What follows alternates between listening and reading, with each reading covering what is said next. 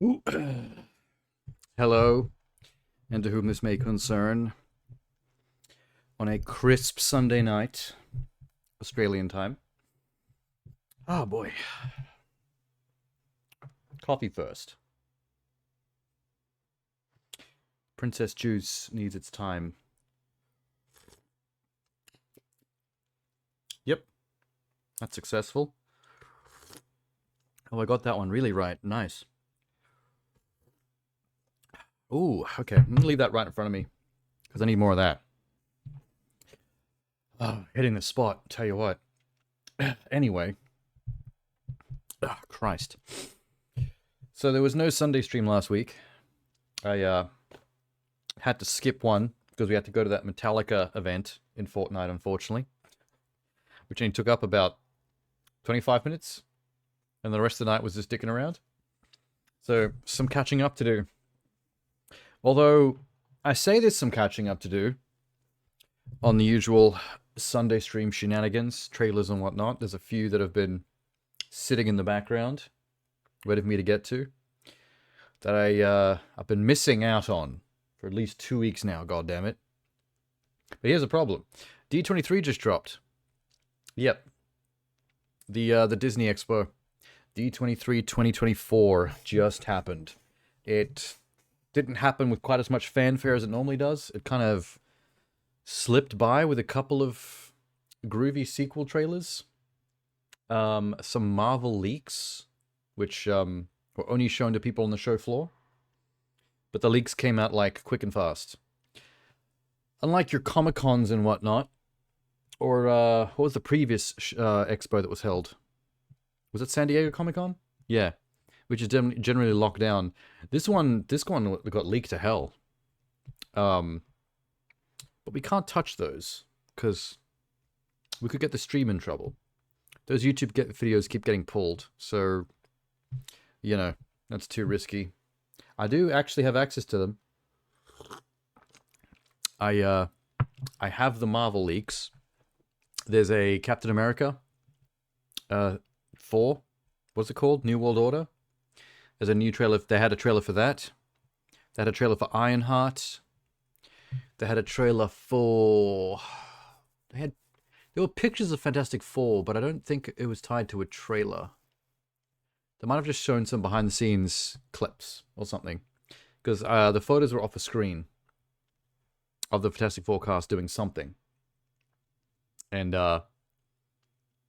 Quinn was there as Johnny Storm in his outfit. Looked good. Looked very good. There was another one. Daredevil Born Again had a massive leak trailer. It was long as hell.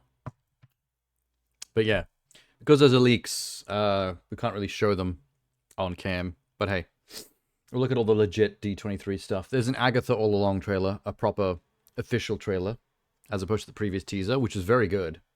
The teaser was great.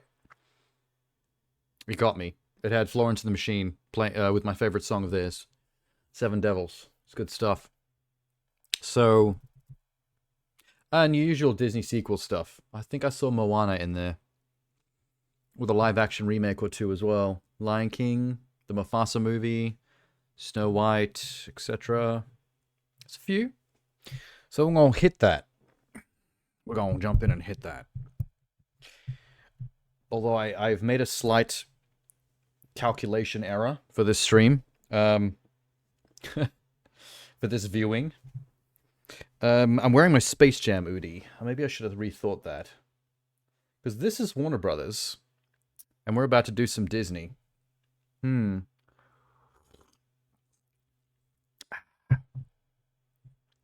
Oh, I do have the Disney Princess mug. Hello. It's the Goyles. So that's on theme. But I feel like the Oodie's a betrayal, unfortunately. But I don't have a Disney-themed Oodie. I have Barbie and I've got Space Jam. Both of which I think are owned by Warner Brothers now. Oh dear. Why is the speaker always wrong? Just fix this. Here we go. Okay. Let's sigh. Zoop. Uh-oh. Wrong spot. Gots to move.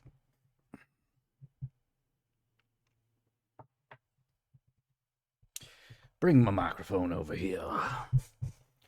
Is this a little bit too high? I don't know what I'm doing with this chair.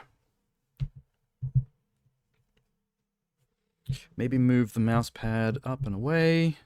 So I can move this closer. Why did this move? Whoops. Look at that list.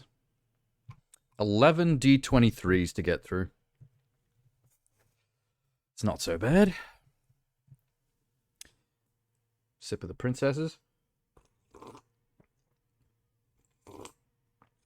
Oh, there's some Star Wars as well. And a Pixar. Cool. Blip. Blip. Wait.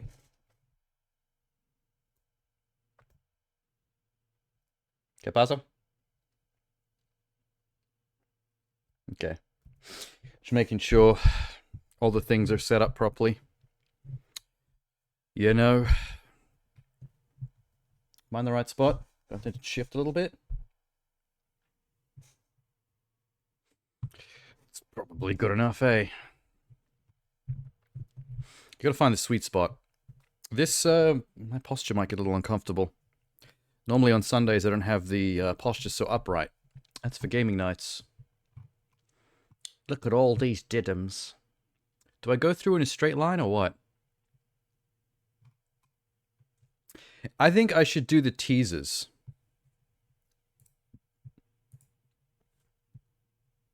There's 1, 2, 3 20-second teasers. So they don't actually have proper trailers.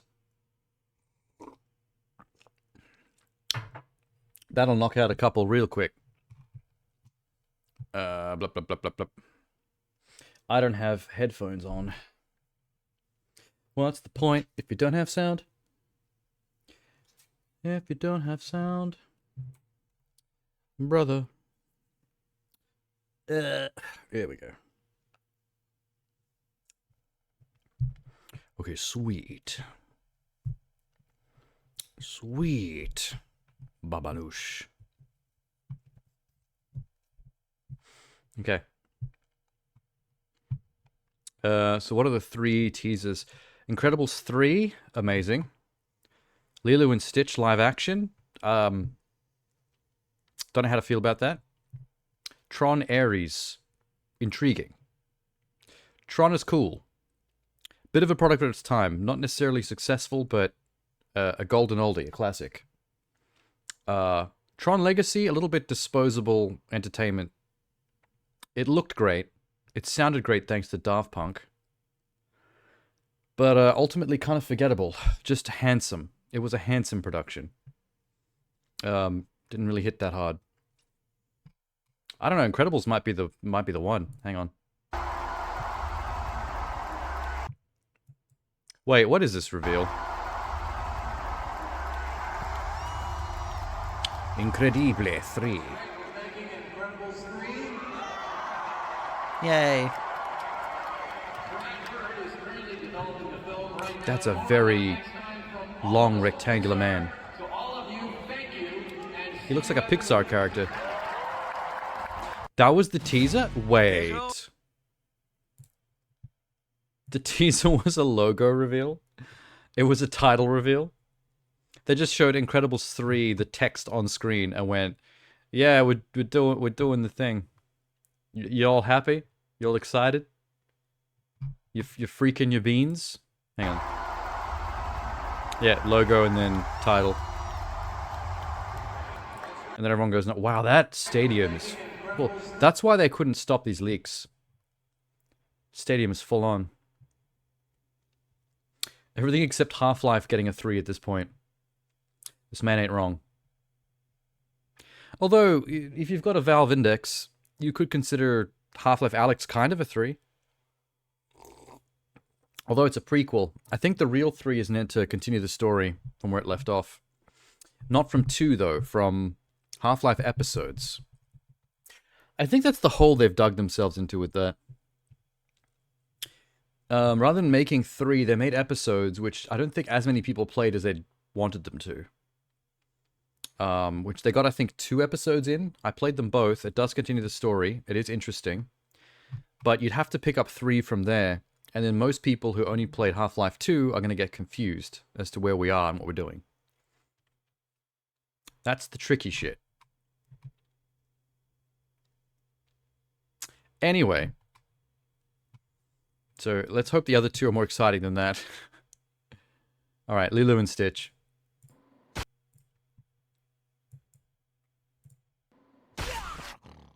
Hey! Plushy.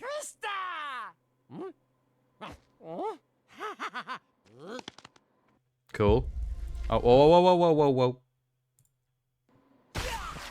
So, I mean, technically also just a title reveal, but at least this one we got to see the live-action Stitch. I put it in quotes because he's still obviously animated, but just more realistic looking. The comments are great. Bro just dropped a slur and leaves. Yeah, we don't know what he said in his alien language, but it probably was a swear. Bro's gonna get cancelled for saying that.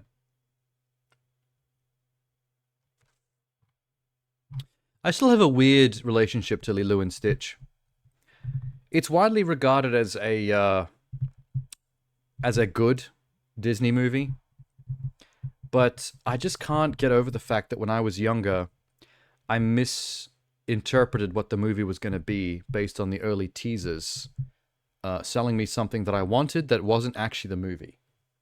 I think I've talked about this on stream before, but if you go back to the early teasers for the original Lilo and Stitch, they did this teaser campaign where Stitch flies his UFO flying saucer into different Disney movies and kind of like ruins everything. Like he shows up during the musical sequence in Aladdin where they're flying on the magic carpet and he kidnaps the princess from Aladdin. Kidnaps. He takes her willingly. And she acts like she'd rather, you know, be with Stitch because he's a stud. And they do that with a bunch of famous classic Disney films. And because of that teaser campaign, I don't think I ever saw the actual real trailers after that because I was younger and internet trolling wasn't really a thing. I was under the impression that Lilo and Stitch was going to be a kind of Disney parody film where this little havoc-wreaking chaos alien was going to break into a bunch of different Disney worlds, like something between Space Jam and something like Who Framed Roger Rabbit, where it was kind of like it's a real movie and it's its own story, but at the same time it's also a parody of Disney in general because we're visiting all these Disney worlds and characters we know and love. And then the film actually came out and it was a movie about this Hawaiian family finding this alien and learning about found families and stuff. And I'm like, that's cool and all. It's a different cultural twist. We haven't seen that culture represented in a Disney film before. And the message was good. It just wasn't the movie that I thought this was meant to be. I was very upset by that. It's not the movie's fault, but unfortunately because of that, I got hit with a bias where I couldn't be anything but disappointed with the final film. Because I wanted something totally different from what was actually delivered. And though I blame those teasers, it's not entirely their fault. It was a cool marketing campaign I just didn't understand at the time. And because I missed the proper final trailers, the official trailers that would have shown the actual movie, it never got corrected before I saw the film. So, you know, unfortunately I missed the bandwagon on the Lilo and Stitch love. I can't really turn the clock back on that. It's forever going to be one of the Disney movies on the lower end for me. And I feel bad about it because it's not entirely their movie's fault. It's just how the cookie crumbled. I'm just going to use that metaphor, whatever. That analogy, sorry. Anyway, Tron Ares. Another logo. I think all these 20-second teasers are logo reveals.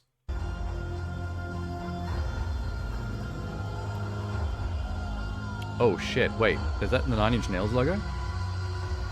Oh, baby. Is that them? Is that the... Is that the nails of 9 inches?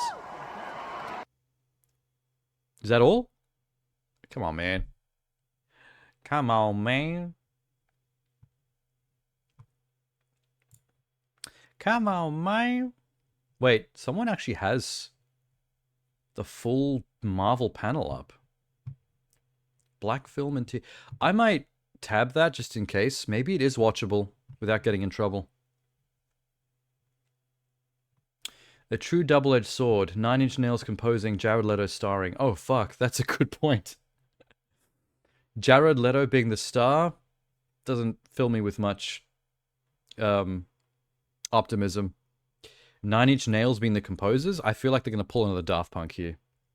I feel like they're going to make the movie. Daft Punk is the only thing about Legacy that made that film stand out. Gave it a flavor, you know what I mean? To even potentially match what the original film pulled off. This is a good move.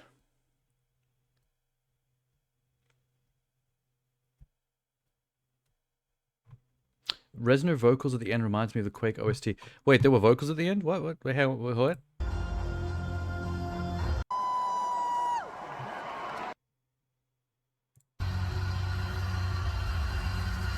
What vocals?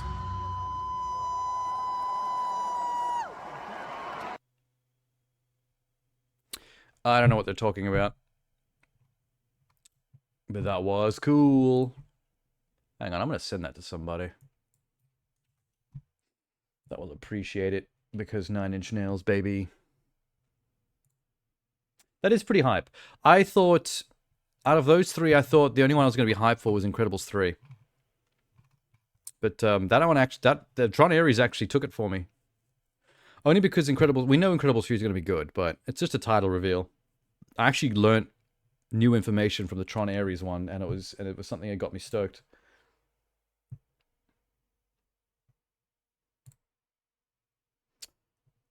Where was I sending this? Ah, yeah.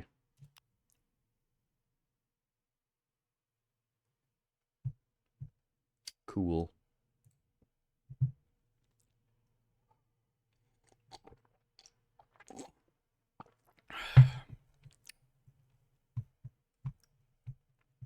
Okay. That was all the teasies. I'm actually kind of stoked to hear some examples of this. I want to hear some of the examples of the music they're making for Tron Ares. I just want to know what a 9 Inch Nails flavor is going to sound like.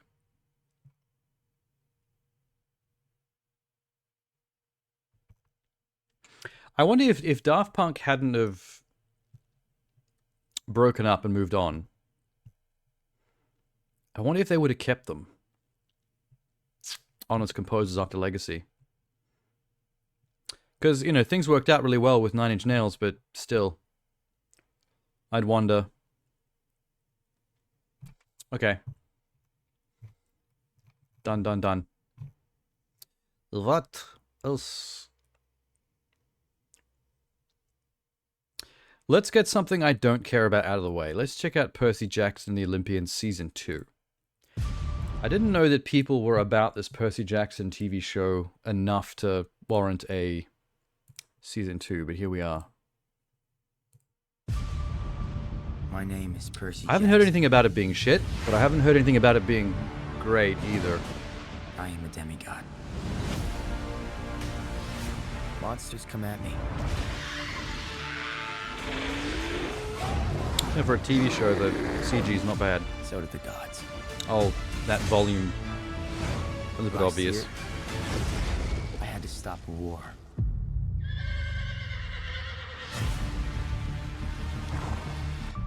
How many seasons are they planning this? Because are they just trying to get through the same amount of content that the movie did, but just drawn out? Could have done that in one season.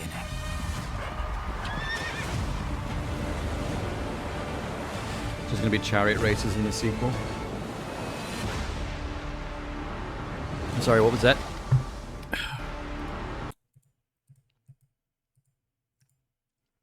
New season based on the Sea of Monsters. Oh, maybe the first season was the entire first film / book. And now the second season's based on this Sea of Monsters volume, which might be the second book, I'm guessing. Stitch is back. Well, I mean, I don't hate the look of it. It's just nothing compels me to want to catch up on it. I wasn't that excited by the films. They were okay. Was never compelled to want to read them, to read the books from watching the film. So I don't think I really need a Disney Plus TV show version in my life either. It is what it is.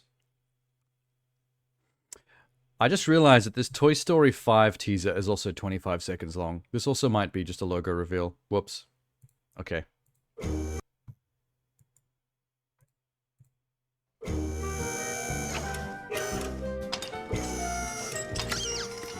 Yeah, gonna lift up a little alien who's got the logo. Okay.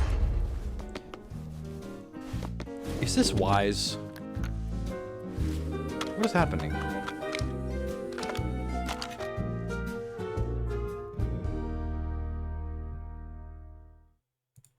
Yo, that was kind of terrible. that wasn't good. For their most prestigious franchise that Pixar has, that was a really cheap trailer. The characters didn't even look good with their running up to the camera and waving animations. Good lord. I'm actually scared for this. Technically, they have never really dropped the ball. They had a perfect ending at the end of 3. They stretched the taffy with 4, but it still turned out to be a good movie. Unnecessary, but it still served its purpose. Surprisingly, it had a actual story with a good message to tell. That still fit with the themes of what would come after number 3 left us with. I don't know where you'd go with 5. I feel like they just keep on risking destroying the franchise with every one of these. They gotta cut it loose before they tank one of them. It just doesn't make sense to just keep this going. This animation came straight from the DVD menu screen. Thank you, Tristan Campbell. That was a perfect comment. Oh my god, Shrek 5 is also in production. Shrek 5 and Toy Story 5 are going head to head. That's kind of amazing.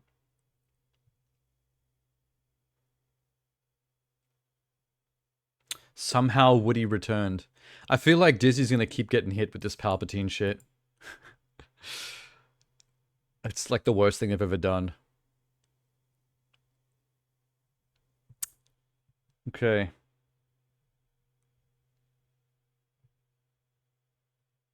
Everyone in the comments is scared.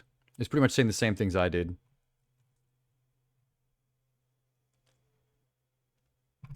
Well, cross your fingers and hope they don't tank a good thing. Because it really kind of feels like they might be. Alright, what's next? How about Moana 2? 2 minutes, that's a full-ass trailer. Nice. I do think they're actually making a live-action Moana now as well. Which is funny because Moana's a pretty recent film. To be getting a live-action already. It only has a sequel coming out only just now. And they're already live-actioning the first one. As long as Alan Tudyk is back as the crazy chicken, I hope that's him. You wanted to come this time. Voicing the crazy chicken. But for some reason my brain is triggering like that's correct. You were gone forever. Even though it never talks. 3 days. Where are we going? Before Does she have a Molly kid? stole Te-Fiti's heart, Did she have a our kid with Dwayne ancestors Johnson? wanted to connect our island to all the people of the Dude. entire ocean. It's Slammed. my job as a wayfinder to A wave finish what fighter? they started. I don't remember that from the first movie. How people just how far we'll go.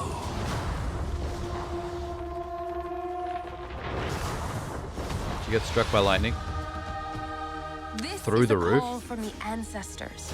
Hidden in a terrible That's a storm. sign. It's an ancient island. You know the gods, they have it out Setting for foot on you. Its sands would break the curse, bring our people together again. I know what I have to do. Maui, I could really use your help. Only downside to Moana is I'm kind of tired of Dwayne. Can I get a chee-hoo? At least we don't have to look at him. You will be destroyed, and your wayfinder too. Now I kind of miss the lava monster. Hey, it's looking pretty. What if you don't The come? colors of the storm are really rad. I'll be back. But that magenta. There's Alan Tiddick's Do I chicken. hear people? Cockham. You guys, we got this.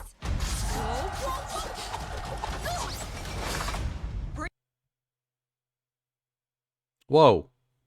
Whoa, what just happened? Yeah, I just lost picture completely for a second there. Whoa, why did it happen again? I'm sorry, is this the island gods of the ocean getting mad at me? What's going on?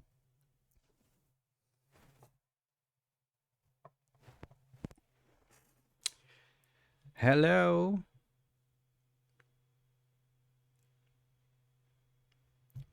Okay, it looks like it's... Oh, can we hang in there? Because I missed some. Moana got more attractive, I just noticed. I think it's because she got a bit older. And also is maybe wearing mascara? An eyeliner? A little bit? Where was it up to? Alan Tiddick's chicken. There we go. We Do saw I him hear once. People? Those aren't people. Cockham. They're a coconut tribe. You guys, we got They're this. adorable. Bring it on, Coco.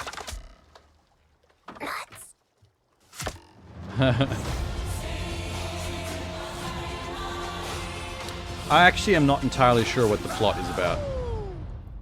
After 2 minutes and 11 seconds. Something going on with... Jesus Christ. Jesus. Help me. The buttons keep moving. Something's going on with the ocean and the gods, and she has to go on another journey with the help of Dwayne Johnson's dude and her chicken and pig. Cue really sexy water physics simulations. Ah, it's good. There goes all my coffee. It looks fine. One thing I found really interesting about that trailer is they didn't show a single hint of the music. Because Moana's a musical. The first one was full of songs, and I'm assuming the second would be the same. I didn't see anyone singing any songs in that trailer. Are they hiding the fact that it's still a musical, or are they just not ready to reveal any of the tracks? Nothing's going to beat Jermaine Clebert's Crab Boss song. Shiny? Fuck, that's a good song. So cool. I was really cut when I couldn't find that song in Twitch Sings. They got a bunch of Disney musical tracks in there you can sing, but Shiny was missing. I was mad. Jermaine Clement makes a really good David Bowie crab. Okay, that's nice. I enjoyed that. What else? Toy Story, Moana, Incredibles. Ooh, Mufasa. Mufasa the Lion King. Mads Mikkelsen. Wonder who he plays. The villain, obviously. Little baby Mufasa. It's time. I'll tell you a story. Why The story of a the cow. fuck does Timon and Not much Pumbaa bigger know than Mufasa? So just to be clear, we're not in this story? There's a lot of stories with all of us. Tell one of those. Oh, wait. Never mind. This is Rafiki telling... I don't think that's Simba. Because Simba will be an adult after the first movie. Probably Simba's kid. Rafiki's probably telling Simba's lion cub and Timon and Pumbaa the tale of how Mufasa became king. Long before they became legends, Mufasa Yeah. and the prince who would come to be known as Scar became brothers. Oh, it's the story of Mufasa and Scar. I told you to wait for me. We can't just leave him here. Rules are rules, Tucker. The king will never accept a stray. I'm not a stray. I'm just lost. Wait, was Mufasa the stray? And Scar... Oh. We So do Scar had a not better claim to the associate with throne. outsiders. That is Tucker interesting. the future king. We must protect the bloodline. But, Dad, I saved his life. This is gonna be tragic, man. I have a secret. Suddenly I'm Mufasa. interested. I always wanted a brother. I always wanted a brother. I don't know about these voices, though. I always wanted a brother. Sometimes I get a scent. It's barely a trace on the wind. And it smells like home. And then it's gone. You and Tucker together, that is home. Now both of you go. I really need to know how this falls apart, man. The circle of life. This is actually interesting. The circle is broken. There will be one Lion King. Is that Mads Mikkelsen? Mufasa! I can't recognize him.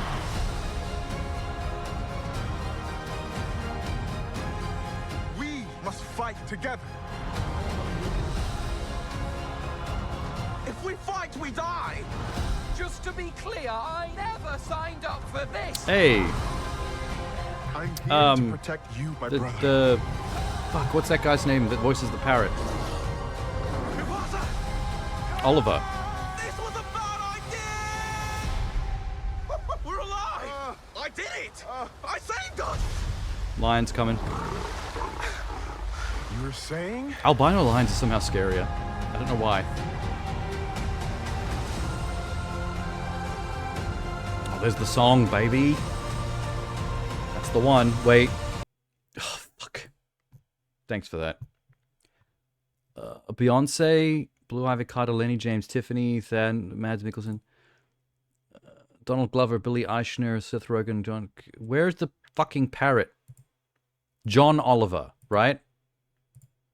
Is that his name? That was a really good choice for the parrot, though. Apparently, they left his name out of the trailer credits. That's really harsh. Oh, hey, Sham. Safari Boogaloo. You know what's funny? I had no interest in the Mufasa movie until this trailer. And now that I know what the story is, I'm actually really fascinated. It seems like it's going to be really brutal. The trailer plays it like it's lighthearted and fun.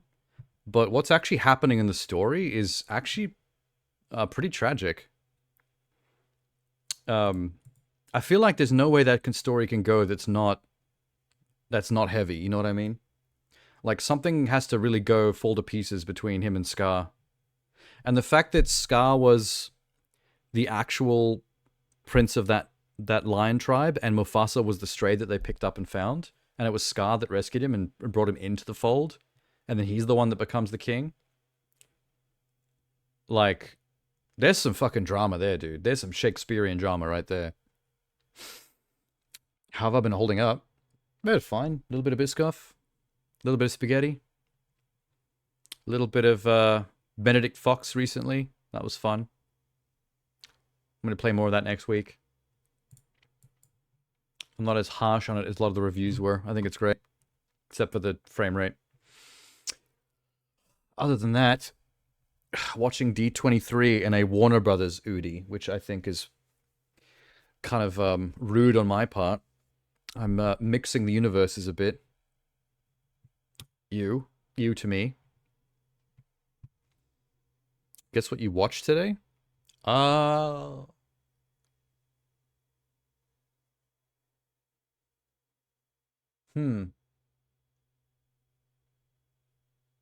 The X-rated, uncut, director's cut version of Caligula? Oh, Deadpool. Damn, I went a little too deep. I went too deep with my guess. I should have kept it simple.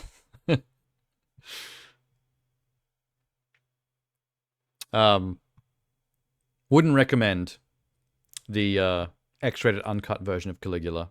It's many, many hours of your life that is going to be half just porn.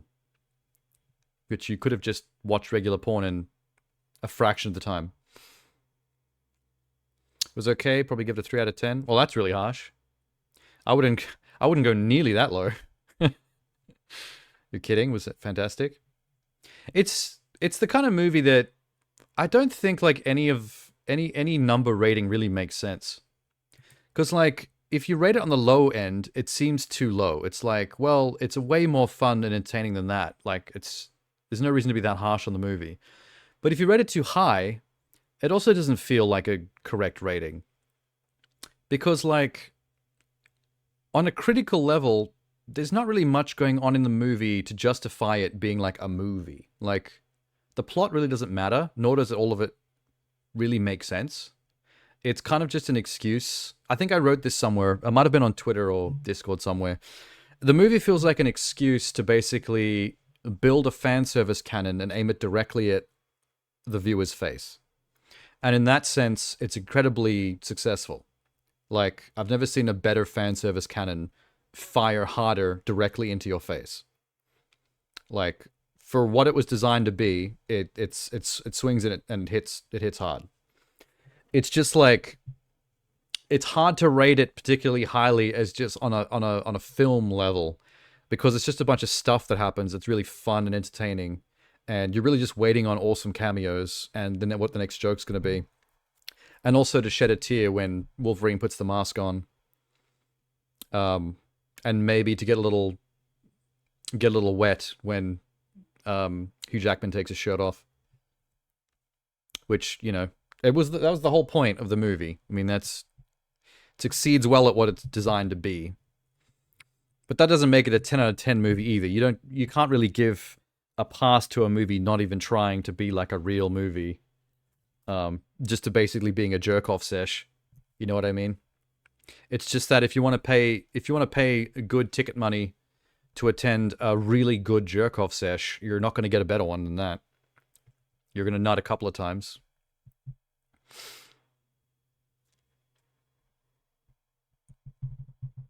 Stop deciding your opinion on a film you haven't seen. What do you mean haven't seen? I saw it day one, opening night, in Canberra. Seen that movie ages ago. Yeah. I posted about it extensively on Discord and on Instagram and on Twitter. Taking the genie stance. What do you mean I'm wrong? The movie's great. I loved it. Had a good time. I'd see it again.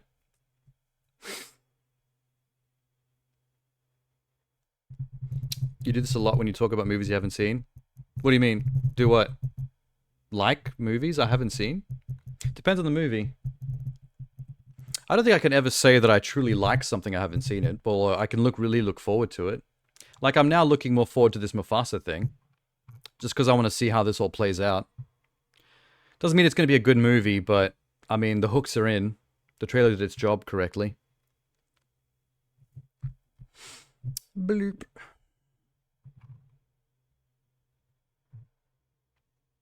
Why did they leave John Oliver out of the credits? Is he not in the movie anymore? Or is that not the same bird? Maybe it's too far in the past that bird wouldn't exist yet, because birds don't have as long lifespans. No, it is Zazu. Preston Neiman. They didn't get John Oliver back. Bro, I got fired. What the fuck? Movie was absolutely a 10. I mean, yeah, I couldn't call it a 10, but I just think it's the kind of movie that's sort of immune to numbers. That's what I meant. Like, if someone called it a 1 or a 3, I'd be like, you're crazy. Someone called it a 9 or a 10, I'd be like, I don't see that. I don't see it rating it that high is particularly necessary. I saw some pretty good reviews that gave it around a 6 or a 7, where their criticisms were accurate. I couldn't argue with them, but they mostly spoke fairly highly of the experience, which does make sense around that number, because that when you're around a 7-ish, right? That means the movie's good, and if you're the kind of person that the movie's made for, you're going to have a good time. It's going to be worth the ticket price. That's generally a pretty solid 7 area. But I wouldn't want to give the movie a 7 either. Like, I don't think any of the numbers seem accurate to me. I I wouldn't want to review this movie. I don't know if I could. There's not a single number on that scale that I feel like makes sense. I actually legitimately think that movie is number proof. Your mood was high over the weekend?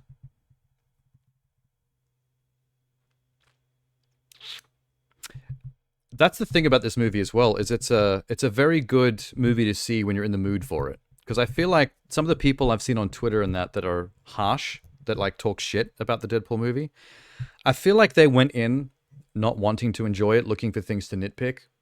And I think that does make a huge difference. Like, if you go in with a negative attitude, you're going to find plenty of things to roast the movie about by just ignoring what the point of the film is and nitpicking at a lot of the actual like filmmaking stuff. If you go in a good mood, looking to have a good time, you can't wait to see Hugh Jackman and Ryan ham it up, then you're going to have like a 10 out of 10 experience. Like, this is very much like a mood-affecting movie. You know what's actually interesting? Barbie's the same. I feel like the Barbie movie was super affected by mood. Like, if you went in a good mood, you're going to have a great 10 out of 10 time with Barbie. If you go in with a shitty attitude, you're going to find plenty of stuff you can nitpick and make a 48-minute roast YouTube video out of. I'm looking at you, Ben Shapiro. You fucking knob. Like Guardians, they balanced the tone pretty. Genuinely sad moments from both main characters. That was probably the most impressive trick that movie pulled, is that it's a very ridiculous, not really taking itself seriously, goofy kind of movie, where it's just about like fucking around mostly. But the moments where they had to get serious and actually hit some emotions, they actually landed it. The scene in the car where Hugh Jackman goes off on Deadpool and pretty much calls him out for what he is. Top tier Hugh Jackman monologue right there. Actually hits a nerve. The scene at the end where they're both holding the things hand in hand, and it's doing the cutaways to like both of their backstories with the orchestral version of Madonna's song playing. That hits in the chest. That was very heartstring pulling. And you know what the biggest one was? The credits. That tribute video they showed pulling together the entire X-Men Fox universe in like one big like legacy tribute short film, essentially. That was amazing. I feel like out of all, like everything that happened in that movie, the bit that got people's eyes the most watery was that little bit in the credits, for sure. The post-Endgame Marvel film struggled with balancing tone the most. Yeah, but I think one of the issues with Marvel in general is that the tone swings a lot between like different flavors, and I feel like different people will have different answers for which movies have a tone problem based on who you are and what movies that you're more the target market for. Like some people who like the serious shit, like Civil War and Winter Soldier, they have tonal issues with a show like Miss Marvel, for example. But for the people for the target market that Miss Marvel is aimed at, what the tone that was designed to capture, that movie's perfect. And there's no problems there. So I think that is a bit of a problem. That's not really a problem. That's a bit of a, I guess a sticking point with Marvel in general, is that you can't have like a truly objective conversation about which are the good ones, which are the bad ones, which are the problems which had like real tone issues, because there's too much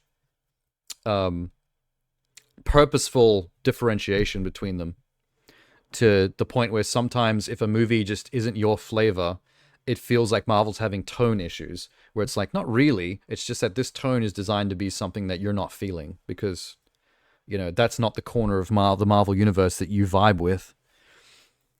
I happen to be a little bit more lucky in that, like, I'm very open-ended. I'm very pansexual when it comes to my Marvel enjoyment. Like, I haven't really watched a single Marvel movie or TV show that I've not liked or enjoyed. Like, there's not a single one I would call bad. whereas other people seem to be all over the map with that stuff. Like every single Marvel movie in Phase 4 and 5 has a whole bunch of detractors that'll roast it on Twitter like hard. Like for all kinds of different reasons. Every one is different. But I've just never really gelled with any of that stuff. I've just always had a good time. I'm very Marvel easy. Ryan talked about how much he loved the character of Deadpool. Hugh feeling the pressure from playing Wolverine, especially too because he's not canonically tall like the character. I did like the short king Wolverine joke in the movie as well. That's pretty funny. I feel like that joke also shuts up that whole argument about the nerds that were always like complaining that Wolverine wasn't the right height. It's like, here's your short king. Look how stupid it looks. Now shut the fuck up. Yeah, but that tribute was very unexpected. I think that's why it also hits very hard.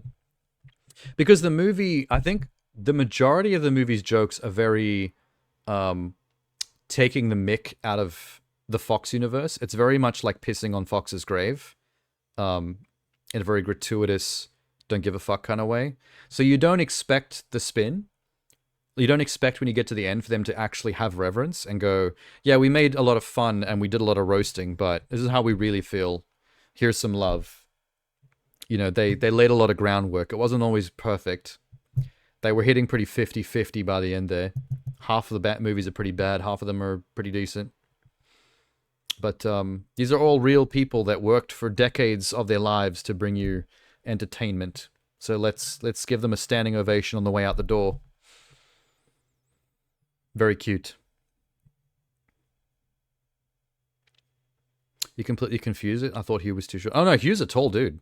He's they often had to film him in ways that made him look less tall in the original X-Men's.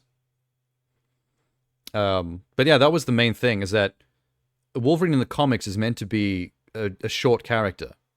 And it's often accentuated by the fact that he's always hunched over, like an animal ready to pounce. He's very scourgy.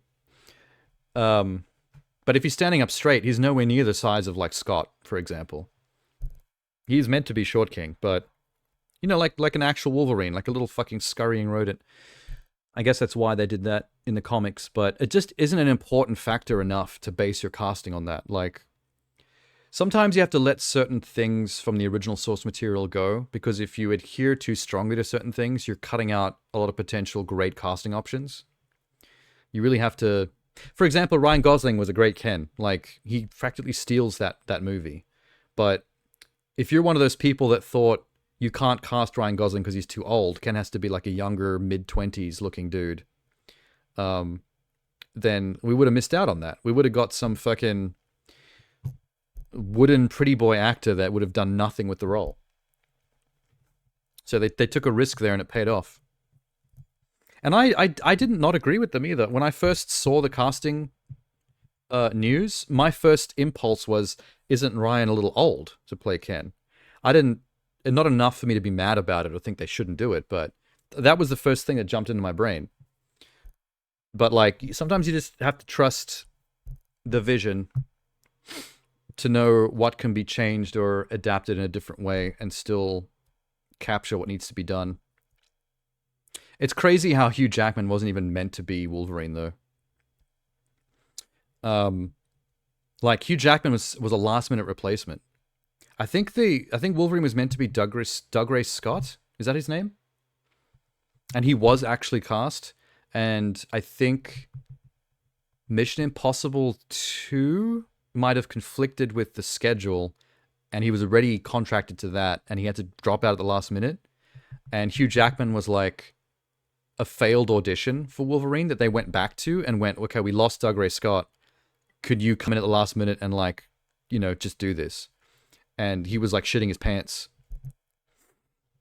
And the rest is history. Now he is Wolverine and no one can see it any different. You can actually find the screen tests. You can find actual footage of Dougray Scott as Wolverine.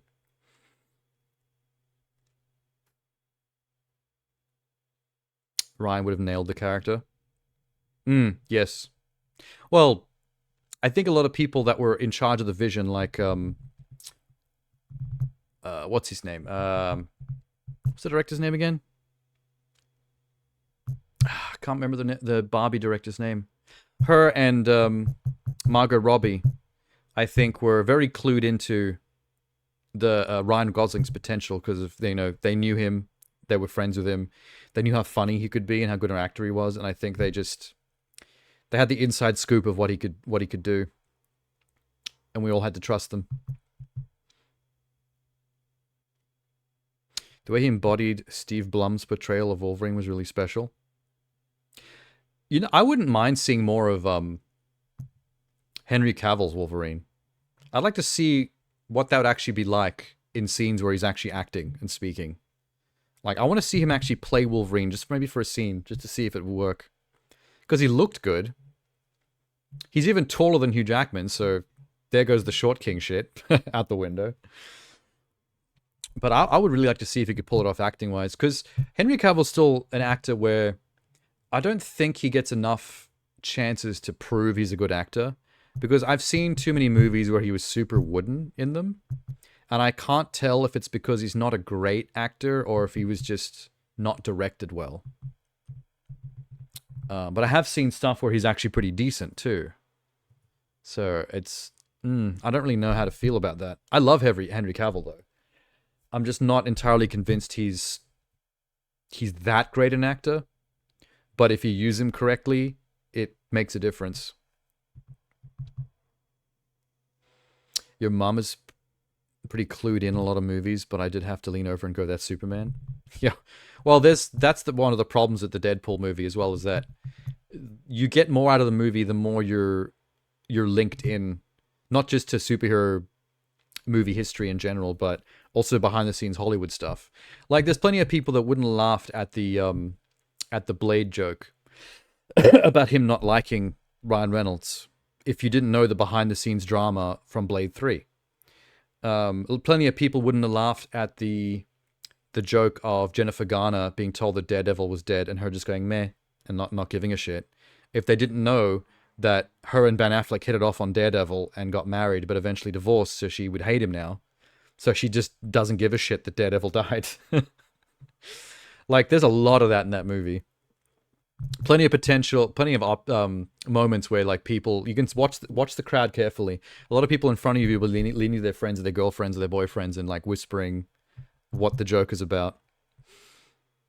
You have a friend who's a massive comic book fan, my age, still lives in that world, so when he watches the movie, he's going to flip his shit.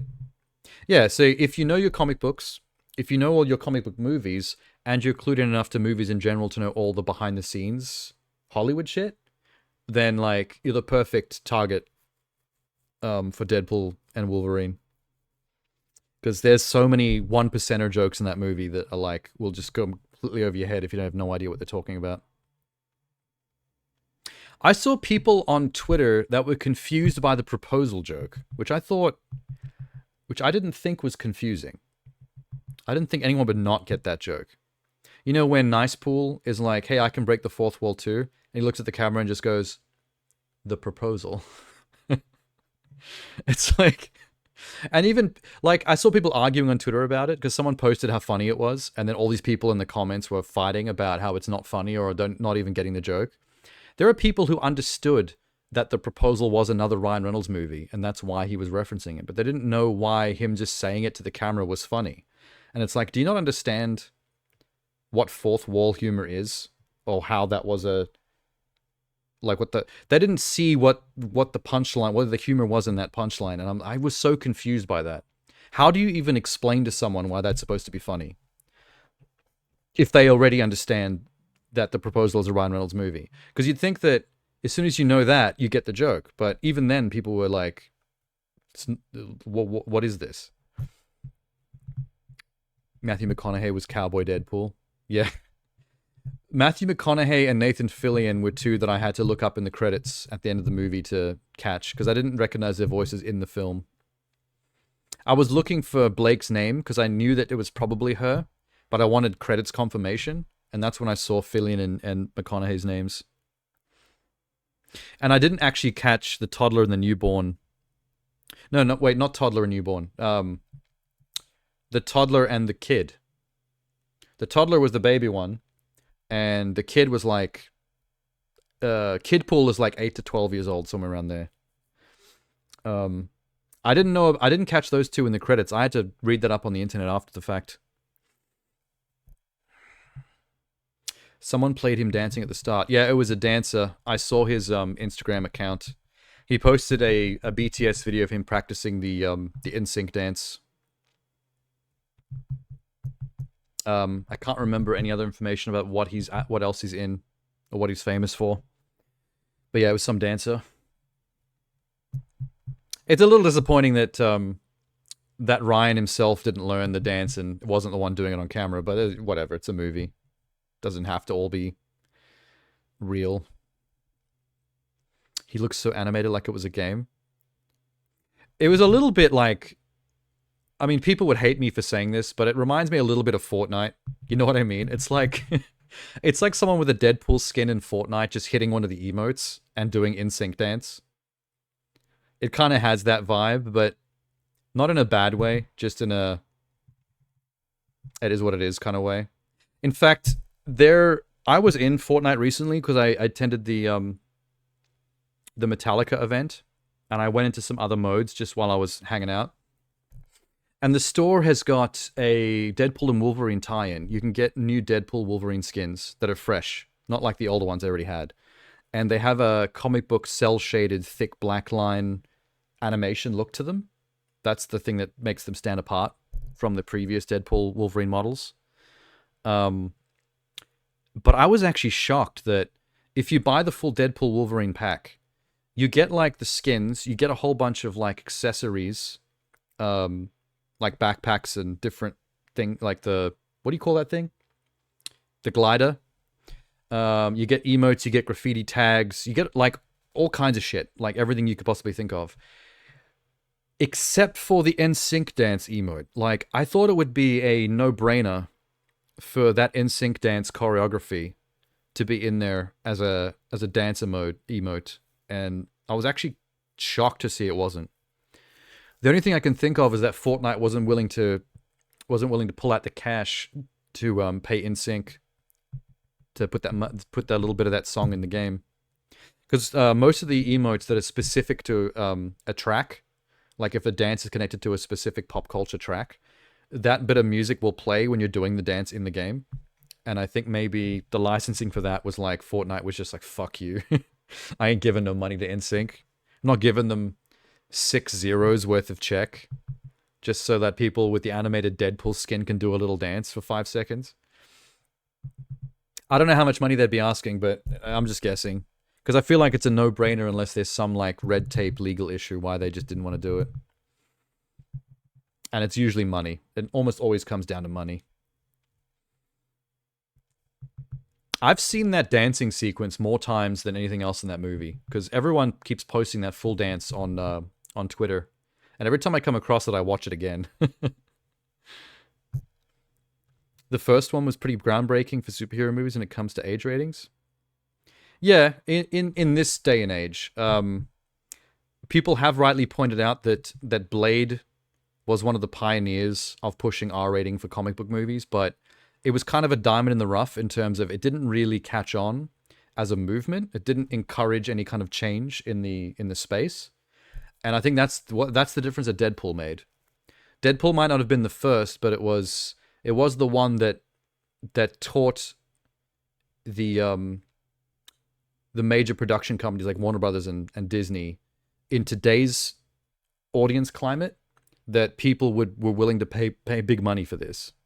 They didn't have to be scared of the R rating about losing under 18s money, because the over 18s were going to come in the millions, and we're going to see it more than once.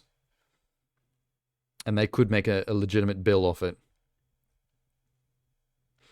Blade never felt like a superhero movie like Constantine. I mean, true, but that's probably because back in those days, superhero movies didn't have a cohesive tone.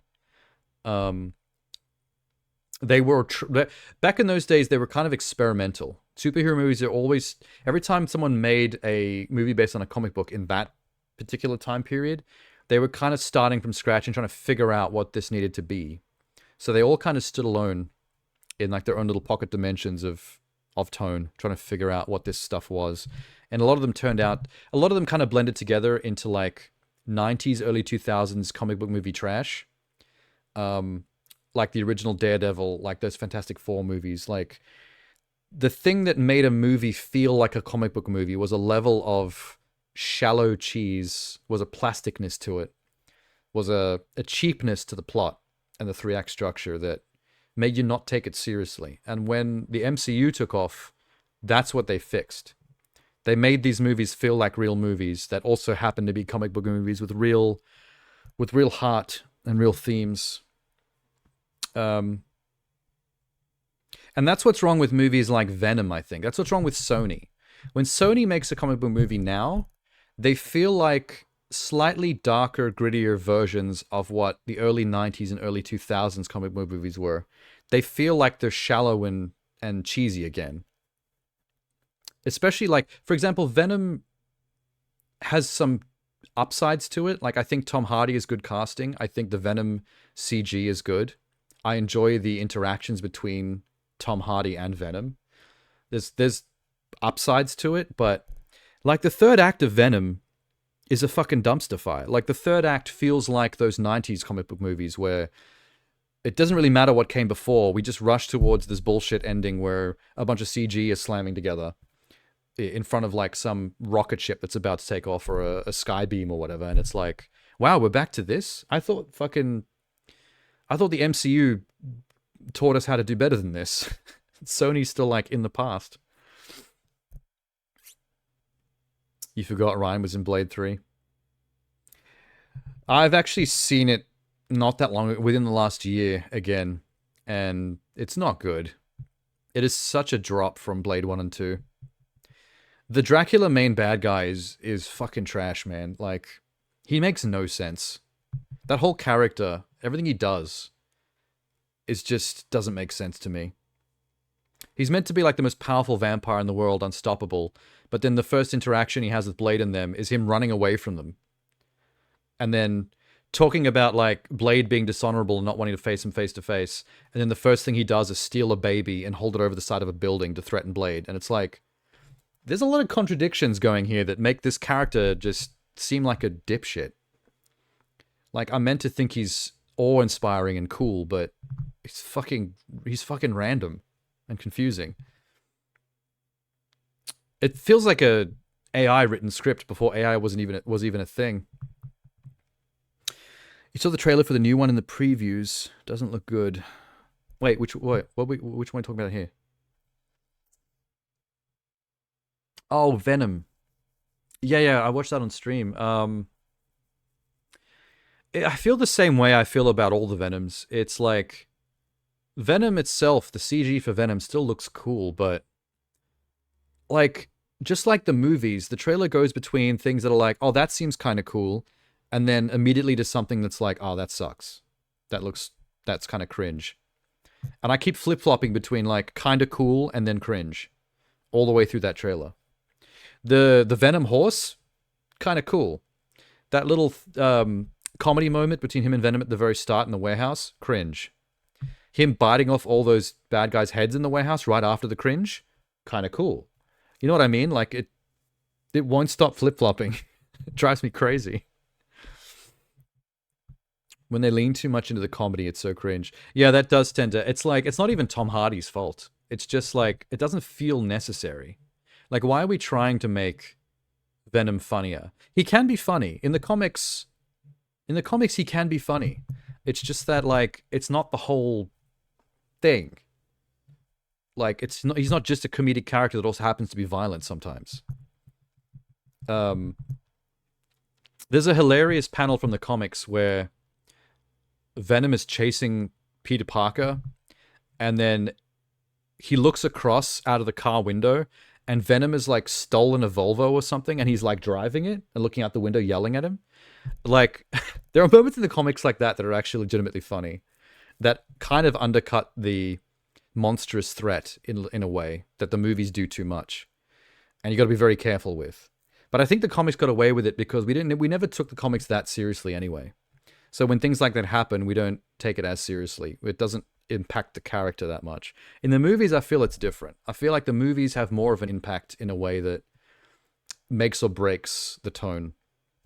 And that's, I think, why it's hard to balance. Because you can do exactly what the comic does, but then on screen in live action, it's a fucking dumpster fire. And then you're like, but the nerds told us they want to see the exact comic on screen. We copied the comic one for one. It's like, dude, the nerds are going to say that, but you also cannot do that. It doesn't work. Nothing can ever be adapted one for one and work perfectly. It's a different format. People take things differently. Something that you let roll right over your head and just snicker at in the comics is going to like destroy the tone completely in the movie to the point where you can't even take it seriously and it's made the movie shit. Like, you need a vision. Someone needs the vision to like balance that stuff. We need to humanize monstrous threats. Well, true. That's the other problem. That's the other mistake that companies like Sony make, is they're like, if we have to make this murderous monster alien creature the main character, it has to be humanized to some degree so that we're not as put off by how it just wants to eat people's heads all the time. And it's like, you don't actually have to do that, because Venom and Eddie Brock are the same. Their symbiotic relationship, the point of that is that they're the same entity. They're two characters within one character. So if you take that as one character, Eddie Brock is the humanizing element, which means Venom can be purely a monster that he has to manage. In the same way the Hulk works. In the Hulk, you don't have to humanize the Hulk because Bruce Banner is the humanizing aspect. The Hulk can just be an absolute uncontrollable rage beast. And that's the balance. It's Bruce's fight with that element and the way that affects his life that adds the drama, that adds the tone, the balance. And Venom should be the same. And I don't think we've ever seen a Venom that's balanced correctly like we've seen the Hulk done. I mean, unfortunately, the Hulk has lost that balance as well. Now that we have Smart Hulk, we don't really have the Hulk anymore that the fans know and love. We don't have that dramatic balance of Bruce having to fight with this thing that can be a great help, and it could be like the worst problem, depending on which side it swings that day. And I feel like we need that back. Venom was perfected in Spider-Man 3. Now, that's a troll comment if ever I've seen one. Bait. That was pure bait. He'll eat people and just brush past it like casually whistling. You know what I'm curious about in Venom is like when he bites off 6 people's heads and swallows them and then turns back into Eddie Brock. Where are the heads? Are there now like 6 entire human heads, skull and everything, in Eddie Brock's stomach? Like, there's a logic side to this that I don't quite get. Because clearly that can't be the case, because a bunch of human heads won't even fit inside a human body, digesting away. The human digestive system wouldn't even break down human skulls. But where would the heads go when Venom goes away? You know what I mean? I don't know why this bothers me so much. Just coagulates into his symbiote form. Well, that would explain why he's always so hungry, why he has to eat so frequently. Because if the matter that he consumes breaks down and becomes part of his goo so quickly and so efficiently, then he probably needs a lot more of it a lot more frequently. Because he's not just sitting there digesting a human or two over the course of like a week, which would keep him satiated. Like, you'd have to eat like multiple times a day, which is a lot of serial killing, to be honest. You know what we need? You know what we need? Do you remember the bootleg Venom film by Ari Shakur? The one with the Australian actor from True Blood that was played like a black and white grunge film where he was like, it was playing up the he's a journalist factor, like looking into serial killers with the newspapers all over the walls. And then the reveal in the short film is that like he's actually Eddie Brock, and that the Venom symbiote like comes out and it kills somebody that he's been like hunting through his journalistic stuff. I don't know if you know what I'm talking about. if you're up on the Ari Shankar bootleg universe stuff that he makes, like the Punisher film he made with Tom Hardy, not Tom Hardy, what's the name of that actor? The original Punisher from the movie with John Travolta. He'd just be eating people, and I feel the writers know it's messed up, but they don't know how to play to the dark humor. Yeah, they're trying to soften it too much instead of just let it be what it is. Sometimes you have to lean into the fucked up. Is it Carl Urban? No. The early 2000s Punisher film where John Travolta was the bad guy. Thomas Jane. I think it was called Dirty Laundry, the short film. Where the Thomas Jane Punisher came back and made that short film for the bootleg universe stuff. And he had a hand in like writing it because he wanted to show how a more R-rated Punisher with him in the lead could be like. There's some really interesting stuff in that guy's bootleg universe shorts. If you haven't seen it, look it up. The Venom one. Look up Ari Shakur's bootleg universe Venom short. I forget the name of the Aussie actor that from True Blood that plays Eddie Brock in that, but it has a really cool tone because it's played like a black and white, gritty grunge film where it really plays into the whole like, is the main character like using his journalism to like seek justice? Or is he basically just looking to feed the monster within? And by the end of it, it's like, oh, this is more like a monster serial killer thing. And I think that would be really cool with Venom. I think that was a nice tone. I want to see that. Used to confuse Tom Hardy and Carl Urban. My ex used to confuse Gerard Butler and the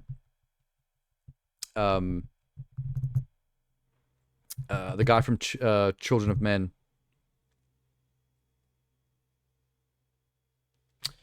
The fuck is his name?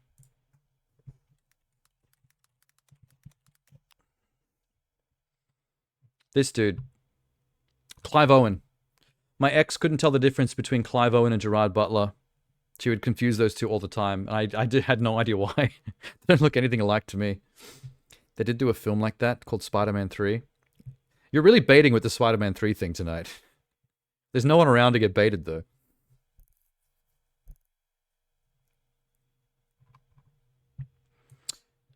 Ryan, I think his name's Ryan Quanten. That Aussie actor. He's the one that plays Eddie Brock in the bootleg Venom thing.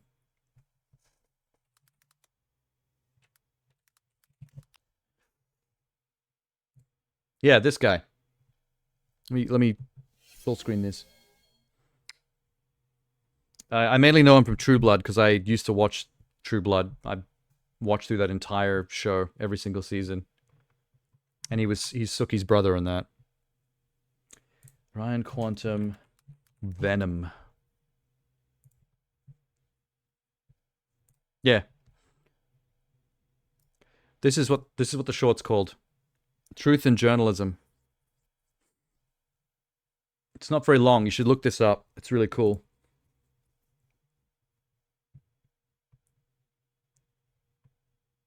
I want something more like this.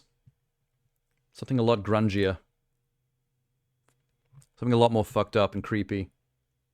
The idea of like this black liquid alien creature living in your body. Like it makes it more disgusting and more scary. I want it. Oh my god, what's it doing? You know the shit's about to go down when the finger guns come out. Well, that's the thing, is like Eddie Brock, as played by Ryan Quanten, is a little bit more of a douchebag. Hence the finger gun. which fits with... It's actually kind of similar, and you were joking, but it is a bit similar to the Spider-Man 3 thing, where Eddie Brock needs to be a bit more of a douchebag. One of those, like, really forceful journalistic types. It's always getting in your face and being a complete obnoxious nuisance. And that's how he gets things done as a journalist, gets his scoop, by being just a complete dick. Ha, Savenya! I've still got fucking Mufasa open. Tom Hardy's too likable. I think Tom Hardy is good casting for Eddie Brock. I just think the movie can use him differently. I think the movie itself could be very different. I mostly blame the script. I think the CG was fine. I think the casting was fine. I even think the Venom voice, the voice was good. I just think that it needed to be written very differently, and it needed a slightly different vision. Something that was a bit less soft. They need to stop trying to pussyfoot around what's going on. Make it more of a body horror movie where it's legitimately disgusting that this black goo is fucking around in this person's body and like ruining their life. It's weird that Tom Hardy's so likable because he plays a lot of unlikable characters that he ironically makes likable. You know what I mean? It's like what was the movie he played about that serial killer in prison? The one where you see his dick. You know the movie I'm talking about? It's the movie he was famous for, essentially. He is full frontal nude in this movie. Dick Cheese McGee. Well, they didn't name the movie after the fact that you see his dick. Like, let's not go that far. Bronson. Like, Bronson is a sort of biographical pick about a real dude in prison that is an absolute sociopathic piece of shit. But Tom Hardy makes it fun. Like, it's a really entertaining movie about a psycho. It's, you know what's a good comparison? Chopper. Remember how Chopper is like about a character that in real life is, you know, a piece of shit. He's a killer and a psychopath, but the way he's played, yeah, Chopper Reed, the Chopper movie. Who's the Aussie that played him again? He played the Hulk. Ang Lee's Hulk. I'm forgetting everyone's names tonight.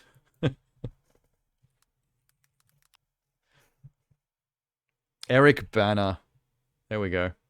You'd think I wouldn't forget a name like Eric Bana. It's really easy to remember. Yeah, Bronson reminds me a lot of Chopper in that you have a good actor, a charming actor, playing an absolute real-life piece of shit in a biographical movie, but kind of making them fun and entertaining because they're just too charming. They're too likable an actor. Also, one-word name movies, Chopper and Bronson. I feel like all these movies just like name their film after the guy's last name.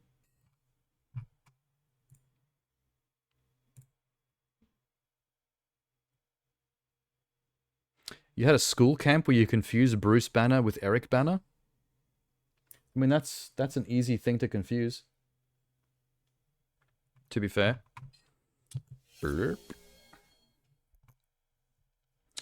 I mean, they both have Banner in the name. Good casting just on the name alone. Kind of like the guy who directed the Andrew Garfield Spider-Man movies. His last name is Webb. I to this day think that he got the job just because his name was Webb.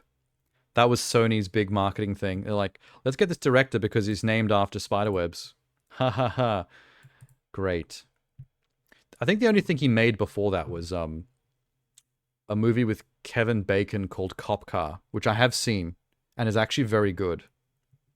It's about two little punk 12-year-old boys in a small country town who steal a cop car and then discover after the fact that the cop they stole the cop car from is got drugs and a dead body in the trunk.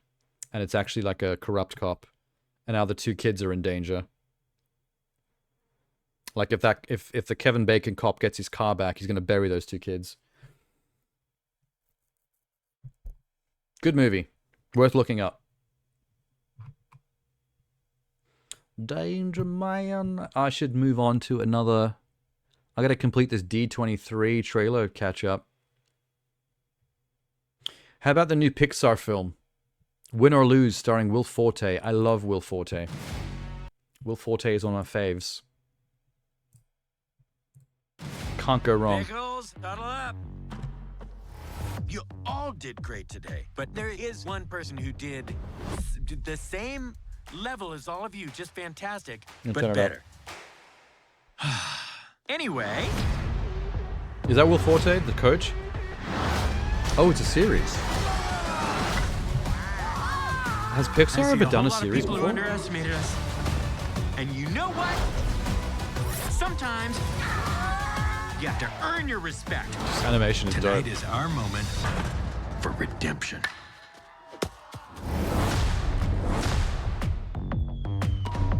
You know what? You know what their animation style reminds me of the most? Fucking Turning Red. That kind of like almost like 2D animated pacing, but in 3D animation. That Turning Red had. I feel like they've carried that over to Win or Lose. So it's a Pixar TV show about a little league baseball team with Will Forte as the coach. That's the pitch. No pun intended. Hey-oh. Wait. Gotta give the air horn. Yeah, actually, Cloudy with a Chance of Meatballs is a good example because that also is doing the same thing. It's like that hectic, on a dime pacing that 2D animation can have, but applied to 3D somehow. You don't see it very often in 3D animation, but it's rad when you do. I think that, what's that movie that came out not long ago? The Hendersons versus the Machines or something? I forget the family's last name. It was something versus the Machines. That was kind of doing it as well.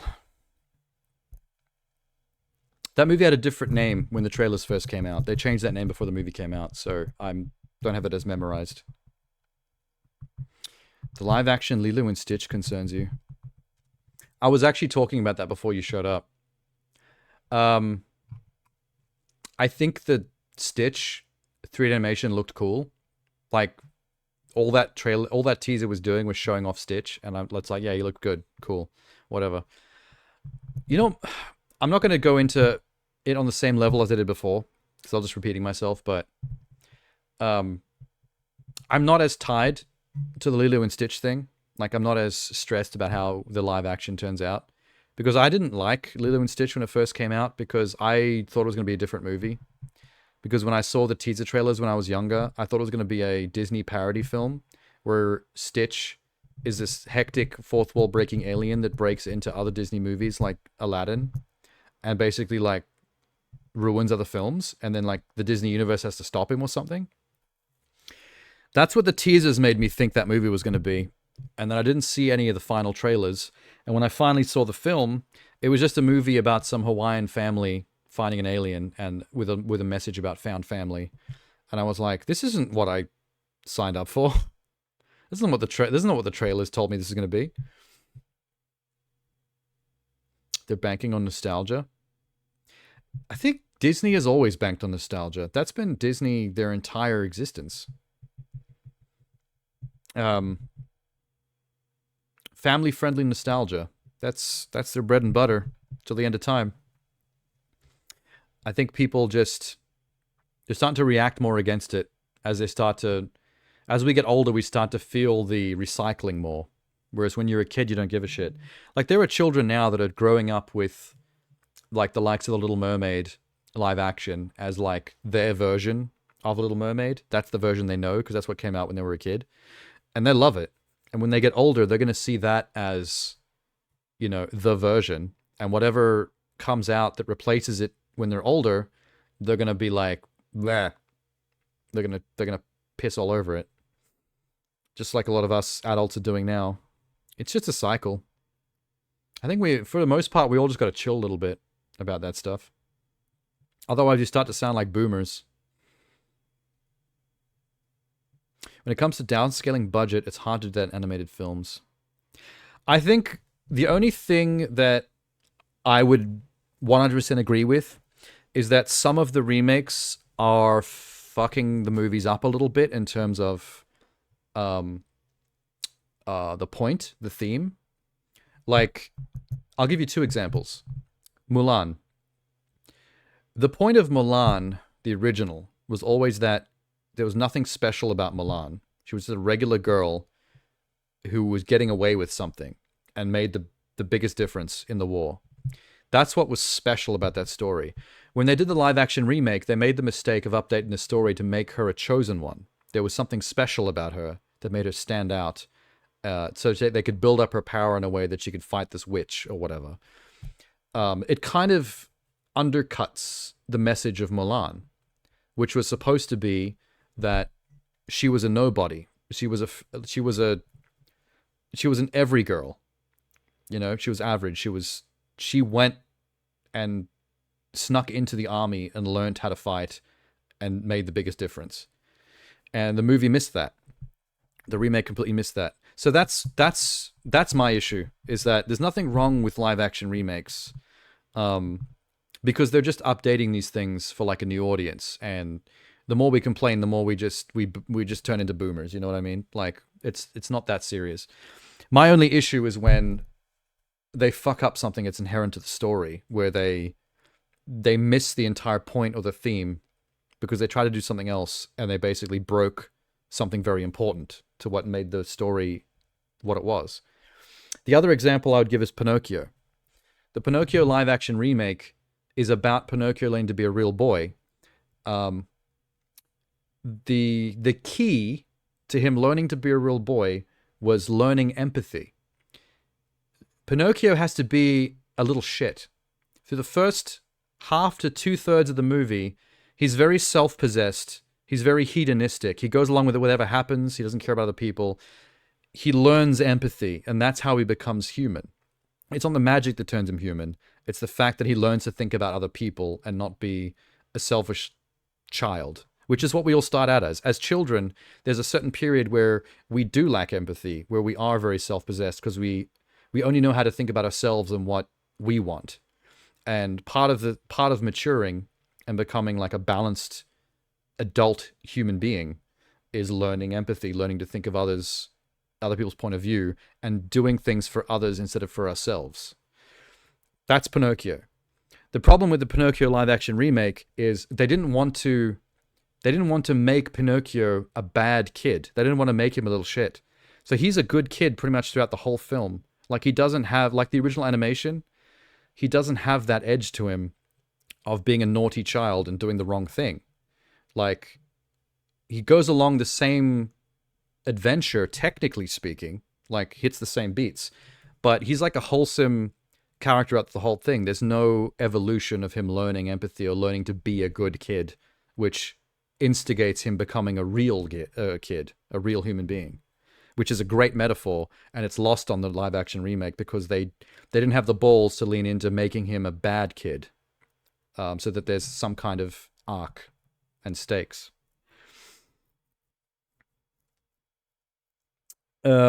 Speaking of children, I love the Mirai movie. What the fuck is the Mirai movie? I don't even know what that is.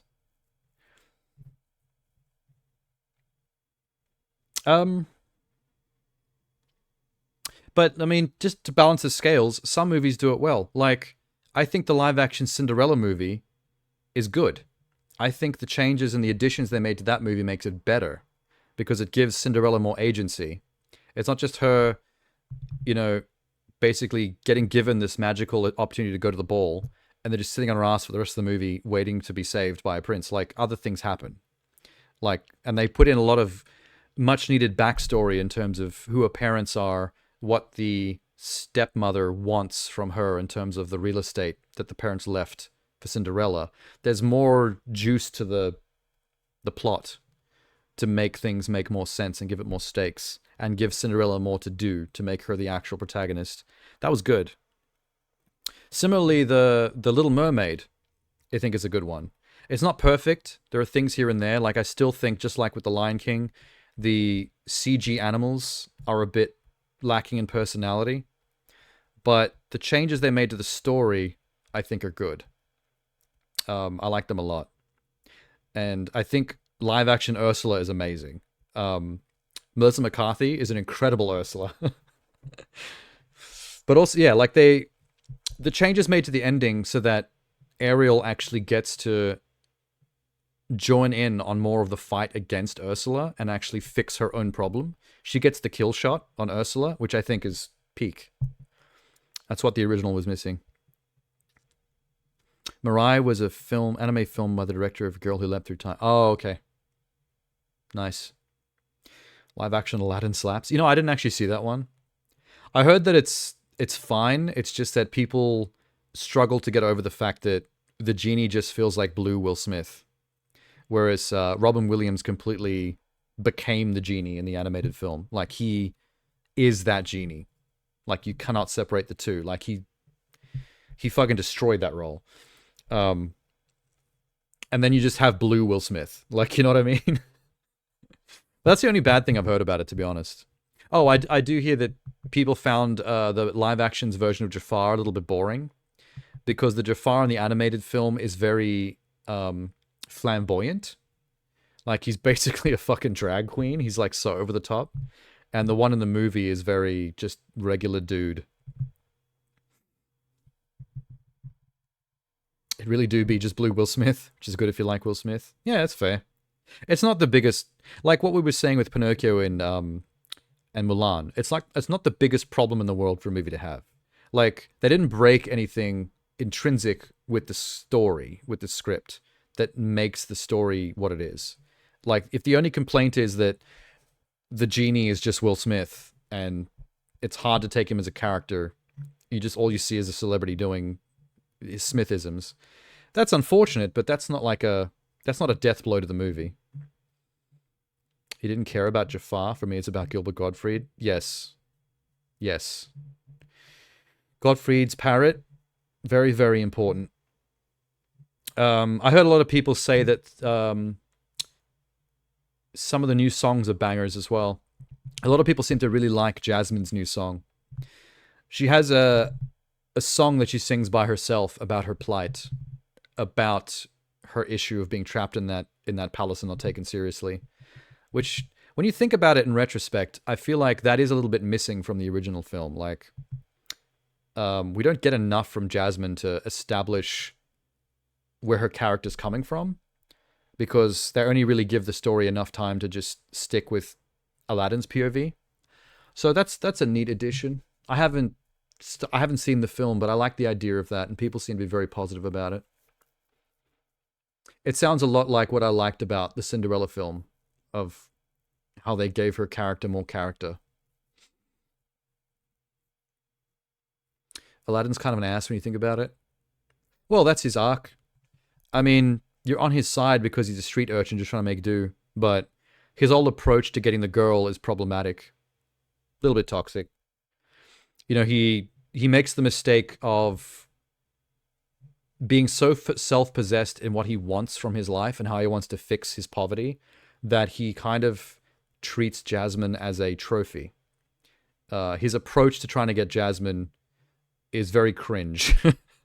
He thinks he can just like wear the fake outfit of a rich prince and put on the big show and dance number, and then he'll just automatically be given the girl as a trophy, like he's earned it, like he's owed it. And you know, kind of a shitty approach. But you do need your main characters to be flawed in that way, because they need an arc. They need a way to get better, you know. That makes sense. It's exactly the problem I was saying about Pinocchio. You need to let your characters be problematic or have issues they need to rectify in their character to give them an arc throughout the film. So, you know, at least they didn't make changes to Aladdin to make him more of a Chad. More of a decent guy. He needs to learn to be a bit more of a decent guy and not just chase fortune because poverty's all he's known. That's a good lesson to learn for everyone that lived their life poor, is that you can't chase celebrity and riches as a solution to the problems of your life, as the only thing that your life requires, because then you turn into a douchebag. If you think that's all that you need, that your life needs, then you become a prika. Happens time and time again. I can't remember any of the other live actions. I've totally forgotten. It's funny how they all have different types of fails and successes. Like The Lion King is something in between all the others. It's like, it's so the exact same film with almost no changes that it's not really better or worse. They just made the same movie again. The only problem is that the new art style makes the animals less expressive. And on that level, it's not as good as the original. But it's just out of all the movies, it's so just a carbon copy of the original film with like no changes at all, except for the fact that they fucked up Scar's song.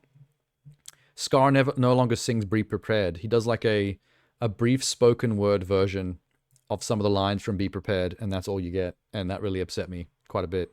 But I'm biased about that song because that's my favorite one. You don't want to be a douchebag or a scumbag. You just want to be a bag. I don't think we should be aspiring to be a bag either. We don't want baggage. We need therapy, Sham. As men, we need to accept more therapy in our lives to fix our baggage. Or just like move to the woods and become a man of the land, chopping wood, growing chest hair. All right, what's next from D23? What do we got? Oh, we're on one now. Skeleton Crew, the next Star Wars TV show. Hip hip.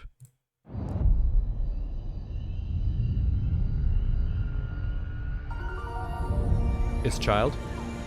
Tomorrow's test will set the course of your entire Oh, future. this is a weird tone for Star Wars. This feels like a children family film. Don't you ever want to do anything exciting? Like what? What Where is if this we going? could go anywhere we want in the whole galaxy? So suburban for Real Star Wars as well. adventure. I've never seen a No more suburb in Star pretend. Wars. I found something buried in the woods. What do you think it is? The bones of Jar Jar Binks. I think it's a lost Jedi temple. Oh fuck. Kids are about to find lightsabers and run amok. Be careful where you step. Not what I expected from Skeleton Crew.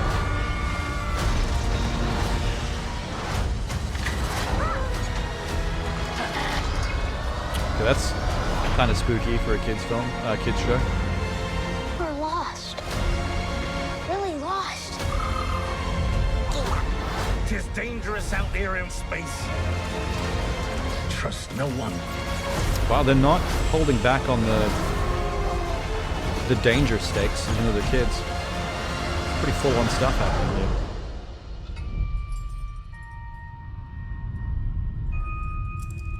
Someone's at the Force. Oh, it's Jude Law. It's fine. Of course Jude Law's a Jedi. You can tell just by looking at him.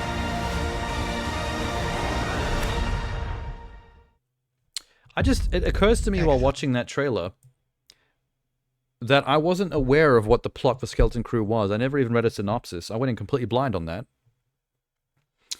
You want to thank the kids for telling us what they found. They found a spaceship, from what I can tell. I think that's the concept. A bunch of kids that dream about being starfighters and Jedis, but are still in school. They find a crashed and buried ship that's still operational. And I think they'd probably do something by accident that makes it take off. And then they're stuck on some kind of like intergalactic journey where they have to like crew the ship themselves and figure out what they're doing. Which is actually like a pretty neat concept for a family film. Like can you imagine if you were a child, like back when we were kids, and all we knew was the main Star Wars movies? Imagine if you got a TV show or movie about a group of kids that had to like pilot their own ship and figure out how to do it all themselves. I think it's going to hit. I don't know if I would enjoy it as much because I don't think I'm the target market. I'm intrigued by it. I think it's a cool concept. But I think for something that's probably aimed more at the younger market, I think it's going to hit hard.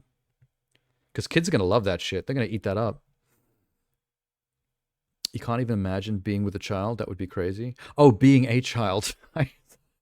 Holy shit, Sham. Almost got you cancelled. I misread that as being with a child. that even reads...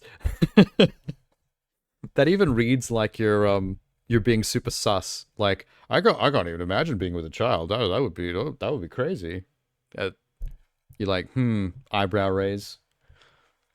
Thou dost protest too much. I feel like that's exactly what Dr. Disrespect said when he was interviewed about messaging that minor. Exactly in that tone. Oh, I can't even imagine doing such a thing. That would be crazy. Slowly deleting emails off to the side. You can't cancel me, you misread that. Are you saying that the current climate on the internet wouldn't cancel someone for simply misreading something? I don't think you've been on Twitter recently. Have I seen the Boogie stuff? Yeah, unfortunately.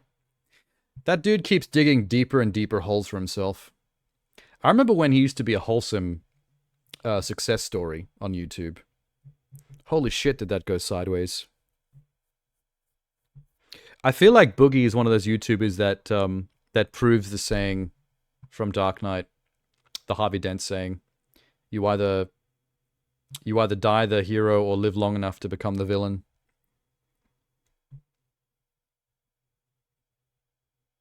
He makes Wings of Redemption and Keemstar look decent with how deplorable he's become. Yeah, and it just keeps... It's like a constant downward trajectory. I've never seen someone continuously keep digging the hole as much as him. It's quite wild.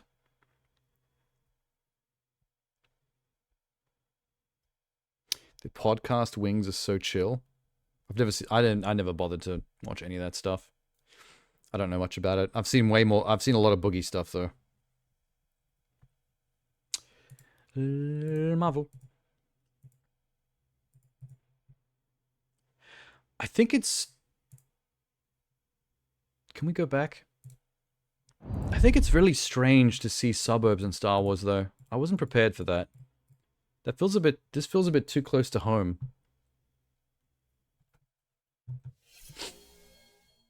Don't you think? There's a visual aesthetic to this. The lighting, the color grade, the set design, the cleanliness of it. There's something very Star Trek movie about it.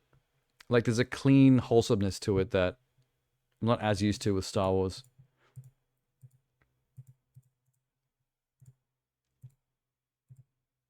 I don't know how other people are feeling about this. I feel like the Star Wars diehards are probably roasting it because it's not some dark and gritty Star Wars for adults bullshit. But I think this is a great concept. I'm behind this. I might not ever watch it, to be fair, but I think it's cool. Round of applause, Jon Favreau and Filoni. Giving every age demographic something rad. I mean, this has the budget too. They didn't phone it in just because it was for kids. Like, it looks and feels like a... Once they get on this adventure, it looks and feels legit. There's some crazy shit going on here.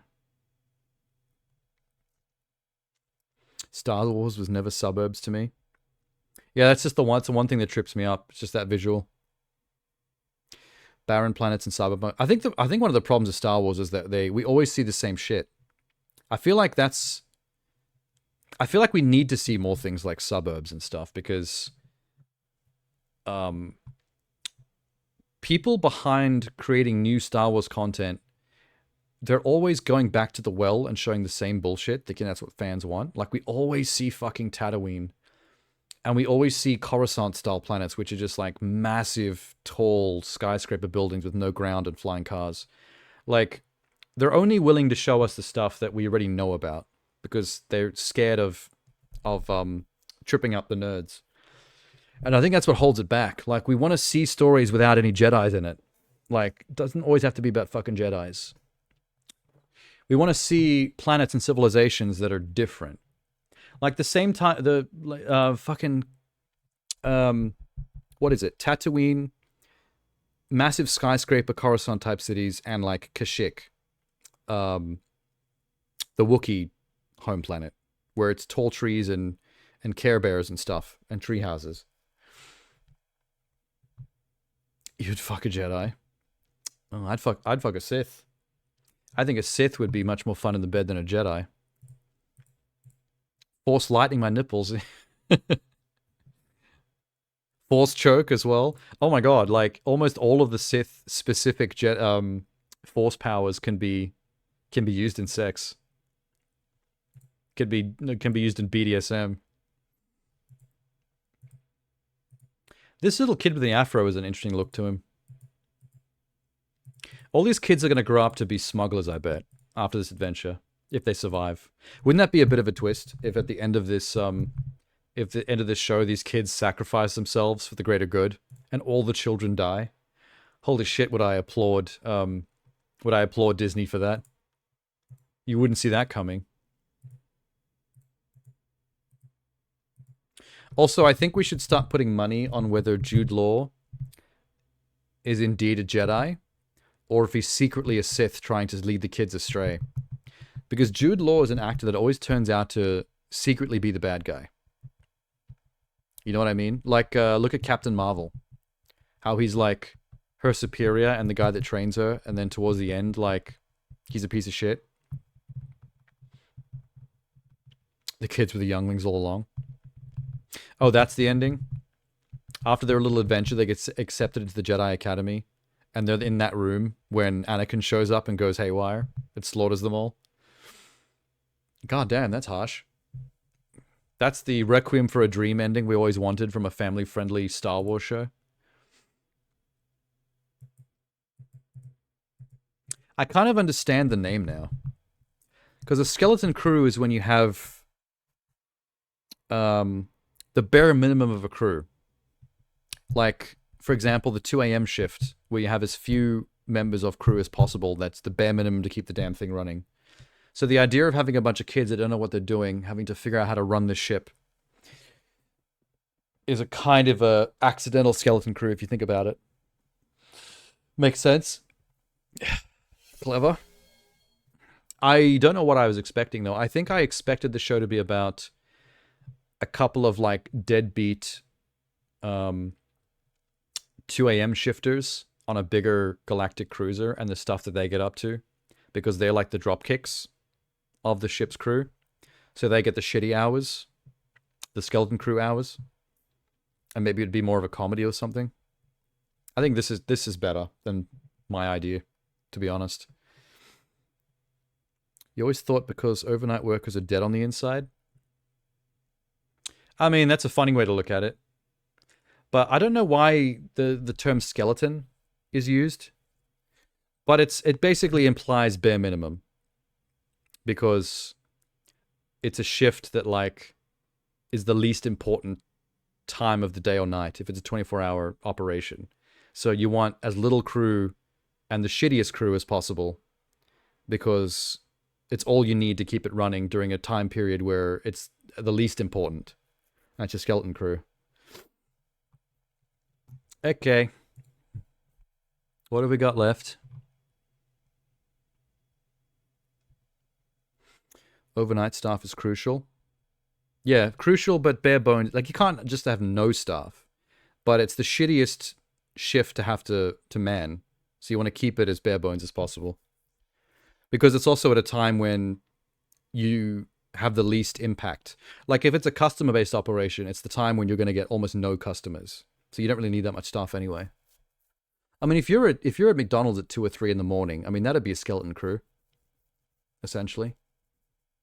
Depends on where it is, I suppose.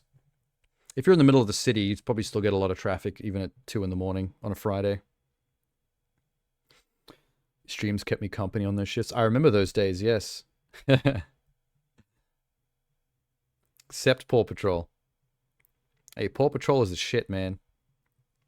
I still got Bluey coming up. You'd be excited to know. I haven't got around to playing the Bluey game yet, but that's on my list. We're going to do a Bluey night eventually. I'm stoked. I've never actually watched an episode, but I have watched plenty of clips and parts of episodes that people send me.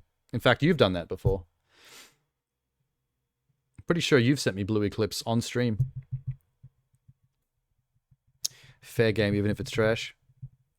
Well, we have played every Paw Patrol that exists, so you're probably never going to see that again. I've run them dry. I've also played the only Peppa Pig games I've got access to. Technically, there is a Peppa Pig game that exists that's not on Game Pass that I could still play if I could get a hang of it, get a hold of it.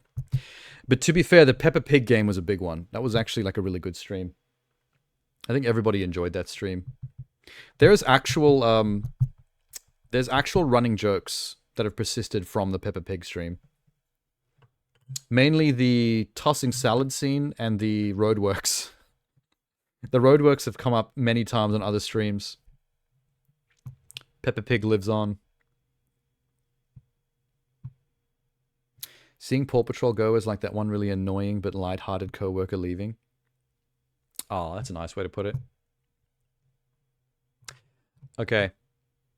I think it's time to jump to my favorite thing from this list. Because I love the teaser.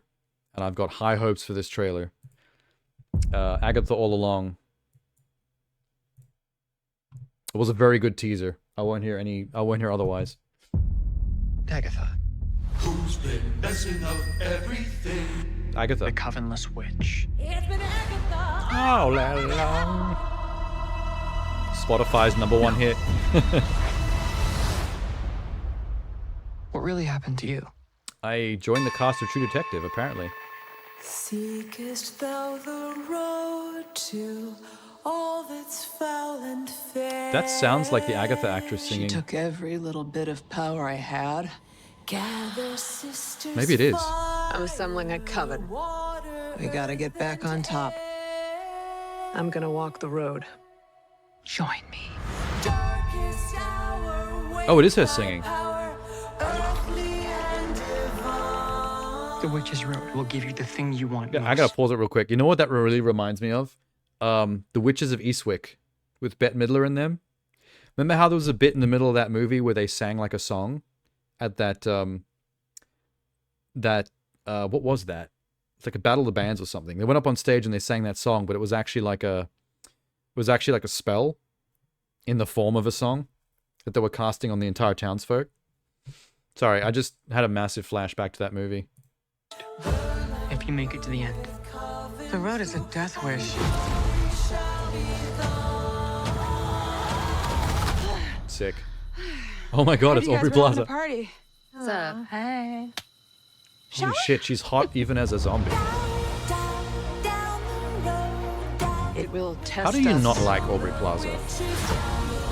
and our knowledge of the craft. Was that the Wicked Witch from Wizard of Oz? What the hell was that? Our worst nightmares. How do we pass this trial without any power? We survived, like witches have been doing for centuries. Cool. What happens next? What is Aubrey Plaza doing? I just need these witches to get me to the end. I feel like she's so obviously evil and fucking with them all. But the actress is just enjoying the shit out of it. Really piling up. Why do you let them believe those things about you? Because the truth is too awful. I want my prize! She wants her what? Her fries. Time to finish the road. Demons. Last one there is a nice person. Follow me, my friend, to glory at the end. Interesting. Too much prize. Is that what she said? Did she say she wants her prize? Oh, that makes more sense. I thought she said she wants her fries. I was so confused. It's me at the drive-thru of McDonald's at 2 a.m. on my motorcycle. The fuck is my fries, bro? I can't be going through my bag of food when I'm on my bike. I don't have enough hands. She's a witch, Karen. She's the best witch, Karen. I am so excited for Aubrey Plaza in this show. All the footage of her and all the stuff she's doing in all these trailers is so entertaining. I think she's like the main big bad, but she's kind of like traveling along with them, basically causing issues. You know what she is? You're going to understand this reference. Aubrey Plaza's Nagito from Danganronpa 2. She's part of the group, but she's like essentially like the biggest problem that they're dealing with. Like she's a consistent antagonist, but also like one of them. And they're like just constantly having to deal with her, but they can't do anything about her. And then she's probably going to have like some big moment at the end. Some big bad moment at the end. I love Nagito. I love to hate Nagito. I can't say I love Nagito. I mean, I fucking despise Nagito. He fucking pisses me off so bad. But I think that's why people like him. They like him as a character because of what he brings to the drama. The way he shakes things up. In that way, like, he's a well-written character. It's kind of like Byakuya in the first game. Like, he's a piece of shit, but he's a necessary piece of shit for the drama to constantly throw a spanner in the works. The way he instigating those trials is great. That's what I'm saying. Like, he's a instrument of drama in the story. And in that way, he's an interestingly written character just to make things, well, more interesting in the story in general. But, like, I do hate him because if I was in that situation and I had to put up with Nagito shit, I would probably knock him the fuck out. Like, many times. I would be more like Akane towards the end of that game, who just wanted to strangle the shit out of him. In fact, there was a scene where she had her hands around his neck and she almost strangled him out. That would be me. Can't stand that motherfucker. I mean, I couldn't stand Byakuya either. I think the thing is, I struggle to, like, love these characters the way some other fans, like you, for example, say you love them, because, like, my immersion in the story and the characters is on a level where I can't help but relate or experience the characters in a way that how I would feel about them if I was actually dealing with this shit. So I'm quite infuriated by characters like Nagito, because if I was actually there and he was in front of me, I would drop kick that motherfucker out of a window. I'm like, nah, I'm not putting up with this. You're not railroading another trial, buddy. I will be the next murderer. Good luck solving. He's gonna die in the second case, chapter 2. After he fucked with us in the first chapter, I'm chapter 2's murderer. I'm putting my all into it. Who is the Nagito clone in Danganronpa 3?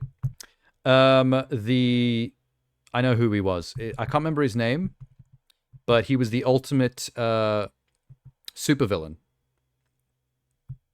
He had purple hair that flared out like this. The ultimate supreme leader, I think they called him. But what they meant was supervillain.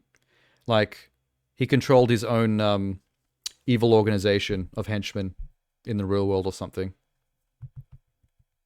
And just like Byakuya and Nagito, he starts out seemingly not that big an issue, and throughout the story becomes more and more of an issue as he makes his intentions clear to turn on everybody else and doesn't care if they know it. He wants everyone to know that he's going to be fucking with them, and he does it gleefully. He's more like Nagito than he was Byakuya. I feel like the characters got more and more like that with every game. He felt like a copy of Nagito, but deliberately different just to be different. He had more of a reason... Okay, here's the thing. He had more of a reason in the design of his character to be like what he was like because of who he was, as essentially like an ultimate supreme leader supervillain with an organization and henchmen and stuff. Like, it made more sense why he was the prick that he was. And when it started to escalate and he started to fuck with everybody, it was a smoother through line in terms of like who he was and what he was doing. That being said, Nagito was a more fascinating character simply because he was more irreverent and confusing. Nagito was a bit more like the Joker in that you get that he's about chaos and this obsession with hope and despair in a way that was deranged and almost sociopathic. You get that, but at the same time, you don't really know how to apply that into an understanding of him in a way that allowed you to predict his behavior, because he was just fucking chaotic and so obsessive over the hope despair stuff that, like, you never really knew what he was going to do or where he was going to take something, whether he was ultimately going to be on your side or against you, which was more interesting because there was more to chew on there. There was more to play with drama and character arc-wise. So I feel like the characters would have made sense if they flipped them. If we got a character like the Supreme Leader guy in the second game, where the characters need to be a prick and instigate, made more sense than Byakuya because of his ultimate and who he was. But it still it still was more logical. It was still in the logical zone of writing. And then by the third game, we get someone like Nagito, who's completely off the deep end, psychotic, and more like the Joker, where you just never really can get a handle on what he's doing, what he's up to, or how his character's obsessive, chaotic bullshit is going to apply to the situation at hand. Will it help or hinder? We don't know. Is he ultimately going to be the ultimate villain, or is he going to be the ultimate, like, hope, I guess, like he would say? Like, is he helping us, or is he hindering us? I think when you come out of the fourth case, when you come out of the fourth chapter in Danganronpa 2, going into chapter 5 when he dies in that self-inflicted murder, there's a bunch of dialogue between the characters where they actually talk about this, where they admit that, like, you know, there is some level that they're sad that he's gone, because even though he was a complete nutcase and was a problem and constantly driving them crazy, like, there are a lot of things about the previous few cases, like case 3 and 4, where his nonsense and his antagonism was instrumental in them actually solving the case. So it was kind of like he was being an antagonist on purpose, but it was actually driving things towards the good outcome in a weirdly ironic way. And the characters did acknowledge that in the dialogue when they were talking about him. And I guess that's what makes him interesting. I just find it hard to think about him in any other terms but how I would feel about him in real life if he was standing in front of me and I just want to punch him in the eye. Just drives me fucking crazy. The anime delves more into his psyche. I still haven't seen it. I would like to, just to see how they cap off all that part of the story. I'm deep enough into Danganronpa lore that I think I would get something out of it. It is interesting, like how you said, the cloning thing. How when you look at Danganronpa 1, 2, and 3, there are direct parallels between characters. Like, you can literally say, like, oh, this is that character, and this is that character. Like, they're different, but at the same time, they fill the same archetypes across the 3 games. That's kind of fascinating. It doesn't seem like lazy writing either. It just seems interesting. An interesting quirk of the universe. Agatha all along. Do you notice that are we on 1080p? Yeah, we are. What the fuck? Do you notice that there's a lot of dark shit that happens in Agatha all along? Oh my god. Aubrey Plaza being a hot witch. Confirmed. Like, there was a monster in the first teaser that was legitimately terrifying looking. And then, here again, look at this. Look how crazy that looks. It's weird, because, like, the tone of Agatha all along seems to be, like, kind of quirky and fun-loving anti-hero bitch witch Karen. And then, like, actual, like, dark, demonic, supernatural imagery that is, like, more freaky looking than you expect from the show. I hope there's a lot of this. Like, one minute where it's, like, kind of funny and entertaining, and the next minute it's actually like you're in a horror film. For reals. Good to see they're doing something new now. Are you talking about the Danganronpa dev? I mean, yeah, I mean, Danganronpa is pretty old now. I feel like they let that go quite a while ago. After the PSP era.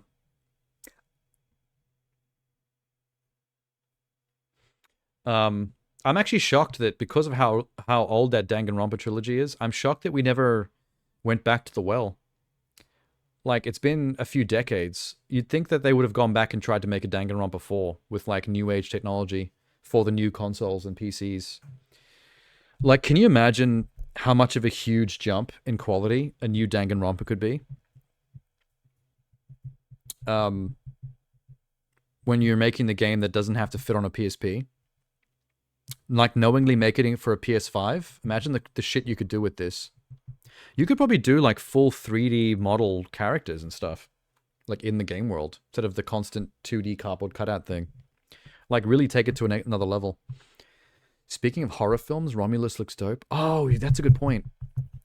I need to get to that trailer when I'm done with the D23 stuff. Because I didn't have a Sunday stream last week, I missed the final trailer for Romulus. I need to catch up to that. In fact, I got a few... Okay, after my D23 trailers, I need to catch up on Romulus. I need to catch up on Beetlejuice. I need to catch up on The Penguin. Creature Commando's got its first trailer on the tail end of San Diego Comic-Con, which I didn't catch, because when I did the Comic-Con stuff, it wasn't out yet.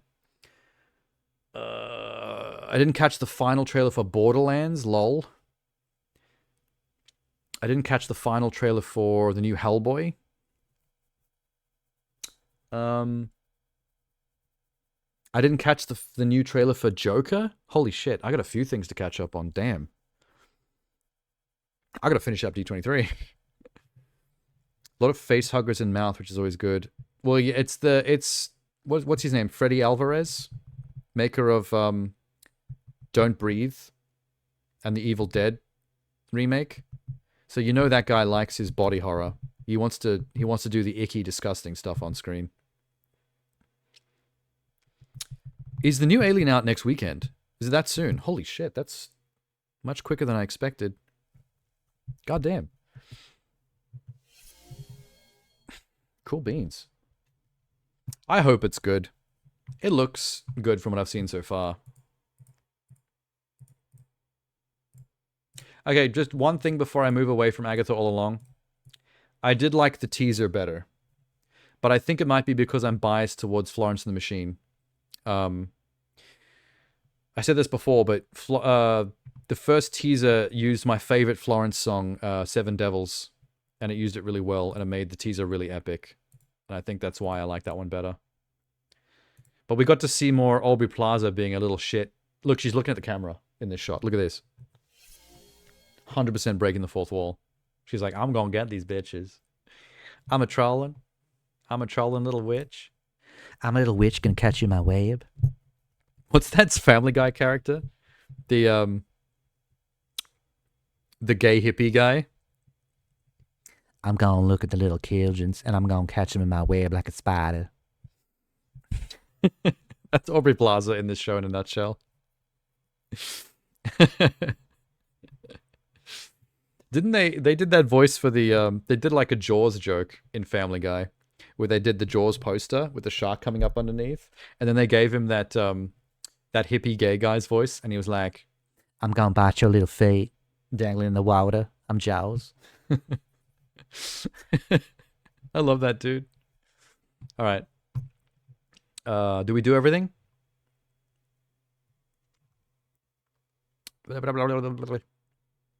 Oh no, I forgot Snow White. There it is. Wait.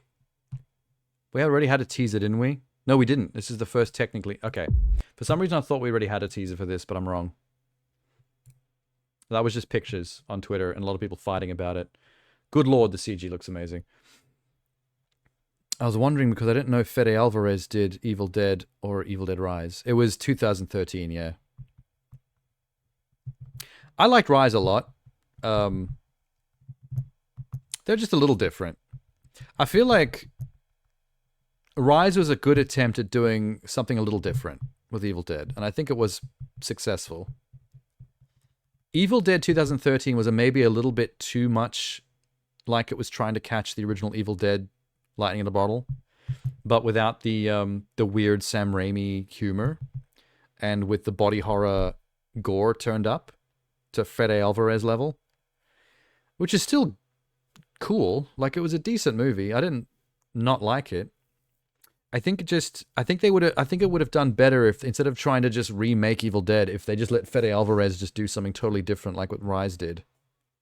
If they just let him make his own story in the Evil Dead universe, I think that would have been better. It was incredibly dark, which is perfect for Alien. Yeah, I will agree with that. There's something about 2013's tone, which if I was a studio exec and someone said, how about that for Alien, I would have said yes. Very nice.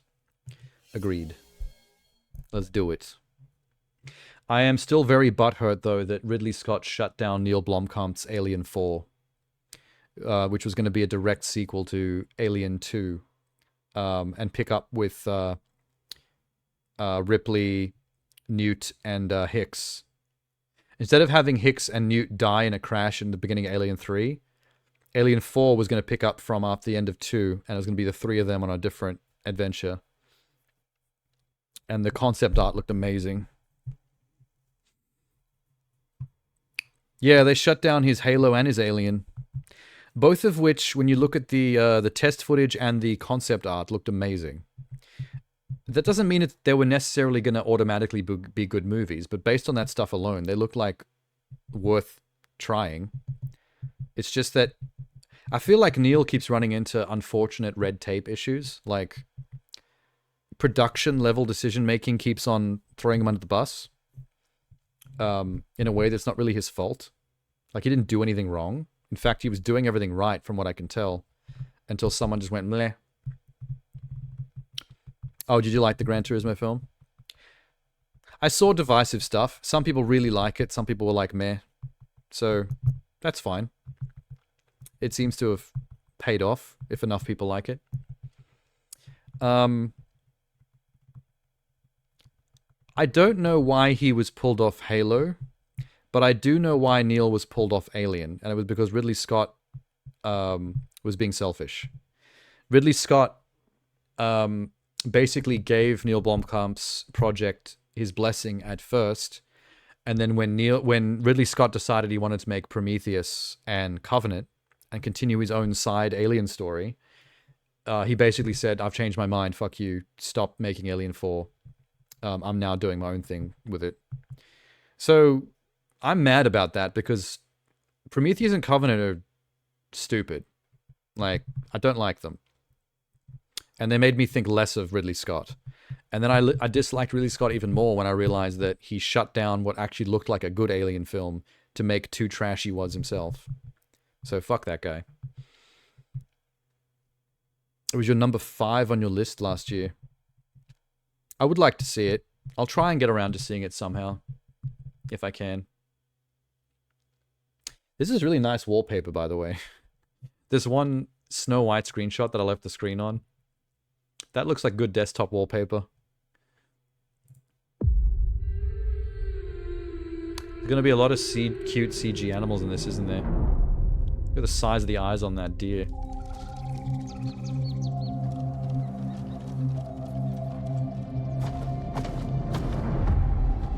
Ooh, I want to see what the dwarf... Oh, they're actually dwarves. Wait. Wasn't there some massive controversy about the dwarves being played by, like, regular dudes? There was, like, a screenshot from the set, and they weren't dwarves at all. And everyone was like, why didn't you hire dwarves to play dwarves? There are all these dwarf actors that need the work. Willy Wonka? What? Non sequitur much? So, whistle while you work. Damn, she's a good singer. And she's a good looking Snow White. I know some people are funny about it, but I think she looks great.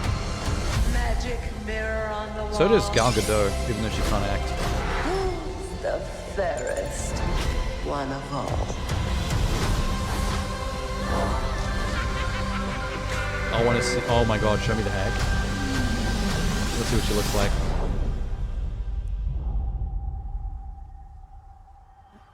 Oh, Baba.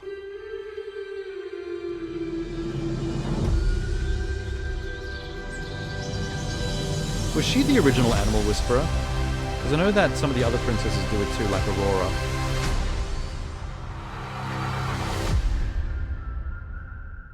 That was cool.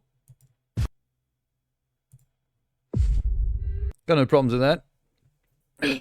You know what's really funny to me, though?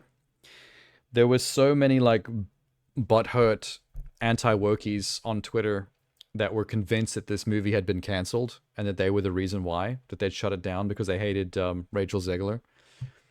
And normal people were like, yeah, no, there's no reason they would just stop making the movie because some people whined on Twitter. They're obviously still making it.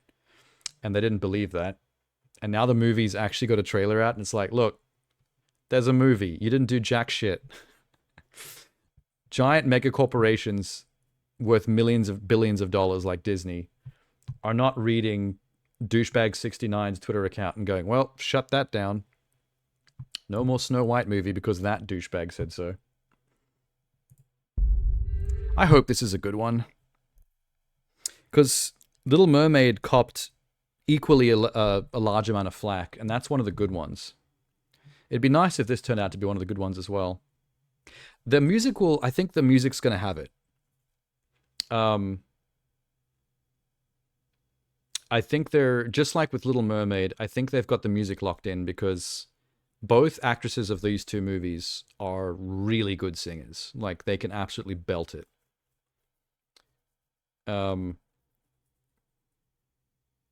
I think she makes for a really hot Snow White that actually looks better than the original cartoon, because I never found Snow White attractive. She's a bit average to me. I feel like she's the Uggo Disney princess. So I think this is a definite step up.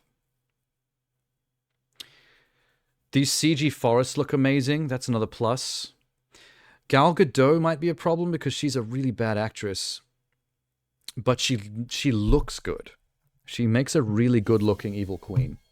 Did you see her? Hang on.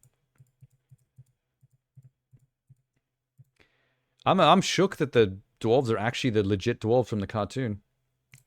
I didn't know they were going that way. What has she done besides Wonder Woman? Oh, she's done plenty, but they all sucked. She did that movie where the neighbors of the main characters turn out to be secret agents or assassins or something, and she's one of them. I forget who her secret agent male co-star was. Okay, so she looks really good as the evil queen. Like, looks-wise, secret agent assassin neighbors. Yeah. You don't remember that movie? It was like a action comedy where the main characters were a husband and wife in a suburb, and their neighbors move in, and it's Gal Gadot and someone like Henry Cavill or something. I can't remember who the male was. And they start spying on them, and they start to catch wise that they might be like secret agents or something, or hitmen, or I can't remember which one it was.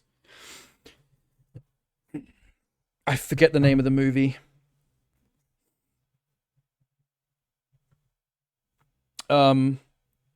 She was also in Fast and the Furious, I think, as some rando. Clearly a cash-in film. A lot of Gal Gadot's movies are like action comedy cash-in films. She's always the worst thing. Excuse me, God, Lord. She's always the worst thing in everything she does. Wasn't she in a movie with Dwayne "The Rock" Johnson and Ryan Reynolds on Netflix? Where she was like some bad bitch that Dwayne Johnson was trying to catch, and he's using Ryan Reynolds as a equally high-level thief to help catch her. So like, Dwayne's the good guy, she's the bad guy, and Ryan Reynolds is the guy in between, the anti-hero that has to help the good guys, even though he doesn't want to. What was that movie called? Red? I think it might have been called Red. Anyway, she even sucked in that. Got to look up her filmography. Yeah, she's in more stuff than you remember, but that's the problem, is that you forget about her because she's always the worst thing in every movie. She's like watching a plank of wood act.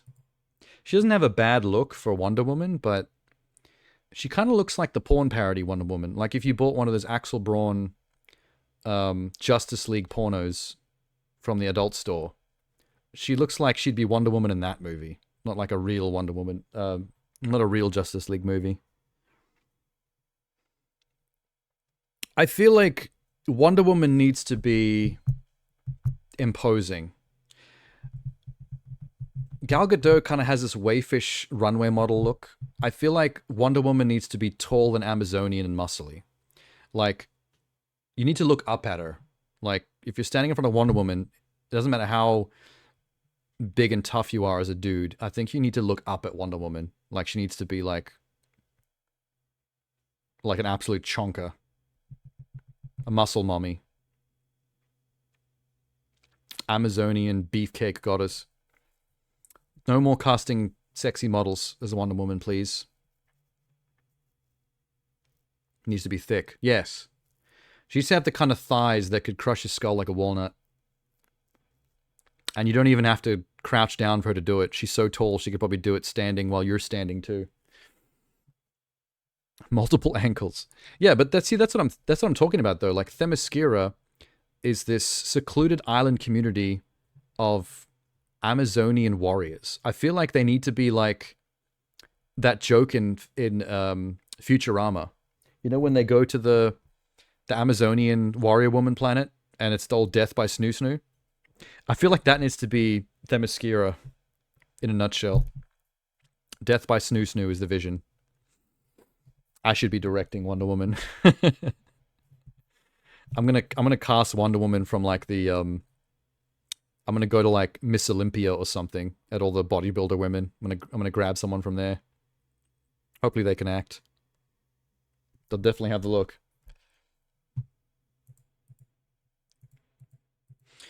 At least she looks like a good queen. If they can coax some good decent acting out of her. The Ferris. I mean, she seems to be hamming this up a lot. That makes me a little bit more optimistic.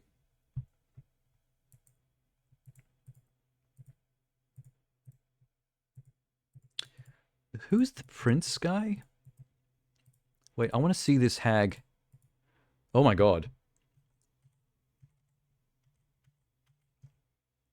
Yep, that's pretty ugly. Look at the hag. She's not as ugly as I wanted her to be, though.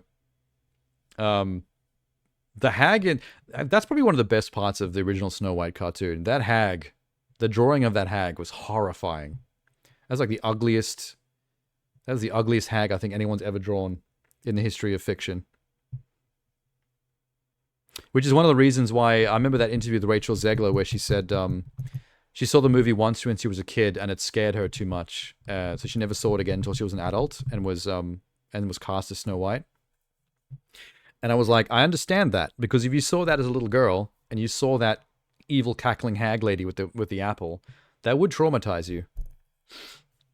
I can see you as a kid never wanting to watch this movie again. I do find it pretty random that conservatives on Twitter jumped down her throat for those comments. They like turned that into headlines which were like, Rachel Ziegler hates Snow White and shits all over it. And it's like, no, she's not. She's saying that she was so young when she saw the movie that the scary old witch like scared her and she didn't watch the movie again until she was grown up. Like, how did you turn that into Rachel Zegler hates Snow White? It scared the shit out of her, that's all.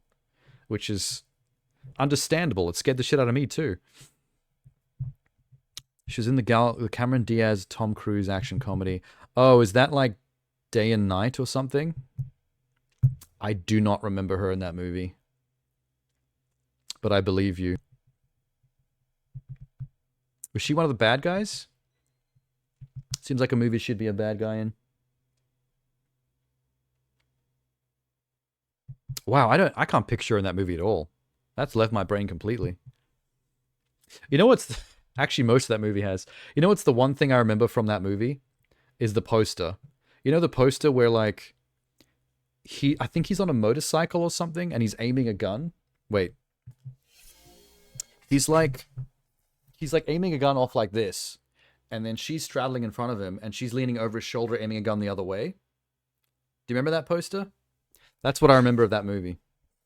And that is all I remember of that movie. It must have been good. I don't remember a tree that eats people in Snow White. That's interesting. I like how cartoony it looks.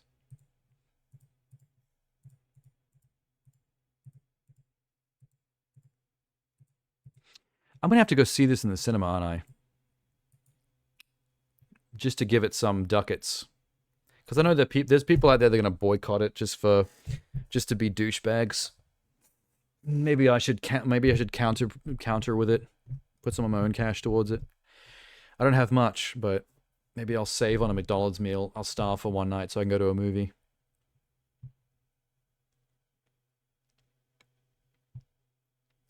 It should be tote bags. What is a tote bag? Is a tote bag just a really small bag that you get from like a carnival full of treats? Is that the definition of a tote bag? Because I've heard that many times, but I just realized I've never actually considered what the literal definition of a tote bag is.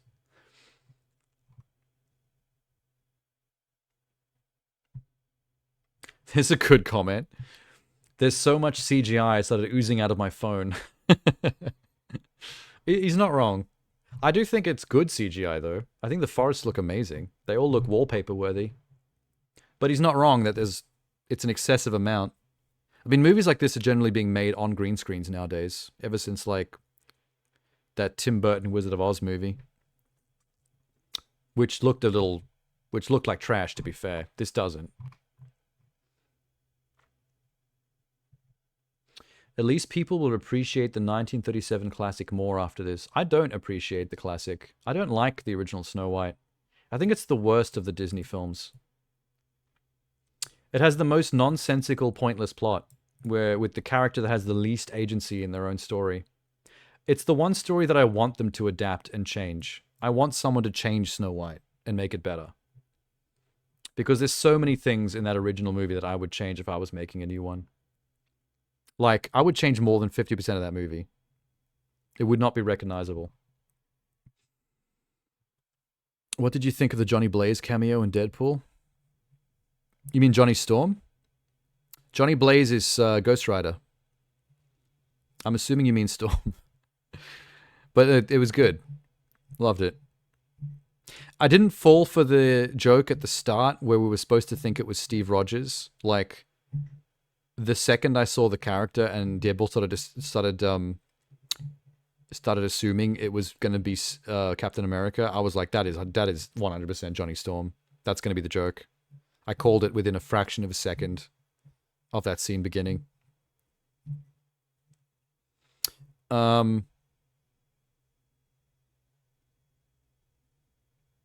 Makes sense, the perfect stuntman name. Yeah. Which is a funny coincidence since he was born with that name and somehow just became a stunt rider anyway. But doesn't that happen in comics all the time? There's constant character naming in comics, both Marvel and DC, where the name is too similar to what they eventually become in a way that's kind of cheesy and stupid. But whatever. Who do you think they're going to cast as the new Ghost Rider, though? Because they're going to have to bring Ghost Rider into it eventually.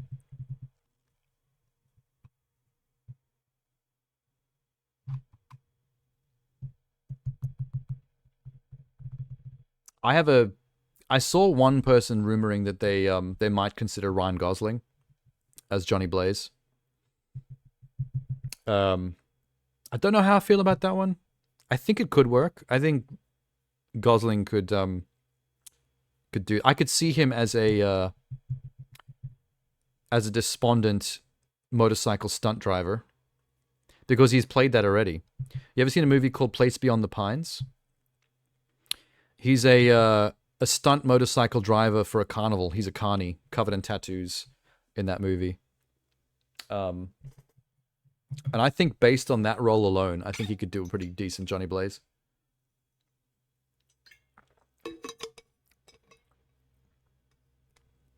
The one I would like to see, though, is Norman Reedus. I think Norman Reedus could be a pretty good Ghost Rider. I've seen people do fan art of what he'd look like as Ghost Rider, and it looked pretty dope. In fact, I think Boss Logic on Twitter, who I think is an Australian artist, he did a pretty damn good Norman Reedus Ghost Rider like poster art. It's really good. Oh, the woman who played the villain in Deadpool? Oh, the one who Cassandra Novak, the sister of Professor X. Yeah, she was good. She played the role in like in a hammy mustache twirling villain way, but in a good way. Like, she did it well. It's very hard to ham it up as the villain and not come off as, like, unrealistically cheesy and over the top. But she nailed it. It's a hard thing to nail. You know who's another person who nailed it? Willem Dafoe's Green Goblin. That's a good example. Willem Dafoe's Green Goblin is a villain that's a full mustache twirling, leaning into the full villainous cheesiness of the character. But he actually nails it. He actually pulls it off. Most other actors try that and end up coming off looking stupid.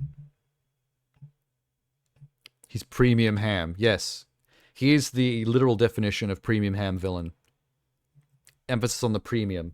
Like actual quality acting. 95% of actors or more that attempt that level of villainous ham will fail. They'll just come off as forced and try hard. And I think that she is in that realm, but not to that level. Like, she only just kind of crosses the line into, like, premium hamming, but she nails it. I feel like if she tried to go any further than what she did, it might have fell off, but she got the right level. The good stuff. Blah, blah, blah, blah, blah, blah. Oh, there's the well. This kingdom does look very artificial, but it is still pretty. So I guess it's a 50-50. I wonder if actual midget actors, dwarfs, sorry, little people, are going to be mad about these CG dwarfs. But then, more than half of these movies nowadays are CG, so I guess it's nothing out of the ordinary. I wouldn't go crying into the hills about it. Oh, you weren't here yet for it when I first started watching the D23 content. Did you see the reveal for Tron Ares? It was a title and a logo reveal. It wasn't any footage or anything like that. But the reveal included a reveal on who's doing the soundtrack for the new Tron. Because remember how in Tron Legacy, Daft Punk composing the soundtrack was a huge deal and pretty much made the movie. They're doing something interesting with the new one as well. You saw an article about how Ryan said Wesley Snipes should get a new Blade movie. And it's like, nah, man, it's too late for that. It is a little.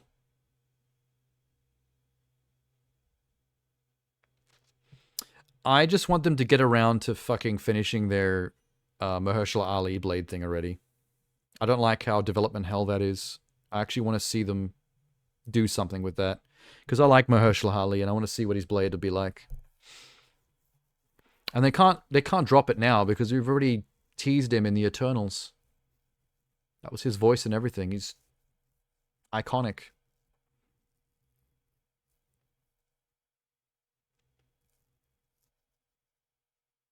Oh, but before I forget, if you hadn't have seen it, let me full screen this. This was the Tron Ares reveal. Boom.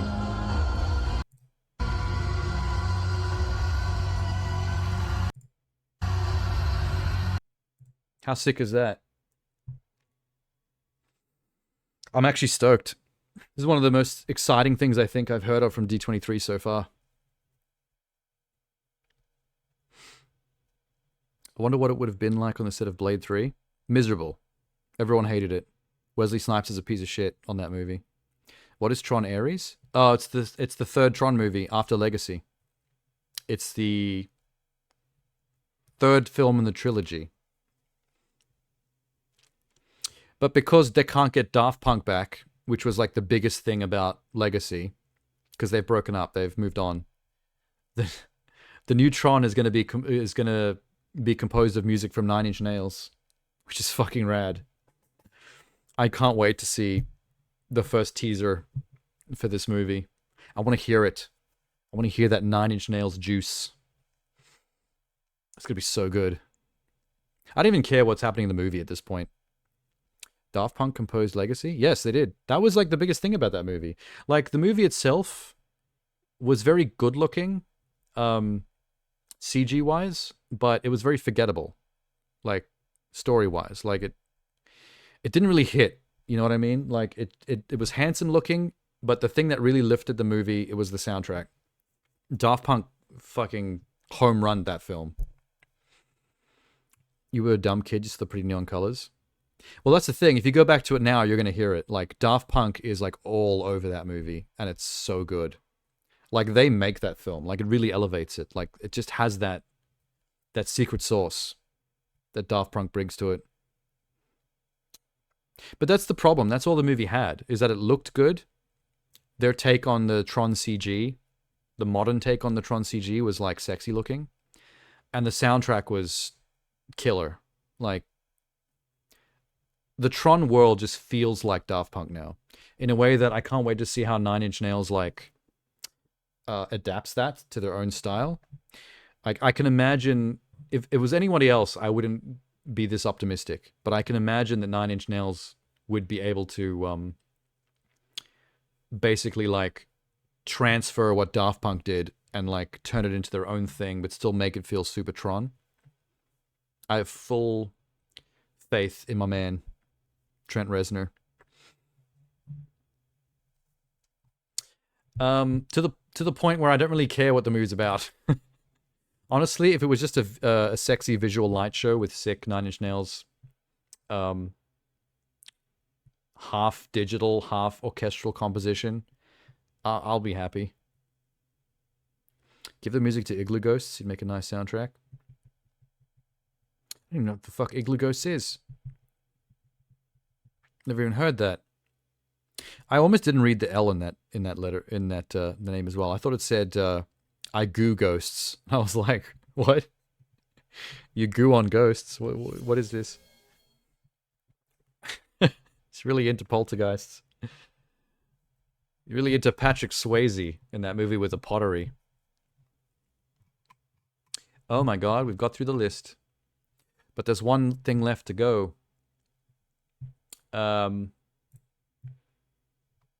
Marvel. Full video, but it's only 12 minutes? How's that possible?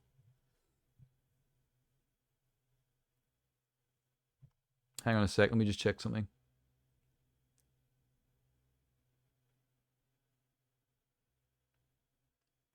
Oh, I see how they're getting away with this. They didn't include the trailers in the video. Yeah, okay, that's good. Good to know, because then we'll get in trouble if we show them. Have you seen them yet, Sham? The leaks? The Marvel panel at D23, they showed a bunch of exclusive trailers that are not allowed on the internet, but they are leaked. I found them on Twitter.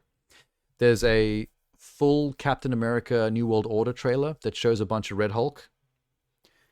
There's a full Ironheart trailer, the first trailer that actually shows like what's going on in that show, the story. There's a full Daredevil Born Again, is it called? It's a long-ass Daredevil trailer. It's got Punisher in it and everything. You've seen the leaks at Woolies? They're expensive. Oh, leeks is in the vegetable. Ha! Dad joke. Here, I'll give you an air horn for that.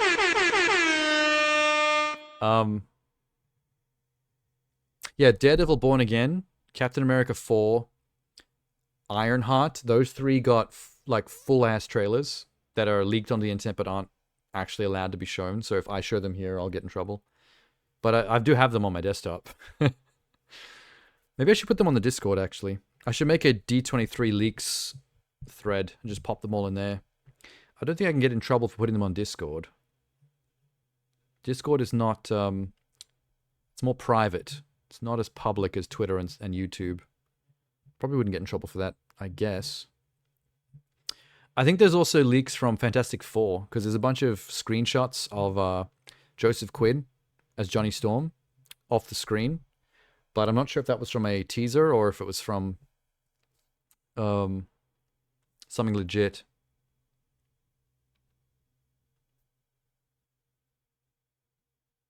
I don't think there would be a trailer yet because they only just started filming recently. So they may have just shown some behind the scenes footage of the actors in costume. That might have been what I saw screenshotted off the screen. Hey, Jeannie. Anyway, I'll see what this is anyway. I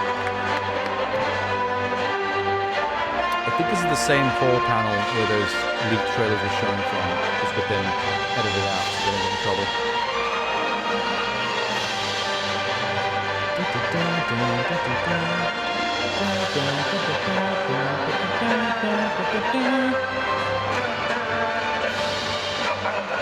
Couldn't give an ass about any of the Avengers movies.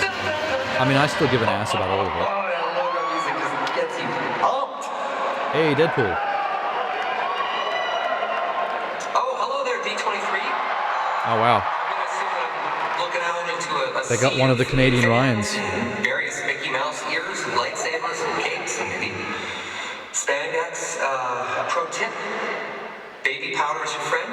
On a serious note, I wanted to take a moment on behalf of Sean and Hugh and myself, and really the whole Deadpool and Wolverine team to say The new thank you Deadpool is an anti-MCU so movie. It much kind of was. for That was like one of their big calling running CR. jokes.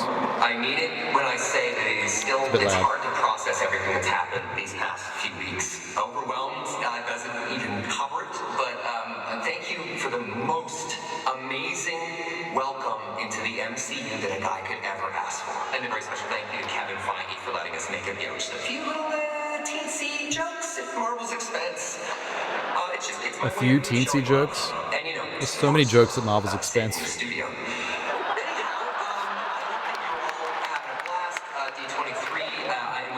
Hold on. What are they laughing about? And, you know, at Marvel's expense. It's my way of showing love. And, you know, of course, saving the studio. Oh, he said he saved the studio. The different Wolverines were genius and the Deadpool core. I would say the different Wolverines, the Deadpool core, and that Easter egg team of Blade, Elektra, X-23, and Gambit. That part as well, I'd add to that. Oh, and Johnny Storm. That's the fourth one. The Johnny Storm thing. Fuck Elektra, though. Some serious Elektra hate right now. Hey, don't fuck... No, not Gambit. What are you talking about? That was a great Gambit. A little thick, but... for all audiences. For the most part. So let's get started. Oh, I do know what you mean by the shaky cam, though, Sham. I noticed that, too. At the start of... For the first half of, I think, that fight with Cassandra Novak's variant villains and the Blade Gambit Elektra team, there was a lot of shaky cam. It was starting to bother me a little bit. But then once it started to focus on the individual fights during that, it got better. Tatum's the king of cameos. Nothing's going to ever beat his cameo in This Is the End, when he came out as Danny McBride's Gimp on the end of a leash. That was the best one by far.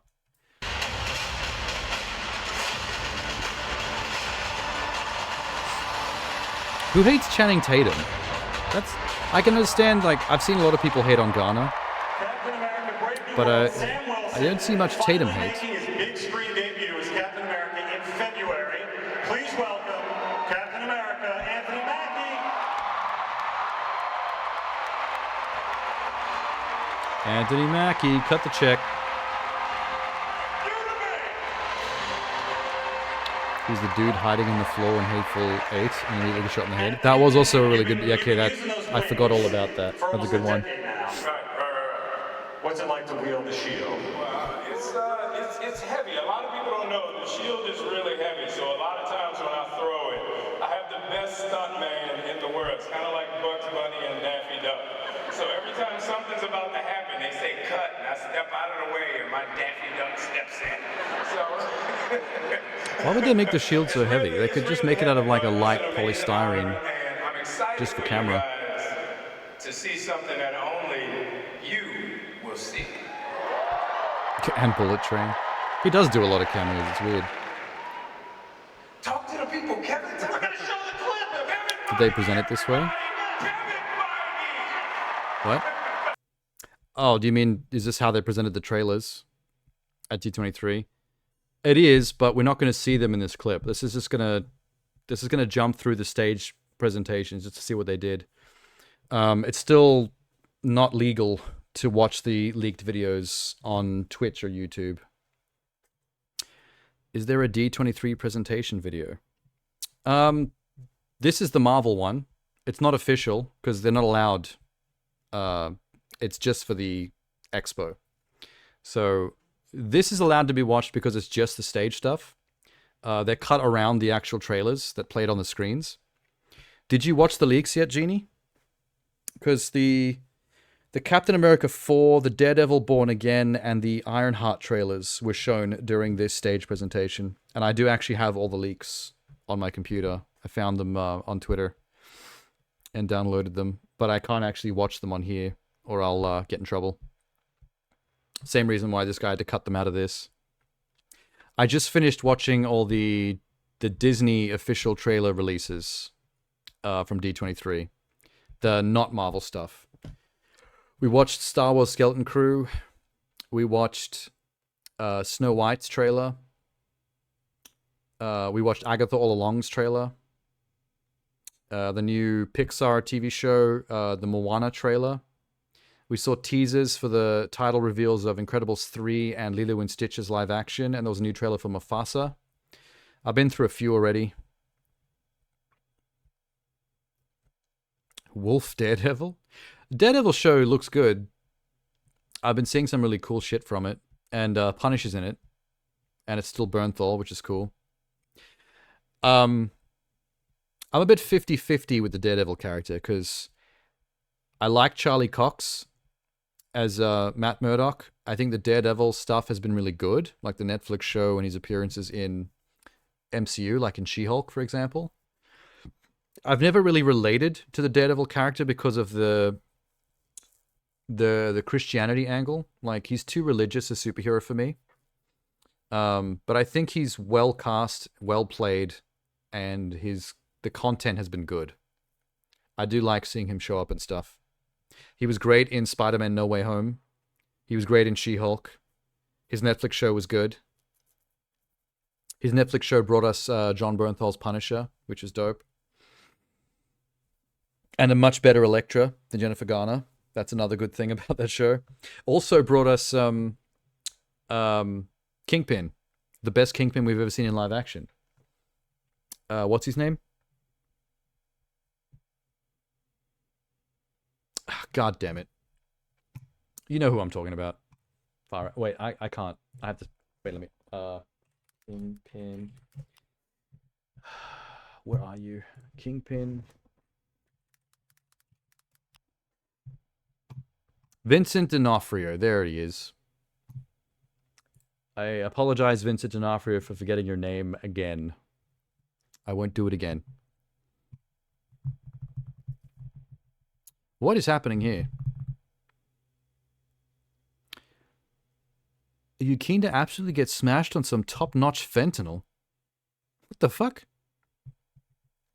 People are selling fentanyl on Twitch now?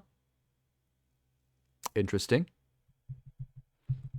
They did official showcases. Yeah, I've watched through all the Disney stuff already. This is just the part of the Marvel one that I'm allowed to see on stream. I might put the leaks up on the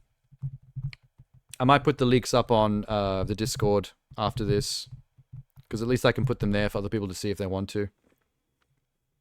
But all it is 3 trailers from this. Daredevil Born Again, Cap 4, with much more Red Hulk in that trailer too. And Ironheart, the first Ironheart trailer. And then a bunch of pictures from Fantastic Four. Have you seen The Cell? Oh yeah, I have. The Cell was cool, but I saw it when I was a teenager. So I couldn't tell you if it holds up, because I thought it was cool when I saw it when I was younger, but it's been a while, and I've forgotten a lot of it too. I do remember a horse being sliced in half, in slices. Looks like AI garbage. Sounds like they're trying to be bigoted. Are you talking about Ezekiel selling fentanyl in my chat? Is that what you're referencing?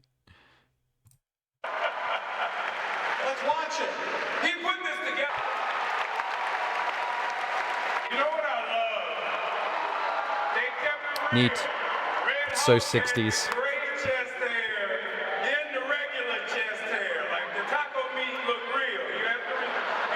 Why is Anthony Mackie on stage for the Fantastic Four reveal?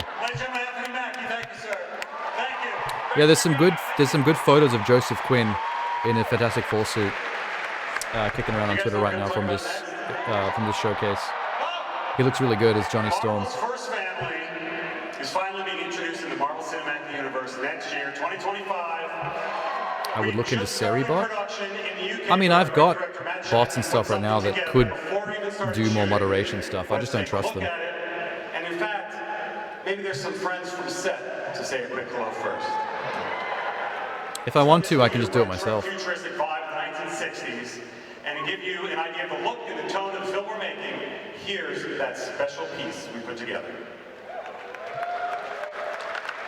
It's not like my... Oh, there, they just showed the Ironheart trailer.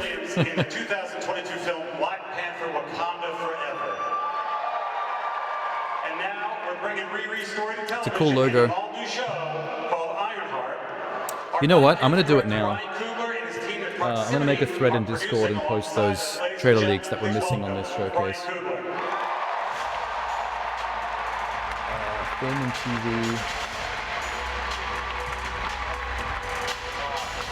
June 23. Wow, there's a lot of you guys out there. Wow. 2024. I always loved the character Riri Williams. It was my honor to bring her to life in our film Wakanda Forever. But I always knew she had more to her story. I'm really excited to share it with you guys. As you guys know, she's a young student at MIT, hailing from Chicago. Anybody from Chicago out there? Hailing from Chicago, who builds her own version of an iconic superhero suit. We can't wait for audiences to learn more about our journey, but for now, D23. Wait, I need a picture. D23. 24. See the Wakanda director. Yes, that's Ryan Coogler of both Black Panthers. And Fruitful Station, which is a very good movie if you haven't seen it.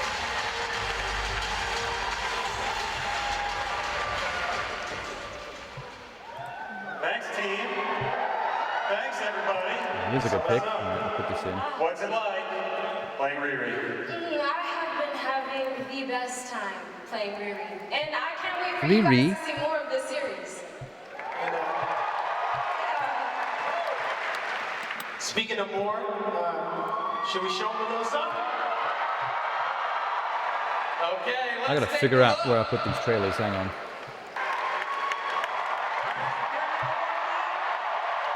Oh, they showed Agatha. Okay, the Agatha All Along one was officially released on YouTube. We just watched that before. We're bringing back Agatha. And it was good. You met her in WandaVision. She now has her own show coming to Disney+. It's a fun, scary ride just in time for Halloween.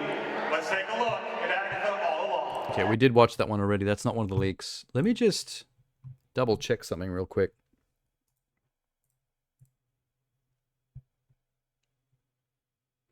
Agatha All Along. Okay.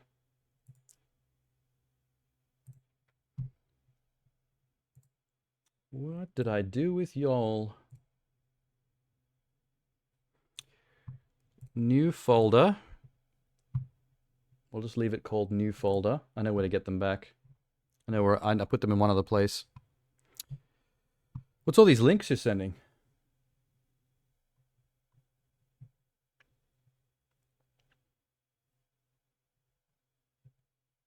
Oh, here we go.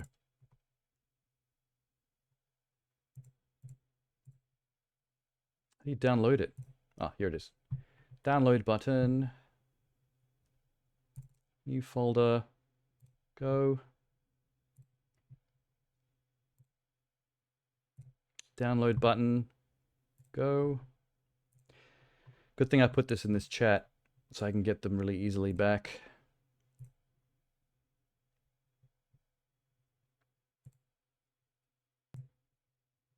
Okay, sweet.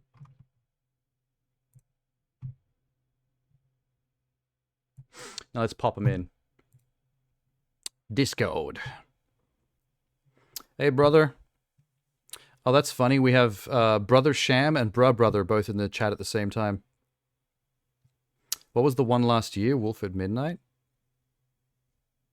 Oh, Werewolf by Night. Yeah, why aren't they doing more of those? That's fucking awesome. Okay, here we go. Upload file. Which one's this? Daredevil, Born Again, trailer leak? Isn't that what Agatha All Along is? No, it's a straight show. It's an episodic Disney Plus TV show. Same as She-Hulk and Moon Knight and Hawkeye and all those. The only special presentation shorts we've got are Werewolf by Night and the Guardians of the Galaxy Holiday Special. That's only 2. We haven't seen another one of those yet. And they were both great. You're quite late. Yeah, we're just almost done getting through D23. There's one in the works. Can't remember which. I'd be curious to find out what, because so far they've been hitting 100%. Like every single one of those have been great. This one is Captain America 4 trailer leak. One more. There's Ironheart. Ironheart trailer leak. Boom. Alright. There's the 3 leak trailers that I've got. Oh, I do have one more thing. Copy image.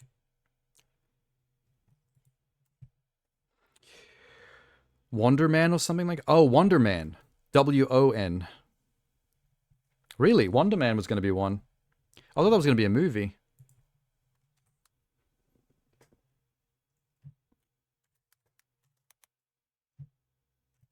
Early still of Joseph Quinn. How do you spell Quinn? As Johnny Storm. Boom. Hot. How do you spell Joseph Quinn? I don't want to spell it wrong. I might have got the Quinn incorrect.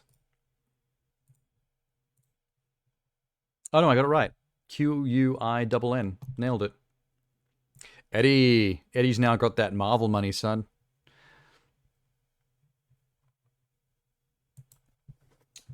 Wonder Man.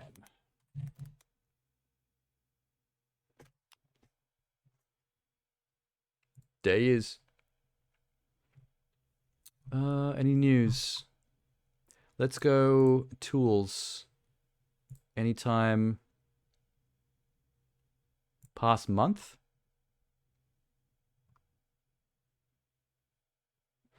Ladies in the Lake actor Byron Powers joins Marvel's Wonder Man, a Disney Plus series. They say Disney Plus series. It might just be a normal show as well. It might not be one of the special presentations.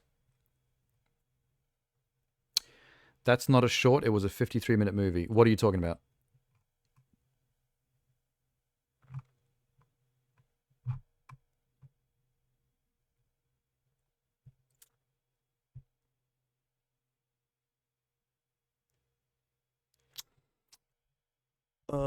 Wait, what are you talking about? What was 2 years ago? Are you talking about Werewolf by Night?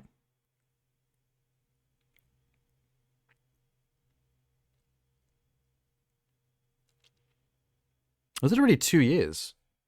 It's longer than I expected. That's crazy. I mean, people call it a short because it's like a one-off, but that's why they call it special presentation. What do they call it? Marvel... fuck, what was it called? Werewolf by Night. Had a special thingy.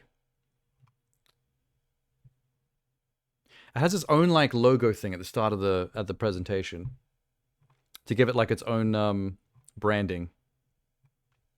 Special presentation branding, but it had it had another name. It wasn't Marvel Knights, it was Marvel something else. Like the Echo Show, they called it Marvel Spotlight. That rings a bell.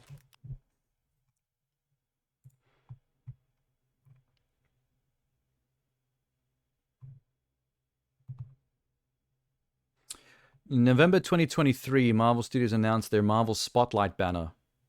Okay, that I think you might have it. Marvel Spotlight.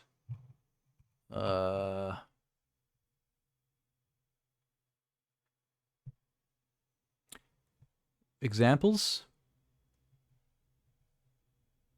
So Marvel Animation is the banner for things like X-Men 97. There's a new banner called Marvel Television for things like Agatha All Along. So they're all going to be, the TV shows are under a new banner.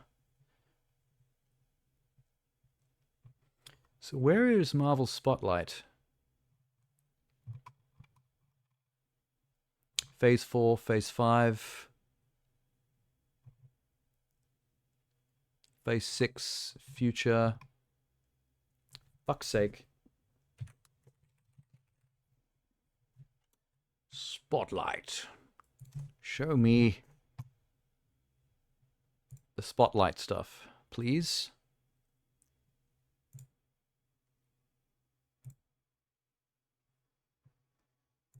Yeah, there were anthology comics as well.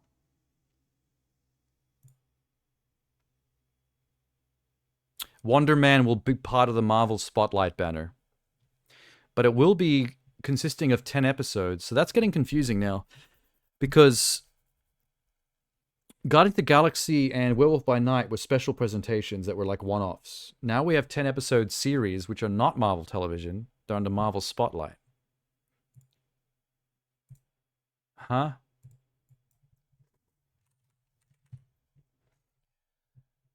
Good Lord.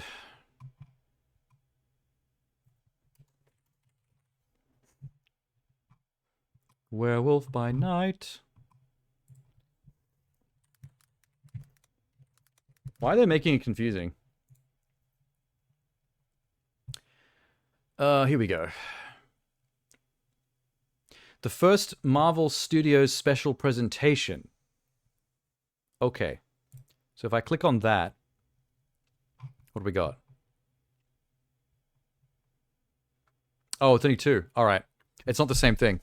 Marvel Spotlight is TV shows that focus on a specific character-driven narrative that is separate from the MCU, where you don't have to have watched any of the other content. It's standalone character-driven stories. That's what Marvel Spotlight is, and that's what Wonder Man's going to be. But otherwise, it's the same kind of TV show, episodic shit as everything else. The only difference is separate from MCU canon, so you only have to watch the one thing. Marvel Special Presentation is one-off shorts, regardless of length. Doesn't matter if it's like 50 minutes. Which currently only consists of Werewolf by Night and the Guardians of the Galaxy Holiday Special. So, those are the only 2 things we've got so far from that banner. There also is nothing planned on this page either. Potential. In March, Jeff Schneider reported that a special centered on Mephisto was being filmed on the set of the series Agatha All Along, and was Sacha Baron Cohen being expected to reprise his role, after previously being rumored to appear in the series Ironheart. So the next special presentation we get after Guardians of the Galaxy Holiday Special might be a Mephisto one-off with Sacha Baron Cohen, which is fascinating. I was expecting them to be doing more with this. I feel like they're not planning enough with this banner, because they're hitting like 2 for 2 right now. They should lean harder into it.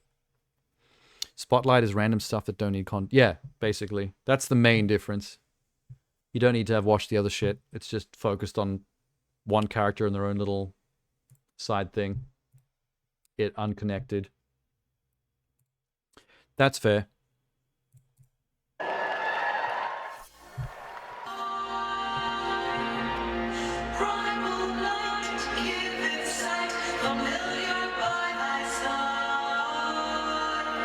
What is going on?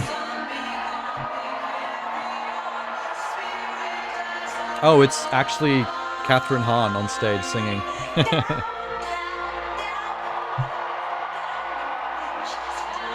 This is super awesome. If I was in the crowd for this, I'd be going nuts.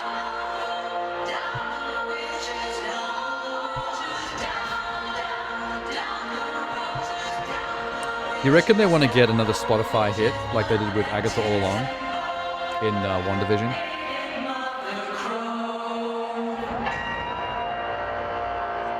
Is Aubrey Plaza on stage with them or not?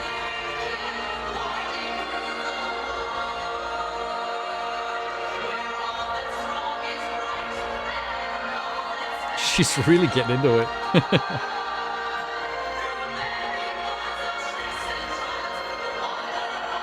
I love Catherine Hahn. Why Aubrey Plaza? Because she's gonna be the best thing in that show. I bet you. I guarantee it. She's gonna be a scene stealer for sure. But she seems to be the only one not on stage right now.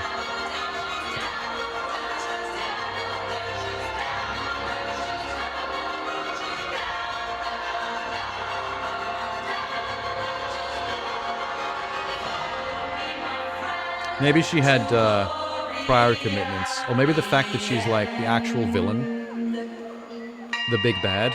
They didn't want to put her on stage with the rest of the characters. They got their witch laughs down. Ham it up. What show? Oh, Agatha.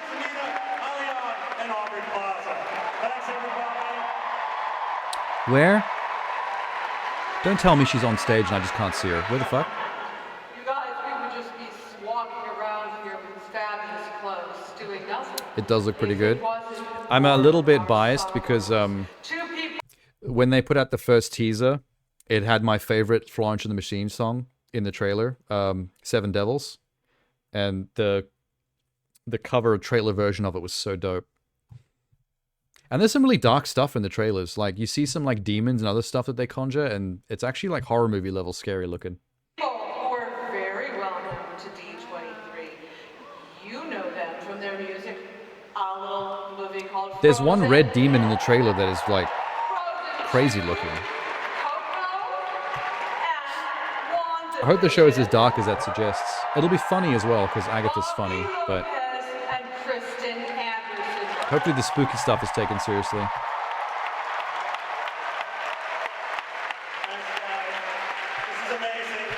Did you see Daredevil yet? I just posted it in the Discord. That's what I was doing when you came in. I was posting all the leaked trailers. Because here's the part of the presentation where they showed the trailer, but this YouTube video can't actually show the trailers because it's not allowed. They'll get hit for copyright. The trailers are all leaks, unfortunately, with the exception of Agatha All Along. That was officially released, so we watched that before. We've already seen that earlier on this stream.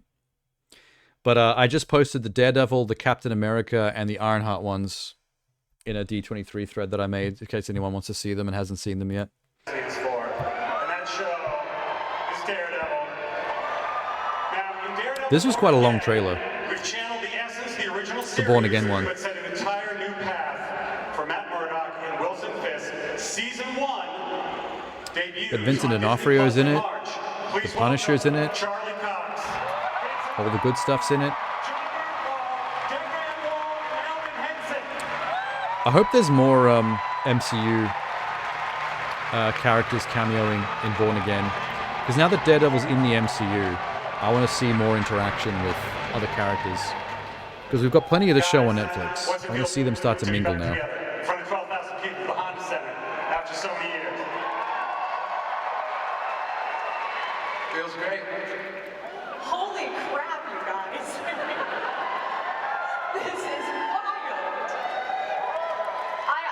I'm You saw them all? Yeah, the full Red Hulk reveal in the Captain America one was really nice. That Harrison Ford Red Hulk is looking really good. The CG is tight. He's got the Harrison chest hair. He's got that peck carpet. It's a real honor. It's a real honor, and couldn't be up here with better people. I'm very excited. Thank you. Charlie Cox, one of the best actors ever portray superheroes. I wonder if he's going to say hey to She-Hulk. How's it feel to be back here? So I mean, in the middle of all the lawyering that he's going to be doing, because we got to see some lawyering from Matt Murdock. It'd be neat if maybe we saw some like lawyer on lawyer speak with Jen. Maybe if he calls up and talks to her about something legal related. We don't even have to get the full She-Hulk CG. If we just got like Jen Walters herself, the actress, just in normal human form, just talking legal shop with Matt Murdock, that would be awesome. I also think we need to see more, just like how with She-Hulk, they play around with the whole, if she's a superhero lawyer, we want to see her do lawyering cases for other superheroes, right? I want to see Matt Murdock do more of that. I think it's time we saw Matt Murdock take on another MCU character's legal case on his show. Kind of like how we saw a hint of that in Spider-Man No Way Home, when he showed up to help Peter Parker. Oh, that's fun. There was a fake leak on how the Red Hulk looked. People actually believed it. Oh, that happens all the time with Marvel. There's whole YouTube channels dedicated to basically making fake leaks and fake trailers. And all they do is take footage from like the actors' other movies. Like they'll if it's the Hulk, for example, they'll just find a bunch of old rom-com movies that the Bruce Banner actor, what's his name? Mark Ruffalo. They'll find a bunch of old Mark Ruffalo movies and they'll just reuse the footage and try to make like a fake trailer that looks half believable. And it's usually complete bullshit and waste your time. I hate it. What's Jeannie been? Jeannie's been dropping links. Hang on. Now that I think we're clear of the D23 stuff. Hang on a sec. Oh, the Monster Hunter content. You know what else I have to catch up on, Jeannie? I didn't watch the last Mortal Kombat trailer. I forget the character. They added the character with the blade whips. I think this was 3 weeks ago. I need to catch up on that too. People saw it and they thought they'd make Red fat and got quite mad. But they got mad that they didn't make him fat. Takeda, is that his name? Yeah, that sounds about right. Yeah, the Takeda trailer. I think what we, like, obviously, the Red Hulk is not going to be a one-off for Captain America 4. Because no comic book fan is going to be happy unless we see a Hulk on Red Hulk fight. And that's not going to happen in Cap 4. So whatever happens in the storyline for Captain America 4, the Red Hulk needs to persist. The movie needs to end with Harrison still sticking around with Red Hulk form, so that another movie coming up, either a Hulk movie or an Avengers or whatever, can pit Red and Green Hulks together. That needs to happen. If they one-off him in this movie, it'll be a waste. Da da da da da.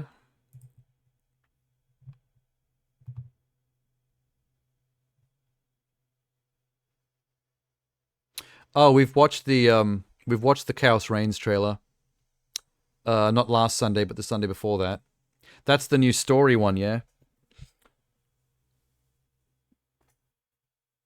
It was. That's the one I'm thinking of, yeah? The new story DLC content where Cyrax and Sector are two ladybots. And that weird zombie dude that can rip his own arms off is like the big bad, but like a variant of him or something. How did you see that and not Takeda? Because we saw it as part of the Comic-Con content. It was part of IGN's Comic-Con trailer release playlist. So that was the Comic-Con stream. And then around that time, either just before that or just after that, the official Mortal Kombat channel also put out Takeda. But that wasn't considered part of like the Comic-Con release content. The Chaos Reign stuff was just before. Yeah, that's why. So I would have been planning to get to the Takeda stuff, but the Comic-Con stream took precedent because that had just happened. So we needed to get through all that. And that included the... And it was Ghostface from Scream, right? That was in that trailer too. And somebody else, Conan the Barbarian. Remember that as well.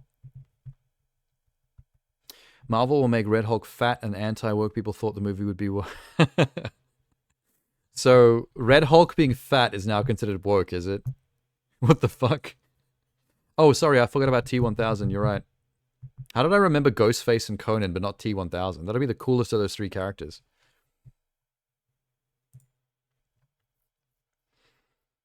That's so funny that Red Hulk being fat is considered woke now. These people are nuts, man. I swear, like, you can consider anything woke as long as it's something that you don't like. Like, I tried to make a sunny side up breakfast one time, egg on toast, and I cooked the egg for too long, and the yolk wasn't runny. It had turned hard and spongy, and I consider that breakfast woke because I didn't like it. Sunny side up, not runny enough, woke. Robert Patrick, yeah, legend. Didn't he play the racist dad in Peacemaker? I didn't actually watch Peacemaker. I've just seen scenes from it. It looks good. Everyone says it's good. You want to see how he's moved? Yes, the T-1000 gameplay is going to look really cool, I reckon. I think Ghostface is probably the most boring of those three. Because that's just a dude in a black robe with a knife. He's just going to be like, stab, stab. Female Cyrax and Sector look dope. Yeah, they do. I like how it's basically just Cyrax and Sector, but they got that sleekness to their armor now because of the more feminine body types, which gives them more of like a ninja flavor, robot ninja flavor,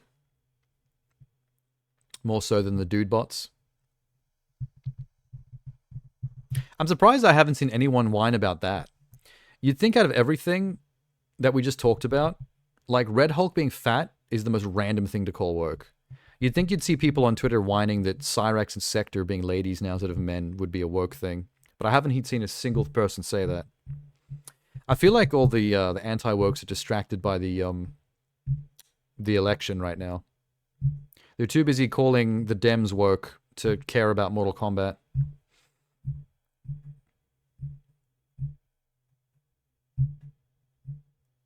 Fem Sector makes me wet. That's the one downside to Sector and Cyrax being robots, being robot ladies, is that they can't get wet because they're robots. Otherwise, they'll probably short circuit.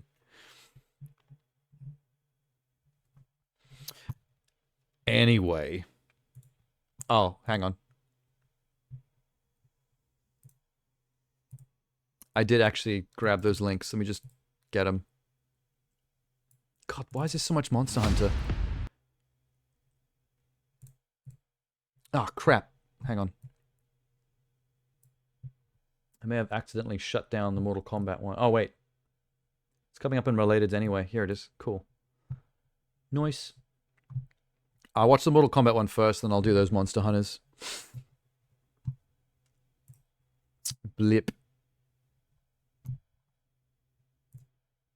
Takeda. Wait, what Mortal Kombat was Takeda in? It was one of the later ones before the Mortal Kombat 9 and 10 era. 10? No, he was before that. He might have been in 10, but didn't he debut earlier than that? Like around the Annihilation or Deception era, somewhere there. MKX was the Combat Kids debut.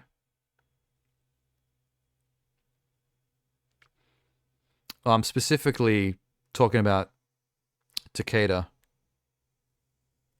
I feel like he was in like one of those early ones and then didn't show up again until recently.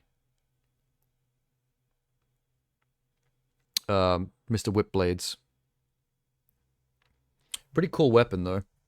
I dig it. Jin, Takeda, Cassie, and Jackie. Wait, they didn't just all debut in X, right? Surely earlier than that. I could have sworn Takeda was earlier than that. Look at him go. I love that his metal whips look like spines. It's a good touch. Your horns will look great on my wall. I am not the hunted here, Earth Roamer. Voice was a bit weak sounding, to be honest. It didn't sound very intimidating.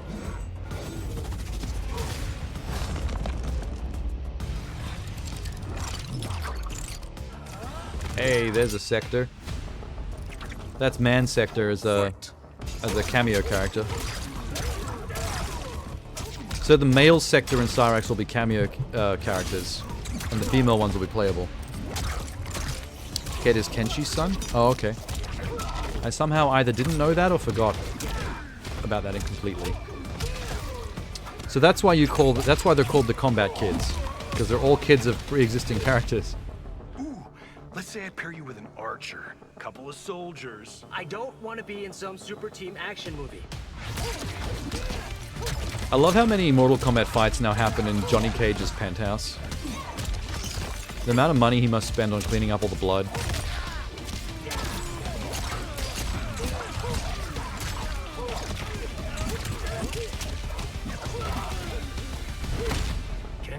Hey, look, it's Ermac. You are scary. Gross. Our combat will frighten you further.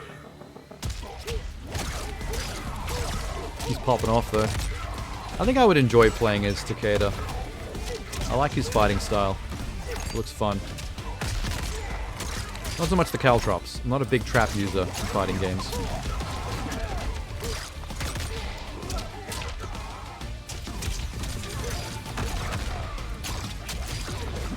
Those blade whips could make for an endless amount of really creative fatalities. There's so much you could do with that.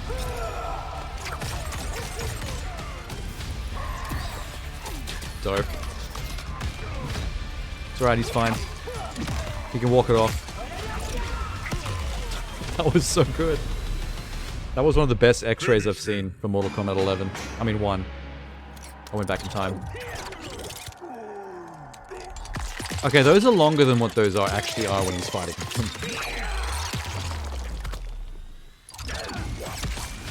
That was sick. But I feel like they maybe exaggerated just how long those blades are inside his suit. Because that was way too much blade. That was cool. So he's the last, right? We're done now? As of Takeda coming out, that's every single one-off DLC character, not counting the Dark Reign shit. Oh, sorry, the Chaos Reign shit. Wait, so I knew about Cassie and Jackie. I always knew that those were obvious. I've either forgotten or didn't know about Takeda. What about Jin? You mentioned Jin was one of the Combat Kids as well. Omega Red type character? Oh yeah, dude. Was Omega Red ever in Marvel vs. Capcom? Kung Lao? Was Jin Kung Lao's kid, potentially? I think Omega Red would be a really fun character to play as in Marvel vs. Capcom, but I can't remember if they ever had him as a playable character or not. They've got massive rosters in that game, but Marvel and Capcom also both have massive rosters. So you really can't get everybody in there. And some characters are too OP.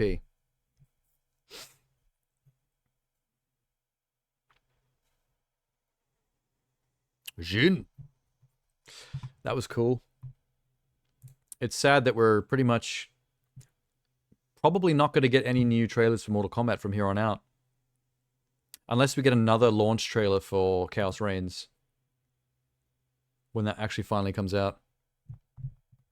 Showing off the fighting styles of the T-1000, Conan, and Ghostface. It's Kung Lao's cousin. Young cousin. Okay, that's fair. Well, you were close enough. You guessed Kung Lao.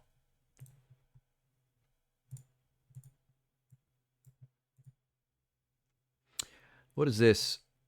Basic mechanics overview and a focus mode overview. Basic mechanics probably should go first. Is this Wilds? Yeah.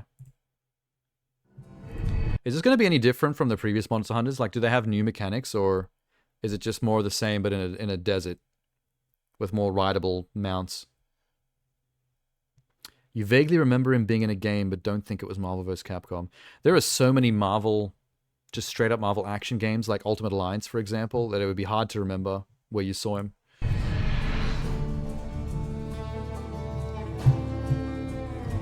This guy looks homeless. What the fuck? The hooded shawl and the cap. Children of the Atom. I definitely missed that one. No, for a fact I never played that one. He was in Marvel vs. Capcom 2? Okay. Most of my memory of Marvel vs. Capcom was trying it out at a friend's place long ago, the first one, but having very few memories of it, and playing a bunch of number 3 to get all the character endings on Xbox 360. That was pretty cool. I like how smooth the mount up was after the whistle.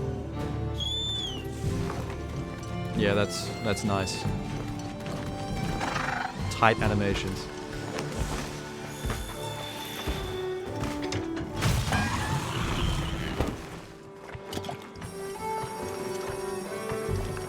Well mounted, you can recover your health and sharpen your weapon. Why isn't there voice acting in this trailer? Gather useful hunting items and materials. You'll even gain the ability to switch between primary and secondary weapons. Your mount doesn't mind. The Slinger. It's a fucking grappling hook. Standard equipment for any hunter. What else did you think, noob? It allows you to fire various types of ammo that you can gather in the environment, including poo. It allows you to fire blah blah blah. That actually would be hilarious. Wait for your mount to take a nice steamy shit, and then load it up into your grappling hook. Fire it into the face of your enemies. They'll get a big stinky. Hook slinger can gather items from a distance. That's pretty cool. Interact with the environment. Break things because you're a little shit. Don't care about the environment at all, do you? Use it while riding your how do you say that word? Secret. That looked Russian. So, not the most Russian word I've ever seen.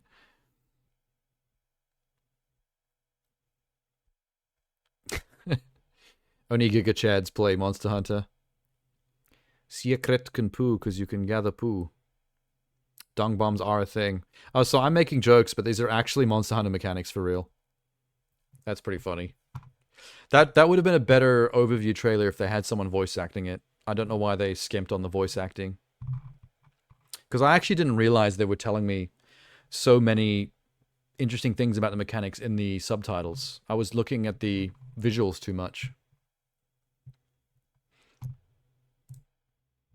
Focus mode. I like the leather parts in the sword. I think that's a nice touch. You don't see swords with leather on them much. Wait, I'm ignoring the text because I want to look at the visuals. Focus mode allows you to carefully aim your attacks or guards. Attacks or guards you perform in focus are directed to where the camera is facing. That sounds like how games work normally. While hunting, attack the same parts of the monster continuously to create wounds on that body part. It's actually quite brutal. Peter is not going to like this. Oh, get him in the tongue. Yeah.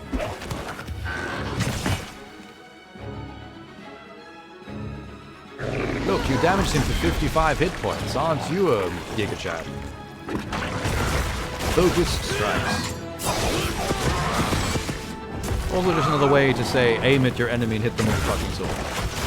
Special attacks that deal extra damage to wounds and weak points. Zero in on a monster's weakness and deal major damage. Flip open the crab and attack it Maximum damage. Historically accurate crab battle. Is that reference now way too old?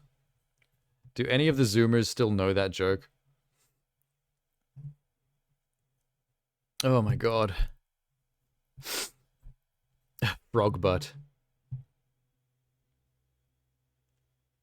It's not too old. I feel like that was another part of my life when that happened in E3.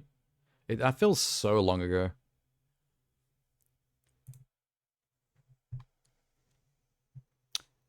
Switch swords, switch swords, switch swords.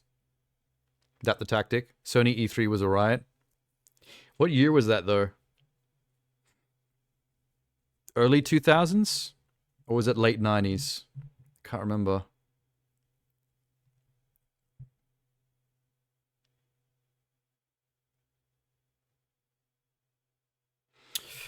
Monster Hunter, the game of animal abuse.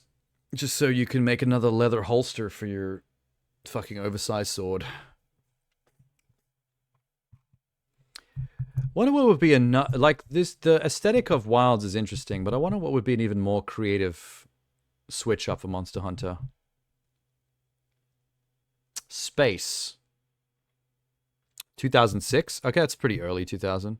It's past mid, but I guess I'd still call that early 2000. Genji, yeah. A lot of funny stuff happened in those E3s back then. How's this for an idea for Monster Hunter? Ready? Space-based. Your camp, aka your hub, your base of operations is a spaceship. Like a Star Trek type ship. Where you have like a helm and you've got quarters and stuff for your different characters, your NPCs. Yeah, the shopping section. The quartermaster is essentially what you'd call it. And you land on other planets to go monster hunting. So you do the research in terms of different planets, what kind of biomes they've got, and you'd make educated choices in terms of what you know about creatures that you're looking for and the types of biomes they would have to inhabit.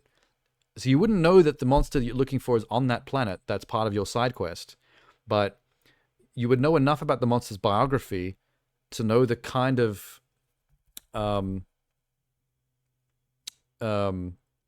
natural, what's the word? Fuck.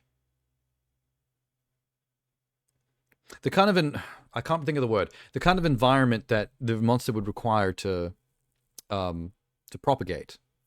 Things like level of planet oxygen, the type of biome, tropical, maybe like a whole bunch of like really technical scientific stuff, and you could basically like make educated guesses as to where you might find the creature based on things that match up to its bio, and you'd land on that planet and go looking. I think I'd make a pretty sweet Monster Hunter game.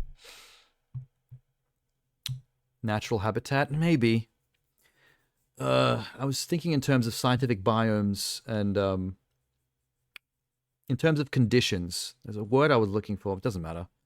You get the gist of it. Yeah, I think that's a great idea. We'll probably, like Jeannie suggested, they probably will get there eventually. That sounds like too interesting a concept for a Monster Hunter game to not do that. It's got to happen eventually. What's all this? Oh, is this a playlist of weapon overviews, it looks like? Charge blade. Why is she dressed like a waifu? It's a bit extravagant. She's got the Queen of Hearts look going on, including the heart-shaped axe. Sword, maneuver yourself quickly and accurately. Switchblade, switchblade. Charge piles while in sword mode to power up axe mode. Double tap square and then hold triangle to go Super Saiyan.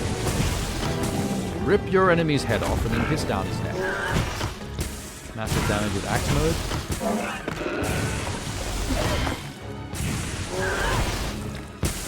Oh, is this new to the playlist? You haven't even seen this one yet? I feel like the hang on.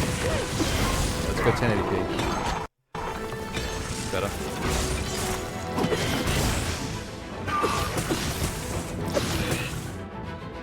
Use focus mode to target a monster's wounds and weak points. We know this part.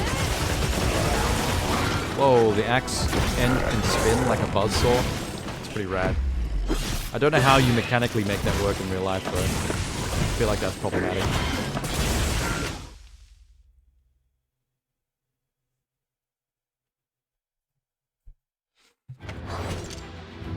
What is? Longsword.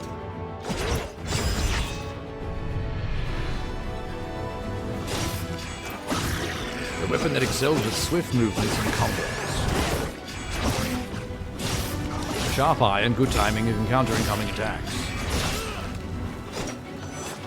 Landing certain attacks will raise the levels of spirit gauge.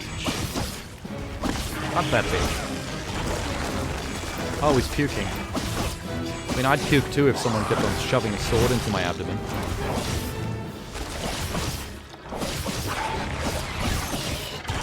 He's getting wrecked. Is that his only move?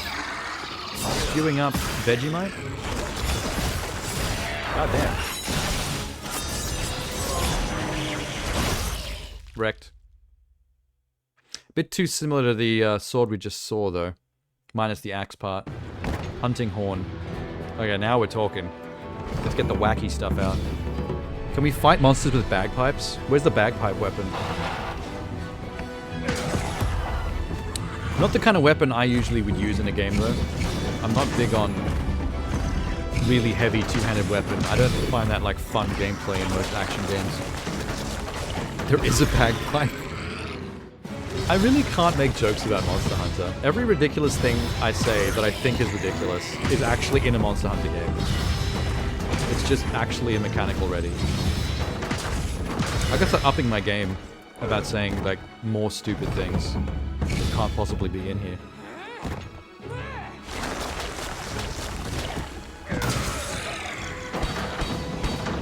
How about a gerbil shotgun? Has Monster Hunter got a gerbil shotgun? Literally fires per gerbil buckshot. 2 gerbils at a time into each of your eye sockets. Okay, thank God. There's finally something I've said that's not in a Monster Hunter game. I had to go way out there for it, though. Gun lance. Okay, that's pretty sick. They'd have joke weapons, you should pitch it. I think I'd be good at pitching joke weapons. I could probably think of like 50 off the top of my head in one meeting alone. You're gonna make a Monster Hunter weapon Minecraft mod? What, take some of these wilder weapons and just put them in Minecraft? Seems like overkill for what Minecraft requires. I do remember the pizza cutter. Actually, can I tell you something funny, Genie? This is probably gonna make you laugh. They had a competition here in Sydney one time in celebration of the Paul W.S. Anderson Monster Hunter live-action film that was coming out in theaters, where you had to write in and describe your favorite Monster Hunter weapon from any Monster Hunter game that exists, and why. And just for shits and giggles, I wrote into the competition, and I referenced the pizza cutter. And my why, I wrote some funny thing. I can't remember what it was, but I wrote some jokey paragraph about why the pizza cutter was my favorite Monster Hunter weapon. And I won the competition. I won the Monster Hunter competition, and they sent me 2 free tickets to the premiere of the Monster Hunter movie that Paul W.S. Anderson made. And I felt bad because I wasn't even a Monster Hunter fan. I think the franchise is really cool, but I've never had the time to catch up and play them. I just always pay attention to what they're doing with the sequels because I think it's rad. But I legit went to the Monster Hunter premiere here in Sydney, and I saw that movie like night one at the red carpet. And I remember sitting to that movie just being like, this movie is so shit. I'm so glad I won the comp because I wouldn't want to pay money to see this. But I kind of knew it was going to be, though, because I don't like Paul W.S. Anderson. I feel like he kept the Resident Evil movies hostage for too long, so nobody could take a shot at making a good one. And I've always hated him for that. And then he went and made a bad Monster Hunter movie, too. Someone needs to stop that, man. 4 had the pizza cutter, then World Iceborne added an actual pizza cutter move. Oh, really? Cool. I still can't believe to this day that I won that competition, but the upside is I saw a bad movie for free, so neat. Oh, wait. Wrong button. You wish more games did Monster Hunter style combat? I mean, there are games that do, but I can't tell you that they're better or equal. Monster Hunter is probably still one of the best.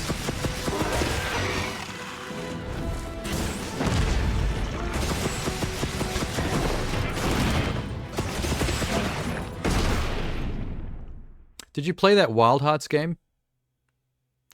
I remember Genie was playing it, and I believe you fell out of the game for some reason.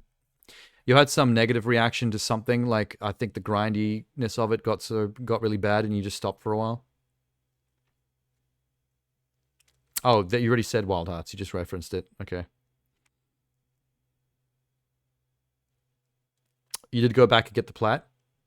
I remember some period where after you started the game, you had some issue with it where you walked away for a while. There was something that you weren't terribly happy with, and you were going to come back later and deal with it. I can't remember what it was, though. It might have been something to do with you hitting a certain point where the grindiness got ridiculous or something. What's next? Insect glaive. Excuse me? Tell me that's not a glaive full of insects that fire out of it while you fight. Like, if you stab someone with it, can you inject insects into their body? Because that's... Okay, well, there's a beetle that detaches from it and attacks. That's interesting. I like my idea better.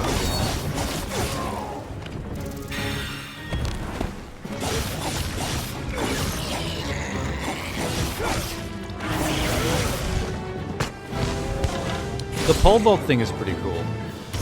I've seen that in other Monster Hunter games, them using like pole weapons to basically pole vault above an enemy. It's very Monster Hunter. I still think a surgical spear that actually injects insects into something's body like a syringe would be a pretty sick weapon. See, I'm still coming up with cool shit. Heavy bow gun. Pole dance. No, actual pole dance weapon. Like, not even a joke, but actually, like, the entire fighting style is based on, like, sexy pole dancing. Turn pole dancing into a legit fighting style.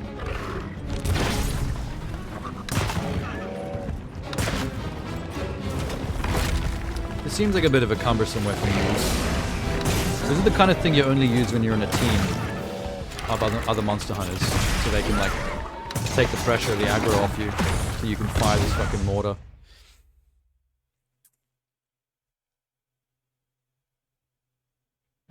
Great sword. I feel like the swords all blend together a bit. That's pretty good choreography though.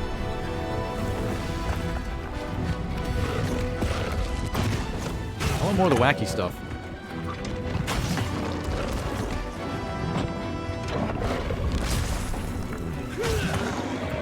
In 2 weeks we're gonna eat good, unless you watch Gamescom stuff next week. Oh, is Gamescom that close? Damn.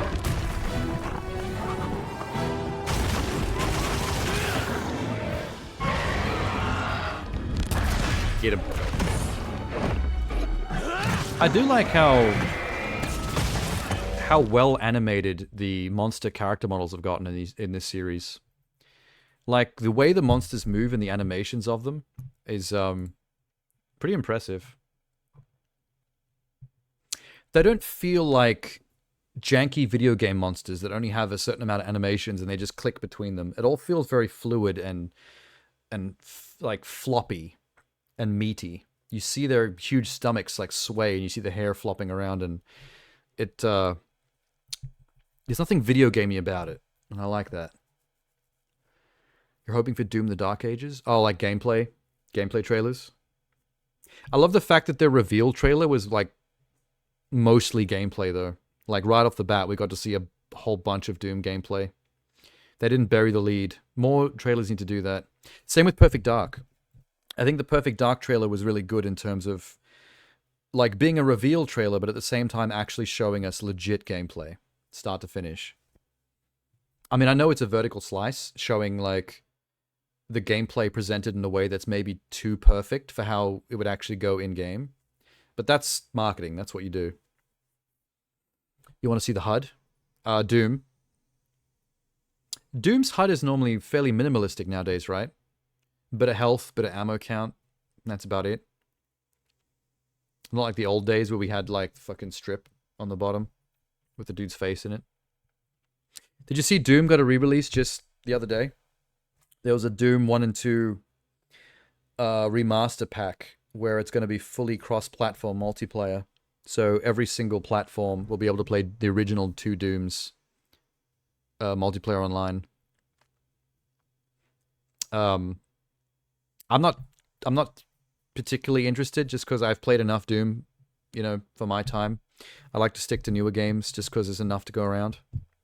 But it's still cool. Looks and sounds sick. Bringing back the face in the middle. Really? I'm behind that. I love the face in the middle. I love how he grimaces and looks around. Like a little man that's trapped in there. And he gets bloodier and bloodier as you take... I love that shit. It's so good. A lot of games used to have that. But then again, back in those days, a lot of games were copying Doom. That's why they used to call FPSs Doom clones. Because they were basically just direct carbon copies because Doom was the shit. It was the thing to emulate.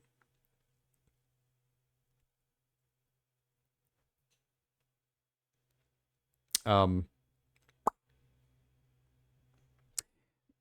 think I saw, what's her name on YouTube? The female...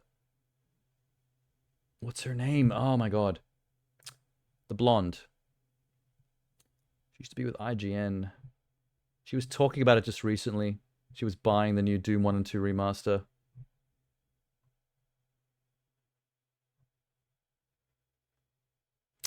She now works for Sony. She's working on those God of War Ragnarok and stuff. Sad they only showed it at QuakeCon. Oh, damn. I mean, we're going to see it leaked soon. Samus. No, I was talking about a real person. She's a gaming influencer. I always see her YouTube videos and her Instagram stuff.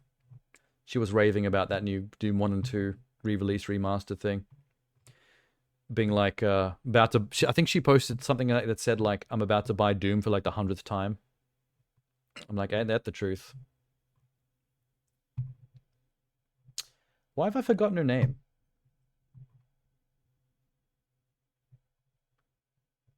I literally follow her on here.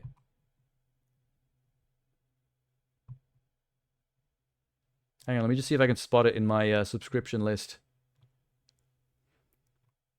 She does good videos on gaming culture stuff.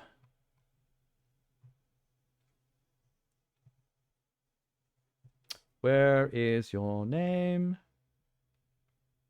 I'm going to flip my shit.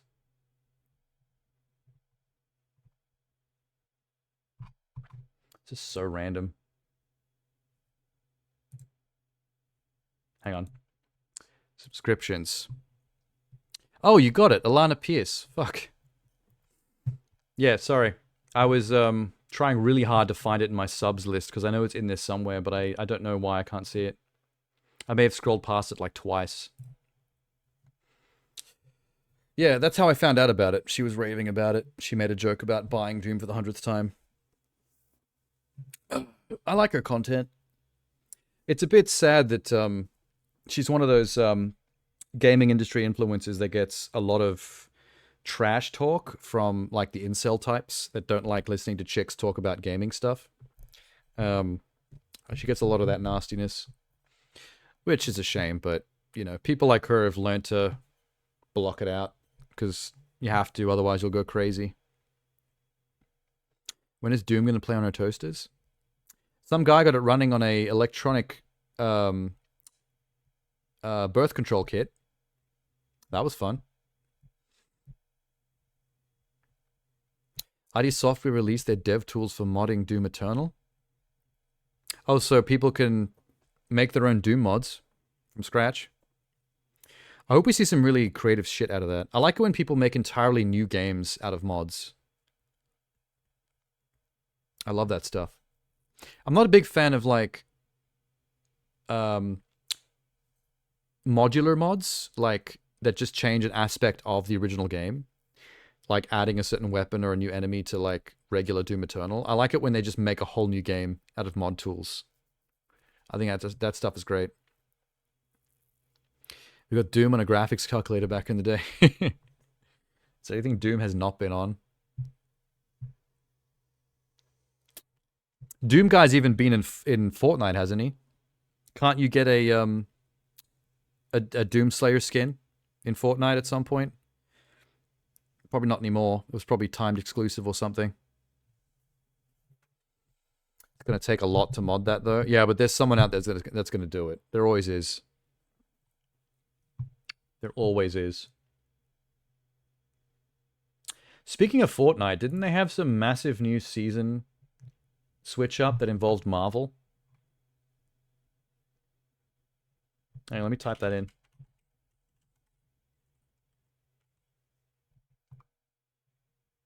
Yeah.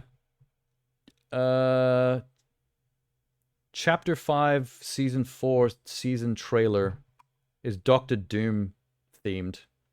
So there's like a big Marvel thing going on right now. A Marvel theme, yeah. Okay, yeah. That must be this one then. Hang on, let me check it out. I'm not a Fortnite player, but I do like Marvel, so I wouldn't mind seeing what they're doing.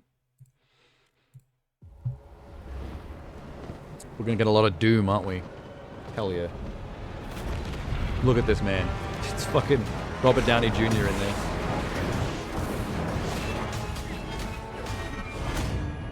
There's the shield. Oh, that's not Cap. That's just some dude. Is that Emma? Hang on. Slow the fuck down. Slow your roll. Hold up. Okay, there's Emma Frost. Is that meant to be Sabretooth, but like cute cartoon kitty Sabretooth? On the right. Doom's about to grab his titty. That's adorable. What the fuck? There's a bunch of Mysterios in a prison cell. Ooh, X-Men. I see Rogue, I see Cable, Jubilee, Colossus.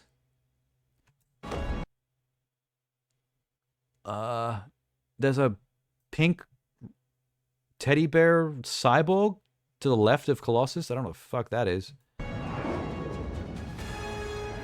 Scott, obviously. A banana Wolverine. Okay, Fortnite. Does Wolverine have to come in banana form, or you can get an actual Wolverine skin? Hang on. There's a lot going on. Is that Doom's Castle? Is Doom's Castle going to be on the map in Fortnite to explore? What's his country called again? That he's a commander of? People get mad that the mysterious character turned out to be Doom. I mean, Doom's pretty cool. I don't know why you'd be mad about that. Doom's OP. What's going on here? Okay, there's Gwenpool. That's cool. Latveria. That's it. He didn't spell it correctly, but that helped me remember. Latveria. You got close. Swap that D for a T. And I think maybe the A for an E. Latveria. Veria. Something like that. Gwenpool. There's Banana Wolverine for some... I don't understand the Banana Wolverine thing. Is that... Okay. Yeah, there it is. Latveria. Told you got it pretty much right, except for the D and the A. Is that... Let me just full screen this real quick. Is the polar bear just to the left behind Gwenpool? Is that the polar bear from... what was it called? The Golden Circle? It's not Marvel related. I think Golden Circle is tied to the Lion, the Witch, and the Wardrobe universe. You don't see it? Hang on. There. See, right to the left of Gwenpool in the background is a polar bear with armored vest and a armored head cap thing. That is exactly what the polar bear looks like in Golden Circle. I have a feeling they just maybe threw him in there in the background. Sorry, Golden Compass. Thank you. I was saying Golden Circle. That's the fucking sequel to the fuck is that movie called? Not Watchmen. Oh, I'm not remembering anything tonight. I'm so hungry. Manners Maketh Man. That movie. Or an original Fortnite character? No, that looks like Golden Compass to me. That is way too on the money for that Golden Compass polar bear. I have a feeling it might be from there.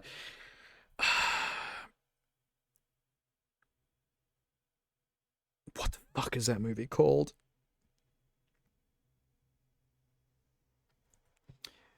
The Watchmen, I'm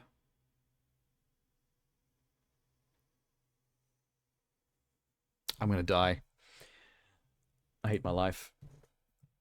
Manners maketh man. I'm gonna write the quote into Google. Kingsman. Oh my god, that was like stuck on the tip of my tongue. My brain was about to leak out of my ears. Yeah, sorry. Kingsman's sequel was called The Golden Circle. I think that's where I got that typo, that mental typo from.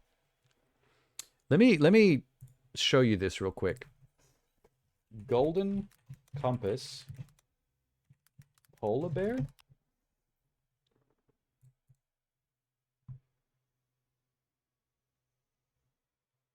Bruh. I mean, this is like on its all fours like a real polar bear. It's not standing up like a human.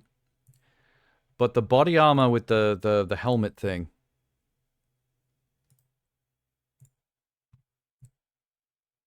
Maybe.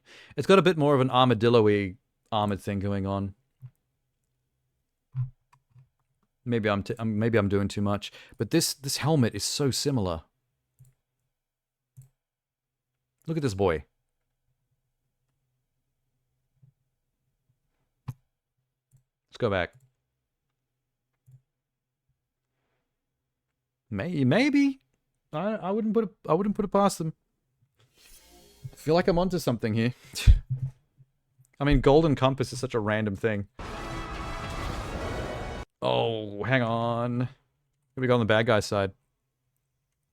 Randoms, Cute Kitty Sabretooth, Mysterio, Pumpkinhead guy, Emma Frost. There's not really that many characters, I gotta be honest with you. Like, Emma Frost is the coolest person here, aside from Doom himself. Sabretooth is just confusing. I feel like Sabretooth and Wolverine became the joke characters of this pack because Wolverine's a banana and Sabretooth is a kitten. Is a cartoon kitten. Wasn't there a new Indiana Jones game called Big Circle or something? It was Circle something, you're correct. Not Big Circle, but Circle was in the name. You're not wrong. I think that's all the characters. There's not that many. Absolute Doom. The shield seems OP.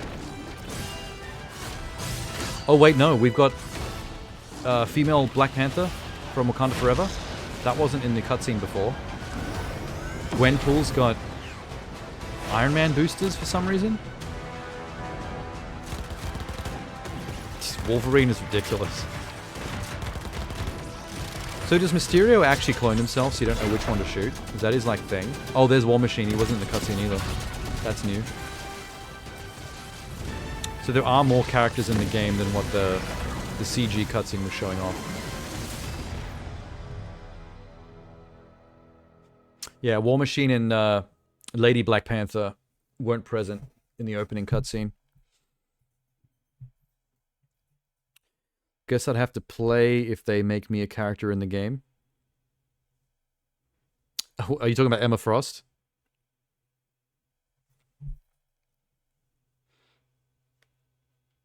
I can't imagine you playing Fortnite, Genie, somehow.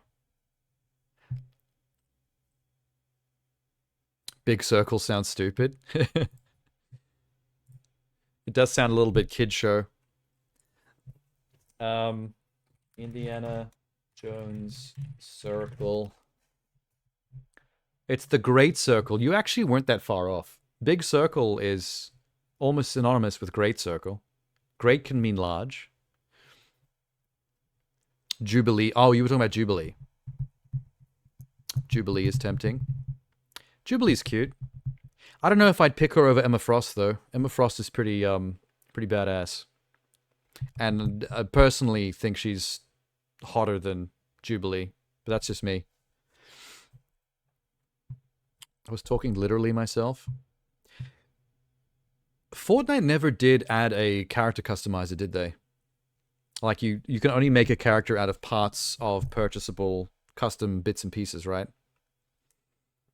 Big circle, I can't breathe. I'm actually, dude, I'm actually shocked at how close you were. When you said big circle, I knew it wasn't that, but I thought it was going to be something more different that had circle in the name. I didn't realize it was just Great Circle. Great Circle is always almost as funny as Big Circle to me.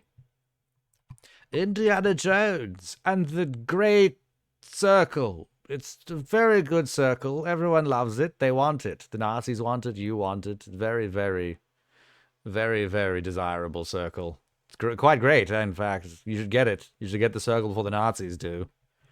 Maybe put it in a museum. You seem to like that, don't you, Indy? I heard you were named after the family dog. That's quite embarrassing. Indiana Jones.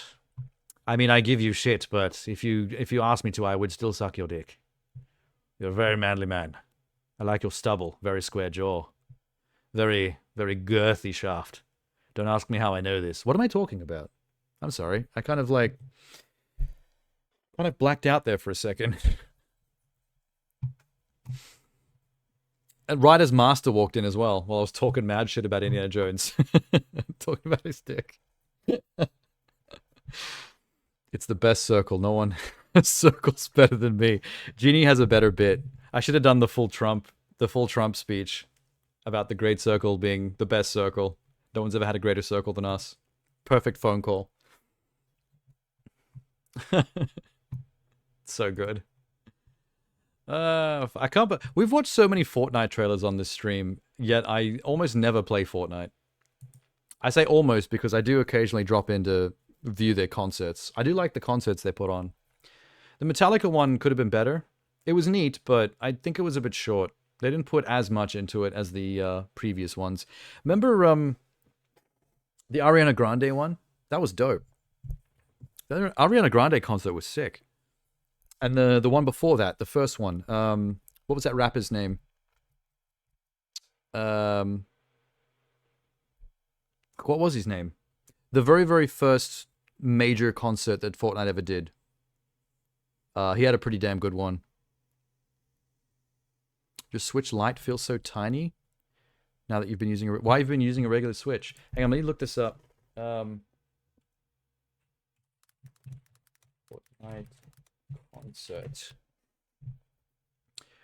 Not Marshmallow. I know that was technically the first one, but that was just people standing around a stage. I'm talking about the first full-on digital art event. It was after the Marshmallow one. What if I just type second? Not Diplo. Good lord. Travis Scott. That was it. Juice WRLD. Close. Oh, almost the same thing. Because you wanted to stream Twitch. You can't stream... sorry, Switch. You can't stream Switch on a light? Light? Switch Lite doesn't have the ports to be able to stream it?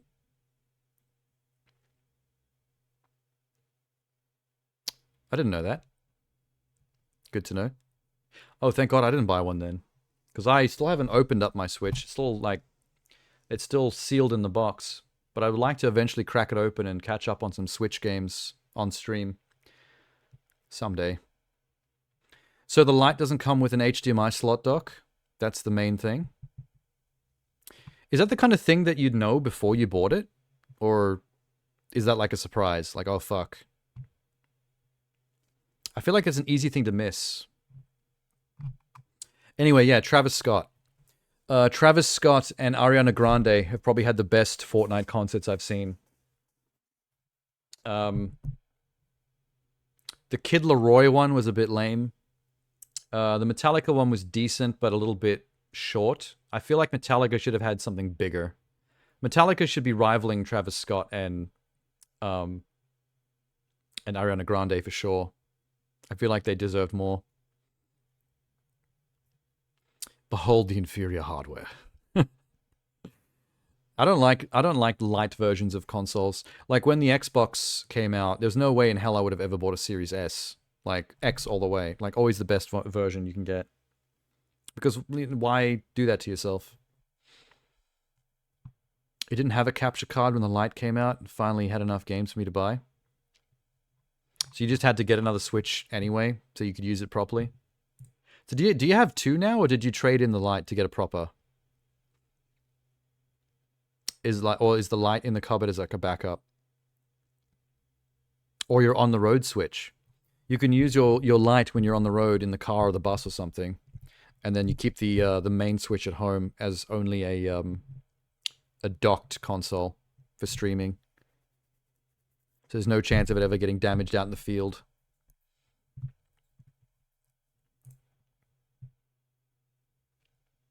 Oh, didn't that detective game come out? I think I saw some reviews for it. You know the one I'm talking about? Nobody Wants to Die. It's like a cyberpunk Blade Runner type detective mystery game. We saw teasers for it at the last couple of Games Expos. I think it was I'm not sure if it's an Xbox exclusive or if it's just like a day one Game Pass type deal. The Everyone Can't Die one? Let me just look this up.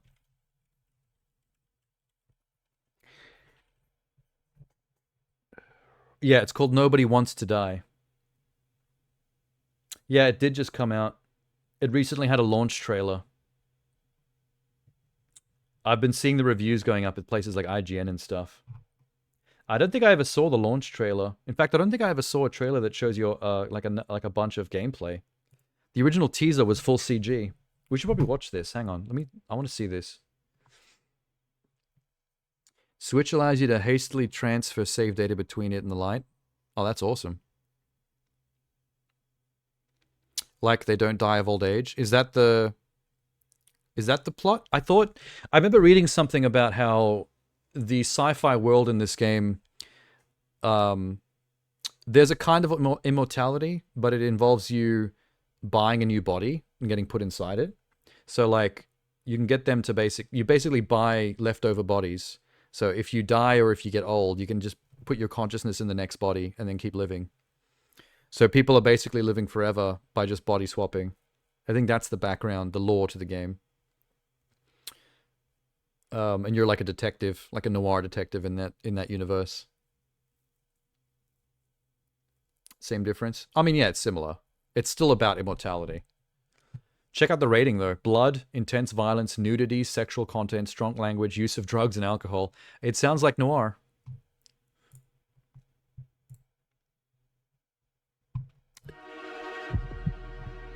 Having a goal is better than inactivity. Look at the aesthetic, though. An alternative. This game's fucking gorgeous. On the symptoms and the memories. I'm 120 years old.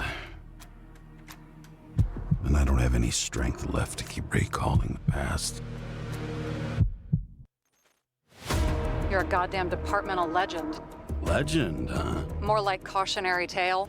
I need access. I'm not entirely sure how this game plays. This is gameplay footage. This is in-game. No doubt about it, this case smells worse than a 2-week-old corpse in a storm drain. I like it, though. Can I like it a lot. ask you something personal? Do you believe in life after death? Well, apparently in the past, people used to ask stuff like that all the time. Yeah, I don't know what's going on there. Because the average lifespan you can was rewind less than time. 100 years. And now, can we believe in anything beyond this? What if you could choose? I think it's just the like bank crime or scene death? investigation tools. You can like rewind time in a crime scene and see what happened.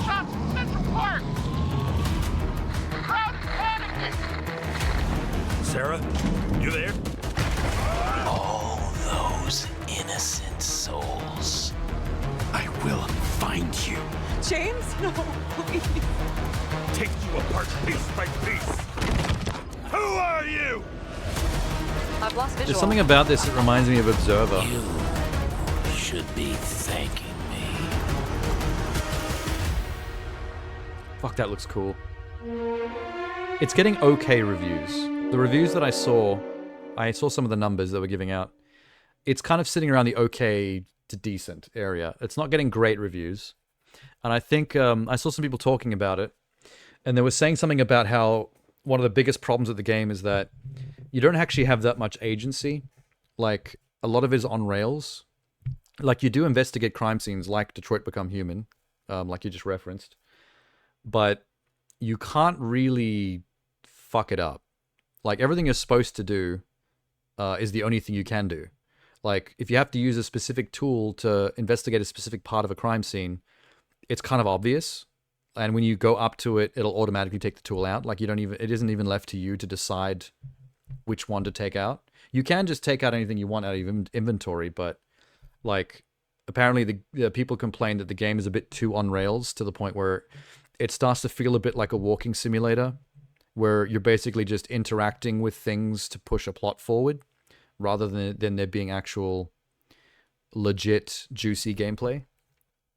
With the exception of the ending stuff. Apparently there's a lot of moments in the game where you get to make dialogue choices or specific choices about what to interact with the environment and what to do with it, where that actually changes the story.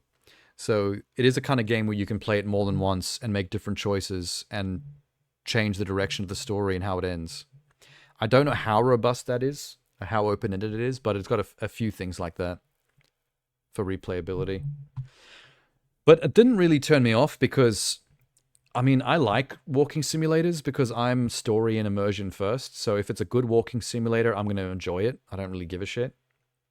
You can complain about it not having gameplay all you want, but if I can move a joystick to walk around, that's a game to me. Like, I don't give a shit if nothing else happens. Just let me pretend like I'm in there, walking and touching things. And you don't have to add any other gameplay. I'm fine. I'm happy. Just tell a good story. And that looks like it is. Like, there's a lot going on in that trailer.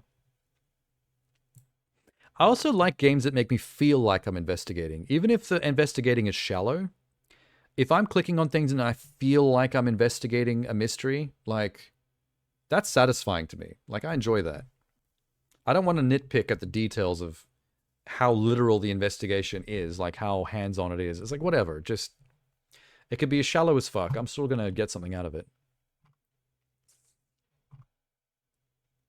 That reminds me of a lot of things combined, though. It reminds me of Observer. It reminds me of Blade Runner. There was a third one I was about to say that I mental blanked on. I'm too hungry to remember things. I'm going to move on. But I like that. That was groovy. There's something I forgot about. Someone in the chat earlier mentioned a movie, and I remember referencing it going, oh, I haven't seen the last trailer for that. And I'm trying to rewind my brain and figure out what it was. Who was it in the chat? It was before Brother showed up. Potentially before Jeannie was here too. It was earlier. You're having deja vu? Yeah. I have deja vu all the time. It just means that there's been a glitch in the Matrix. If you see the black cat walk past twice, that means the agent's changed something. They're probably out your door right now. What was it? It might have been Sham. Hang on. I think when Sham was here, he brought up a movie he was really keen to see, and it reminded me that I hadn't seen the last trailer because of missing last Sunday's chill stream.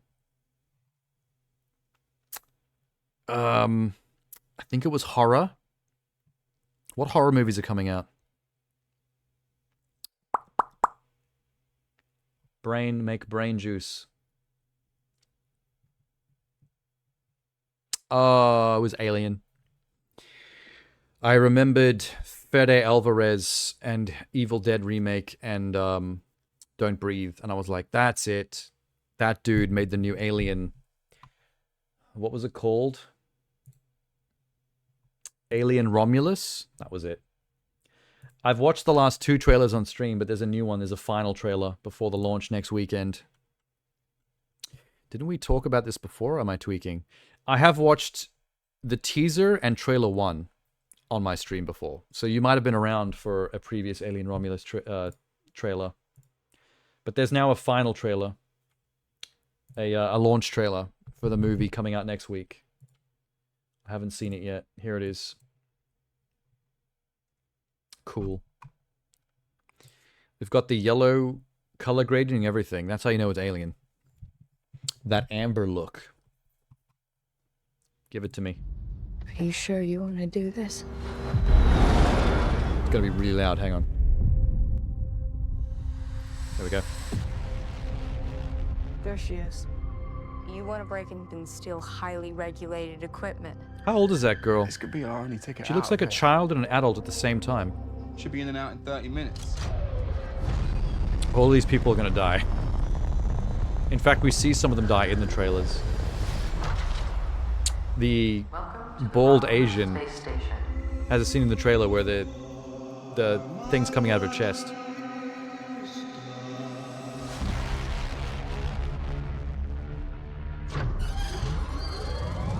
Look at that atmosphere. Space kids are in the creeps. These sets are so good.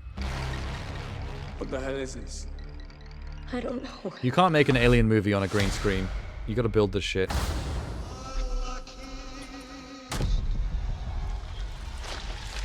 Rose.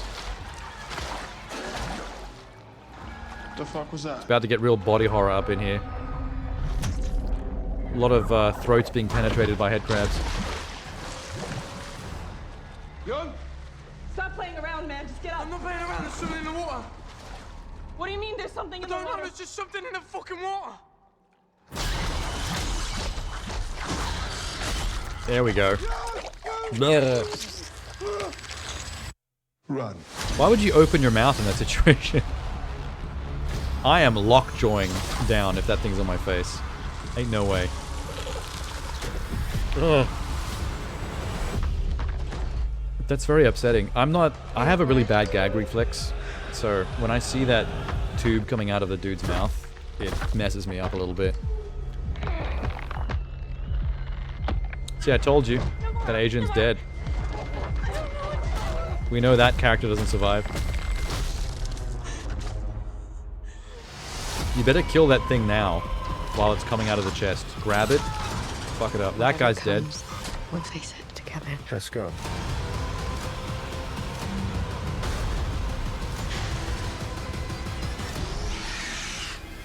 Whoever that is dead. Impact.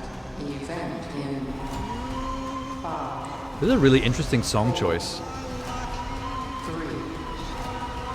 2, 1. I think do you think that was practical? That alien head at the end there looked practical. What is that song? Is that like an Elvis track or a Sinatra? What is that? Anyone gonna mention it? There's something in the fucking water. People are writing that guy's line the way he said it. That's funny. There's something in the fucking water. Can someone mention the name of that song, please? I'm really interested. No one's gonna do it, are they? Let me type it into Google. Song in final Alien Romulus trailer. You Are My Lucky Star. It's Gene Kelly. I was close when I mentioned the Sinatra era style of music, but I was a little off. It was Gene Kelly. That's a really classy choice for a creepy song cover in a horror movie trailer. I like that a lot. I feel like they've done nothing but release banger after banger of these Alien trailers. Alien Romulus, even if it's not a good movie, has at least done really good trailers. But they got really good visuals to work with. Fede Alvarez brought the juice to work that day. Okay, what other big trailers did I miss because I was off for 2 weeks from doing these streams? Joker. There was a full trailer release for Joker. We've seen the teaser. All we need now is the full trailer. Official-like. I don't really need this to convince me that I want to see it or not, but here it is. Joker Folie à Deux. You have to say it like that. You have to say it really pretentiously. I still see there's a lot of people whining about the musical angle, but as someone who likes musicals, I couldn't be more happy. It's a question of how much is it going to lean into the musical stuff. I think a lot of people are hoping not too much. It's clear that the musical sequences are going to be Joker and Harley having like joint mental breakdowns, their own little world inside their heads. And that's going to be like the context for it all. But that's fine. It doesn't have to be diegetic.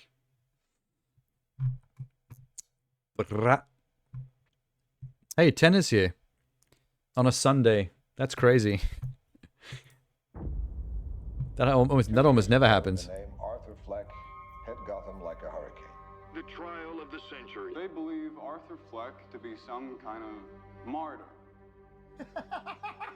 Well, he's not. There's a monster. The fact that he stops laughing on a dime always gets me. It's like funny and painful and tragic at the same time. Joker, when I saw you. It's so crazy to me that there's actual civilians on the side of the road I didn't feel so alone. that are doing the free Joker thing, that are on his side. Actually, no, that's not crazy. We've seen the how the American election's been going.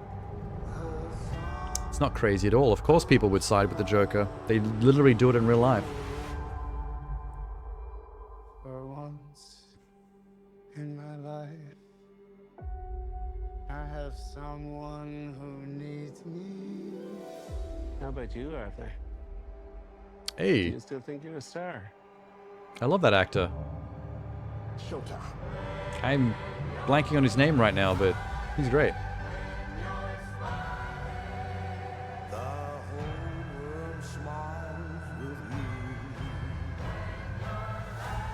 You can do anything you want. You're Joker. I'm curious what Joker and Harley are actually trying to do in this movie. I will no longer allow any of you to keep me down. She looks so cool as Harley. I got this sneaking She looks like an absolute freak in a good way. what they want. It's okay, baby. Let's give the people what they want. Did the people want an explosion? Because that's what happened.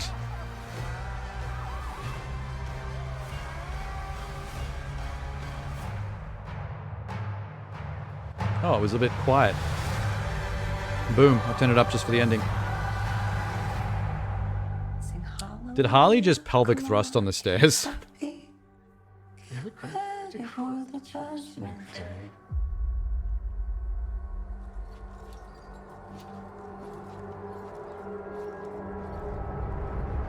Well, that was creepy. What the hell was that?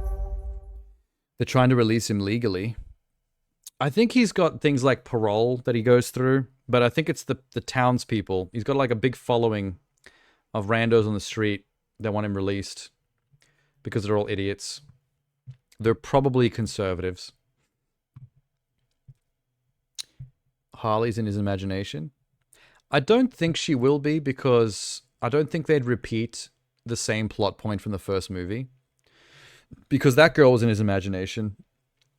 And I have a feeling that he probably will think that maybe Harley is at first in this movie because of what happened before. And then it turns out she's real. And then that's when things go tits up. He's probably so stoked that the woman that he loves is actually real and on his head for a change that it makes them worse. They basically become each other's worse impulses. You know what I mean?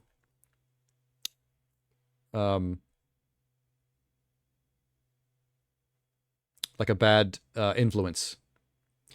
Both him and her are each other's bad, worse influence. Which is cool.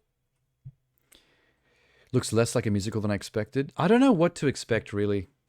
But then again, because I love musicals, if it's more of a musical, I'm happy. And if it's less of a musical, I'm still happy. So I really can't miss on this one.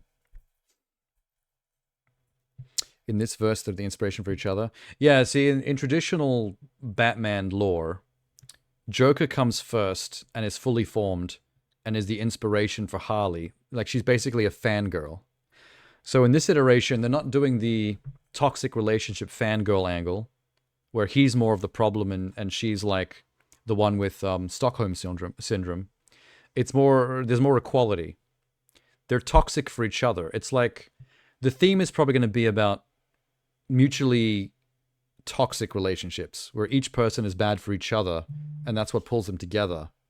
They're stronger together, but in a bad way. Which is real, you know. People in real life, they're attracted to someone who has a certain strength they admire, but is not good for them, and vice versa. And by being together, they're uplifted. They're more themselves. It's what they were missing. But in the grand scheme of things, from the outside, it's like they're both being super self-destructive and toxic to each other, or for each other. And it's like, this is going to be some Bonnie and Clyde shit. I mean, in real life, people don't normally end up Bonnie and Clyde. They just end up breaking up messily. And both their lives are worse off because of it. But you know what I mean. Until she leaves and joins the Bat family. I'm assuming that was meant to be family.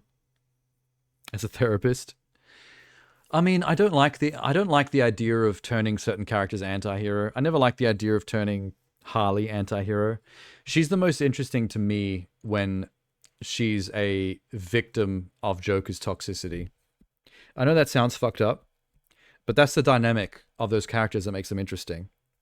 When Harley breaks away from the Joker and finds the strength to become her own person, and not need that stuff, I kind of find the character less interesting after that point. Because then she's just badass anti-hero, you know, superhero character.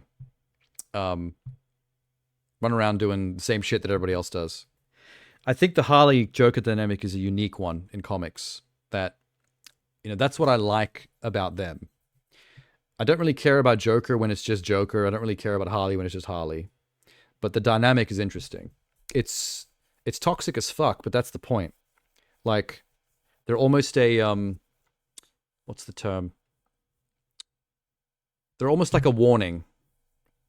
Like, look at this as an example of what not to be. Always was a Batman thing. That's why half his villains went on the path of redemption. Until new writers yeah, well, that's the thing with the Batman universe. Villains are just on a revolving door system with Arkham, which is kind of ridiculous. Ginny loves liberated anti-hero Harley. It's fun. I don't dislike it. I like watching the Margot Robbie movies and seeing what Harley's up to, but that's not my favorite depiction of Harley. I feel like Stockholm Syndrome, toxic relationship Harley, where you feel for her, but she's still a psychopath. And they're not good for each other, but they're both also very problematic and need to be stopped. That's the sweet spot. It's like it's the same situation with the Hulk. Like, we get a lot of different versions of the Hulk, and we've got Smart Hulk in the MCU right now. But I think the Hulk at its most problematic is its most interesting. When Bruce Banner has no control over the Hulk, and it's a curse to him, and every day he doesn't know if the Hulk is going to be helpful to other heroes and whatever's going on, or if the Hulk's going to be like the big problem of tomorrow that everyone else has to stop. I think that's the sweet spot for the Hulk. That's when the Hulk is the most interesting. And it's this exact same thing with Harley for me. At their worst, they are more interesting characters. They've used the Harley too much. They did lean in on Harley pretty hard, but that's because it was one of the few things that was working in the DCU at that point. Everyone liked Harley, regardless of what she was in. So they kept on finding ways to bring her back and put her in stuff. Potentially to her detriment, but I mean, all her appearances have been fine so far. Her movie was okay. It wasn't the best, but the Birds of Prey movie was okay. Ewan McGregor's Black Mask and his weird homoerotic relationship with Zaz was a bit of a standout. That was kind of a scene stealer for me. That whole aspect was kind of stealing the movie from Harley for me a little bit. I wanted more of that shit. That was so good. Smart Hulk kills the idea of the Hulk being something beastly inside you can't control. Yeah, it goes against the point of the Hulk, but I know why the MCU did it. They needed to evolve the character and take it somewhere new, especially since they couldn't make Hulk movies because of the the Universal Pictures joint custody problem. So they need to find something else to do with the Hulk that could still be useful in grander stories with the other Marvel characters. So I get it, but I don't particularly like it as much as traditional Hulk shit. I would like him to go back to Uncontrollable Rage Monster and make Bruce's life a living hell. The more Bruce is suffering, the better TV. The better movie we're getting.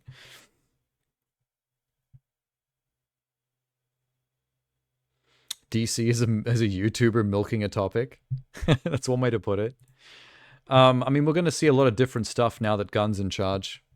We're going to see a more wholesome Superman. We're going to see some weird shit like Creature Commandos. There's going to be a lot of interesting new DC properties getting experimented on. Oh, that's something else I missed. Oh my god, we're talking so much about Joker. At the tail end of Comic-Con, San Diego Comic-Con, they released the first trailer for Creature Commandos, which is technically the first James Gunn new DC universe film before Superman comes out. You think they'll kill his son and he'll revert back? Oh, the son that they introduced in She-Hulk, Scar. That's actually a good angle. I'd go for that. Trauma is a good way to fuck Bruce up and send him back into Rage Hulk mode. Trauma in the middle of getting a secondary lethal dose of Gamma, just to reboot everything. Combination of the two. The more he suffers, the better, is what people do with Spider-Man. True, but it still works. Like, Spider-Man has always been better the more Peter Parker's life sucks. Hasn't failed yet. He does die in the comics. Okay, fair enough. I don't know as much about that stuff in the comics. We need to get this Creature Commandos trailer. Where's it at?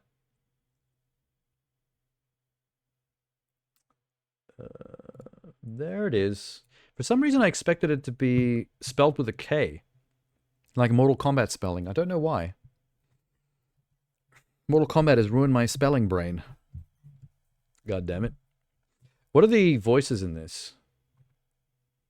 They're not in the synopses. Damn. Maybe they say it in the trailer. Let's do it. General Flag. Rick Flag. This is Bell Wait, Reeve. it's not loud enough. Why are they all half audio? General Flag.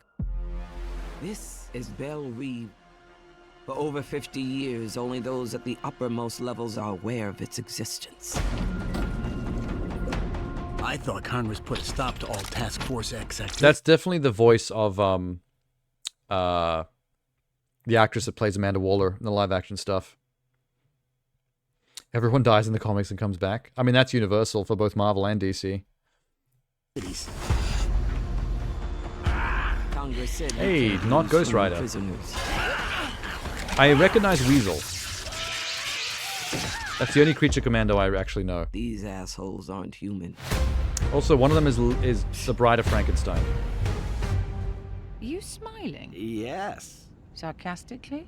What is he? There's the bride. I recognized her. Wait, slow down.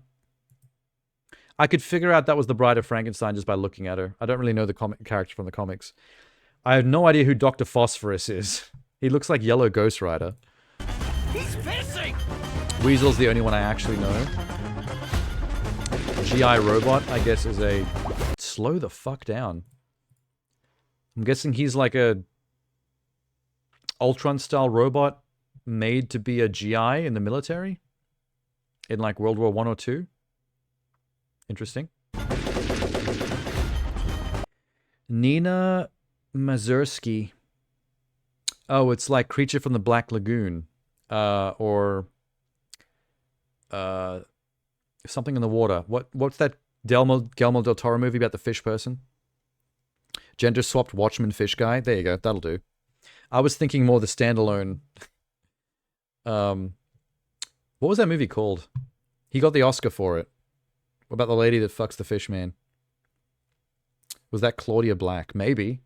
They better show the names at the end of this, because I want to know who's voicing all these people. So it's Groot. Weasel is Rock. Yeah, that is very... This is a little bit Guardians of the Galaxy, you're right. But it is James Gunn. This is your new task force. It's been... Wait, that was actual Frankenstein? They have Frankenstein and the Bride of Frankenstein? No, he's not on the team. Maybe Frankenstein is one of the big bads they're going up against, and so they got Bride of Frankenstein on their side to balance it out. The fish girl is really cute. Look how worried she looks. Hang on, let me zoom it. Look at her face. She doesn't want to be there. Weasel, on the other hand, is having a great time. Would. Same. Maybe I'd roll Bride of Frankenstein first. That would be my first option. Task force. It's been oh so long since G.I. Robot has sent Nazis back to hell. Let's call He was a robot Task designed to kill Force Nazis. M for monster. Also known as... I think Weasel just ate a guy.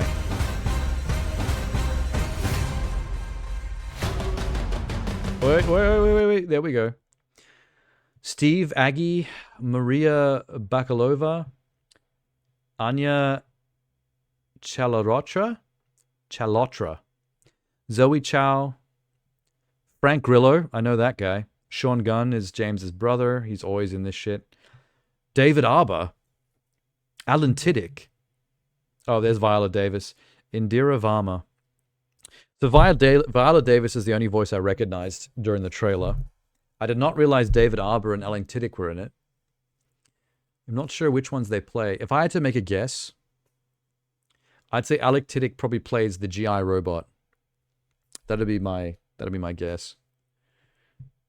Sean Gunn is Weasel, because he always is. Frank Grillo and David Arbor.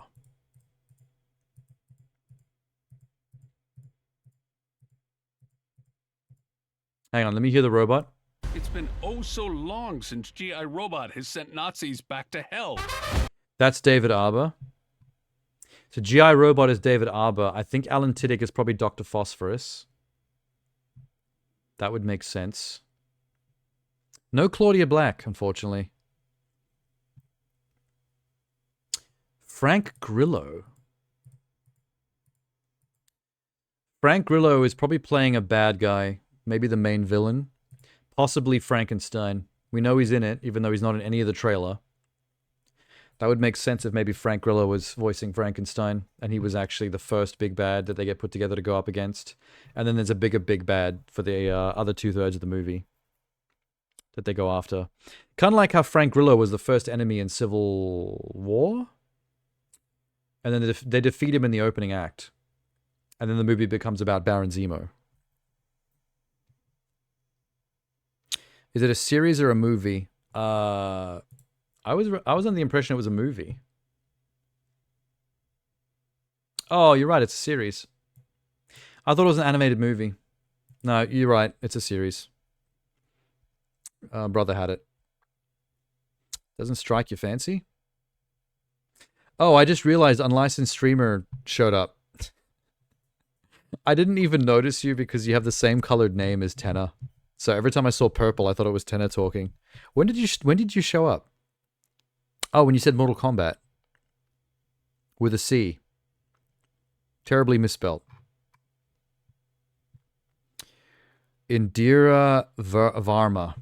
Is that a lady or a man?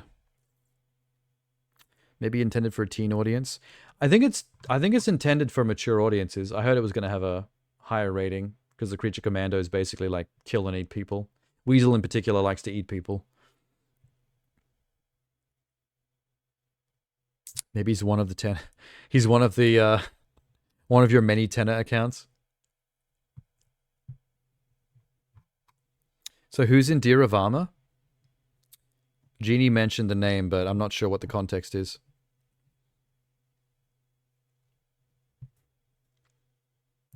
If that's a man's name, were you saying that maybe Indira Varma is the one playing Frankenstein and Grillo is somebody else?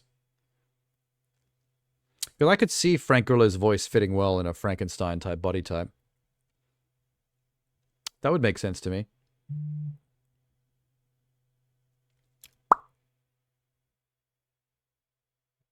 Wait, I can find this out for myself. Hang on.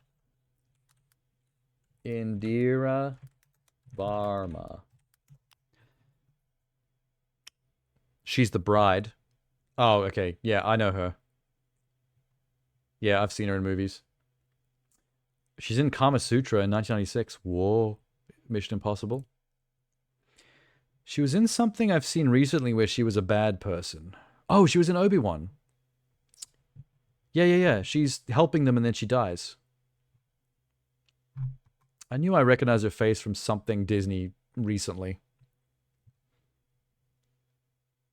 Oh, you thought she was Claudia Black. That's fair enough. They are both ravens.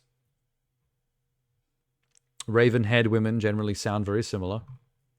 Just like us men. All white men sound the same. We all sound like this, yeah? They call it a cockney. If you got a cock and balls, you got to sound like this. Come down to my block, you better be selling, because I'm buying. I don't know what I'm talking about. I think I'm referencing drugs. I fucking gone off the deep end, I have. All men sound like that. If you heard Tennis speak out loud, he would sound like that. Including Bra Brother. That's what Bra Brother sounds like as well. I've decided. Alright, what other... I don't have an Aussie act. That wasn't Aussie. That was Cockney. I was doing like UK gangster, kinda. I don't know. It was trash. Bad accent, still an accent though. So my brothers aren't men. Got it. Hey, you said it. Not me.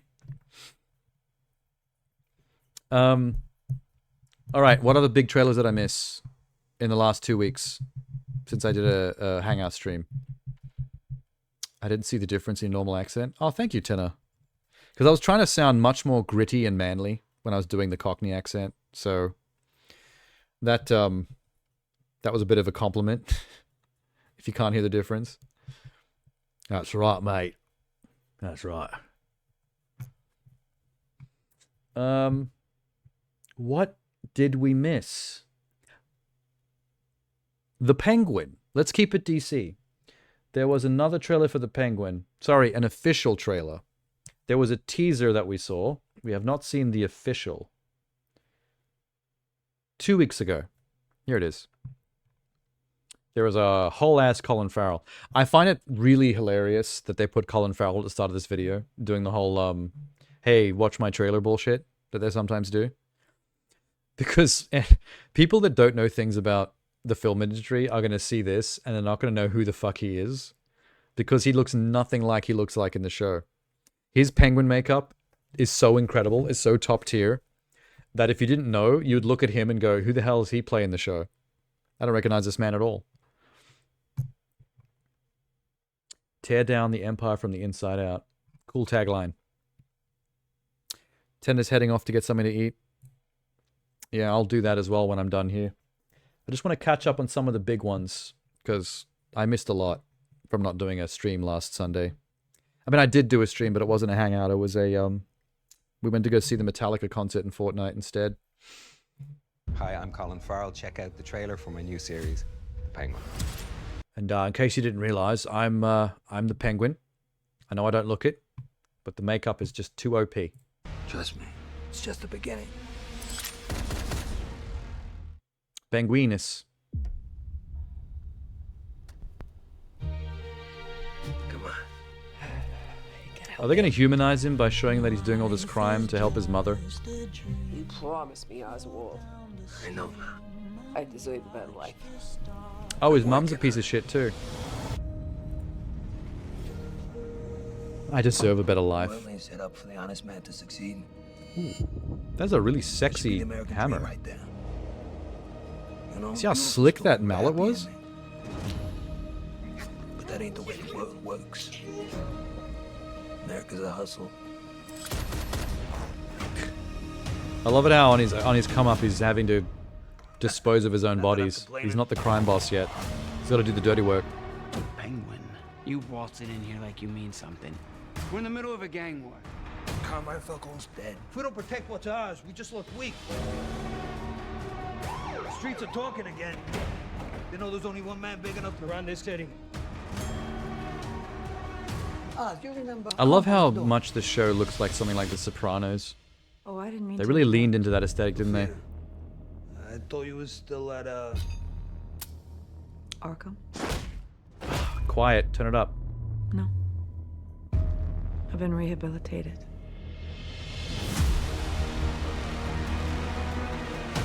You're playing a dangerous game with his family, Hans.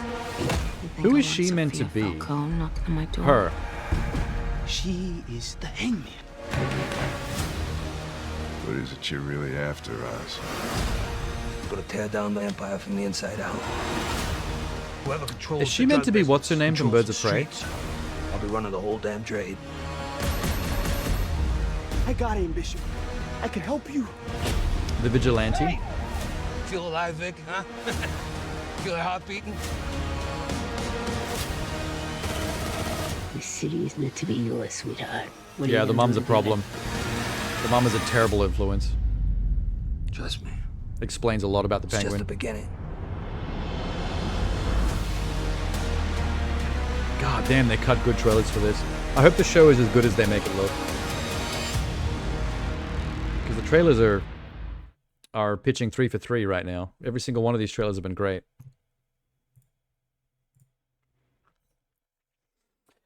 I love the penguin in the Burma. Should be able to do a really convincing cosplay of the British guy from The Boys. Oh, you mean Butcher? Oh, just doing the Cockney thing. It's too bad I'm not consistent enough. Like, sometimes it sounds good, sometimes it doesn't. Goes in and out when I try to do it.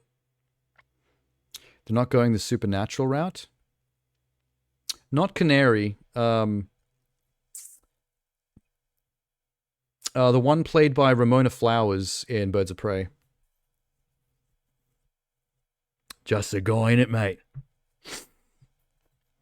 You love typing in Cockney. I've started something now. Homelander. I feel like I could probably do a decent cosplay of either Butcher or Homelander. If I, like, bleached my hair white and slicked it back and got that outfit, I reckon I could do a decent Homelander.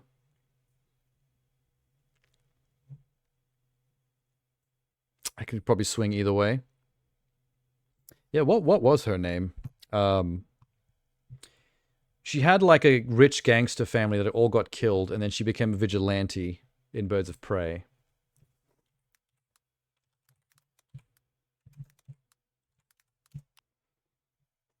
Birds of Prey. Helena Bertolini. No, I want her superhero name. God damn. Huntress. Yeah, that's it. That's it. You think that's Huntress in the Penguin trailer? Because she's a Bertinelli.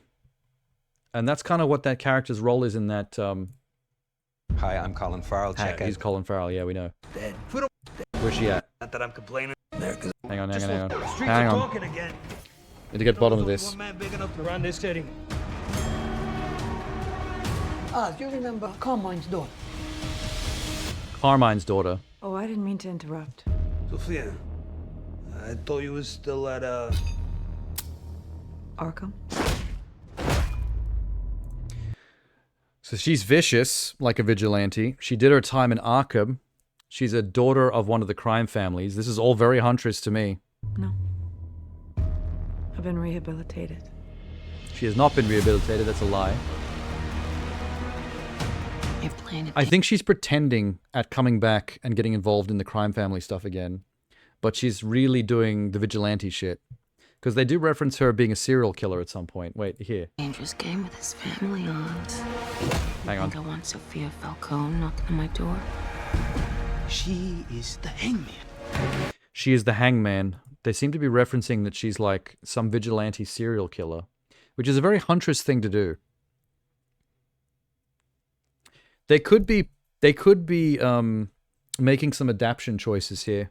Like, rather than have her be the Bertolini daughter, they've changed her to being the Falcone daughter to link more with their story. Because Falcone is a more important gangster, and that's the family that fell.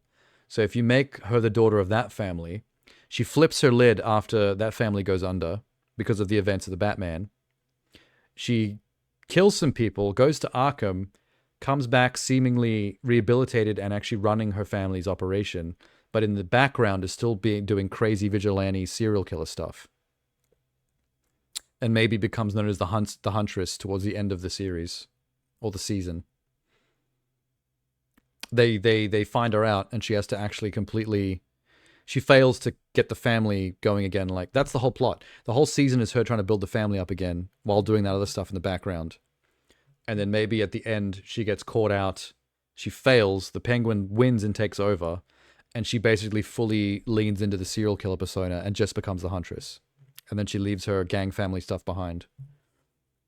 That's my deep dive guess as to what might be happening. Could be wrong. Don't know much about Batman lore. I know things here and there. I feel like Jeannie probably knows more about Batman lore than I do. Because I pay attention, and I know a lot of the games and the movie and the TV show stuff.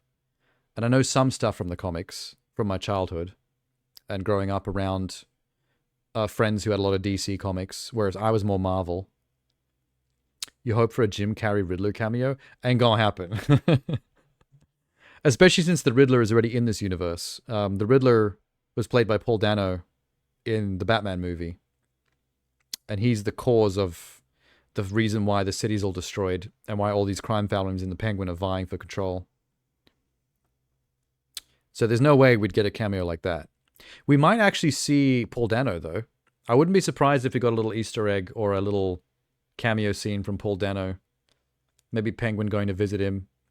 And gloating about the fact that he tried to destroy the city and it didn't work, and now that he's taking over. Something like that. She's Sophia Falcone, who's called the Hangman in the comics. I know she's Sophia Falcone. I saw her name referenced in the trailer. My theory was just that maybe they changed the lore just for their universe, so that instead of Bertolini, it's actually Sophia Falcone that goes off the deep end, becomes a vigilante for a while, and then becomes the Huntress. Just because that would work better for their story. Which, you know, these comic book movies and shows do that stuff all the time. Remember the Black Widow movie? Remember the changes they made to Taskmaster? Like, that ain't Taskmaster from the comics at all. That was totally different. But it made sense for the story they were trying to tell in Black Widow, which is the key point. I still personally would like to see the real Taskmaster from the comics, because I have a bunch of Deadpool comics, which includes the one where he starts a mercenary service with Taskmaster. So I know a bit about that character, and I really would like to see the real him in the MCU. They just outed her as a comic counterpart. But that doesn't mean anything. Like, that's what I'm saying. They make these changes all the time. Because the daughter of the Bertolini family is the one who becomes Huntress. And the daughter of the Falcone family is the one that you're saying is Hangman. That's what the comics are. But it wouldn't surprise me if in the Matt Reeves Batman universe, if they flipped it so that Sophia Falcone is the one that starts off as the Hangman when she's still a raw nerve after the fall of her family, and then evolves into becoming the Huntress as her final character arc.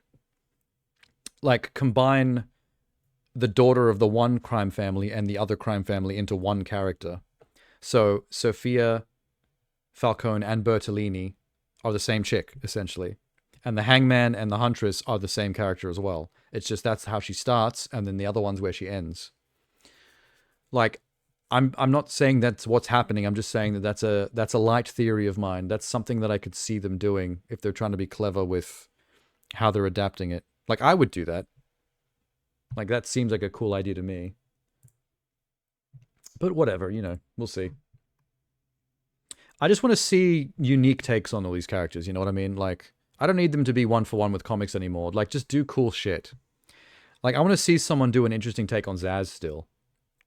Like, I thought the homoerotic thing in Birds of Prey with him and Ewan McGregor was really cool. I like that. But I'd still like to see more, still more interesting Zaz stuff. You just moved the goalpost? No, I didn't. That's exactly what I was saying the entire time. I was saying that it wouldn't surprise me if the Sophia Falcone character was the Bertolini Huntress character, if that's what she becomes in this. Because it made me... I got those vibes when it was talking about her initially. But then she wasn't that character, so I was a bit confused. But then I thought, well, what if they just combined the whole lot? That's what I was trying to explain.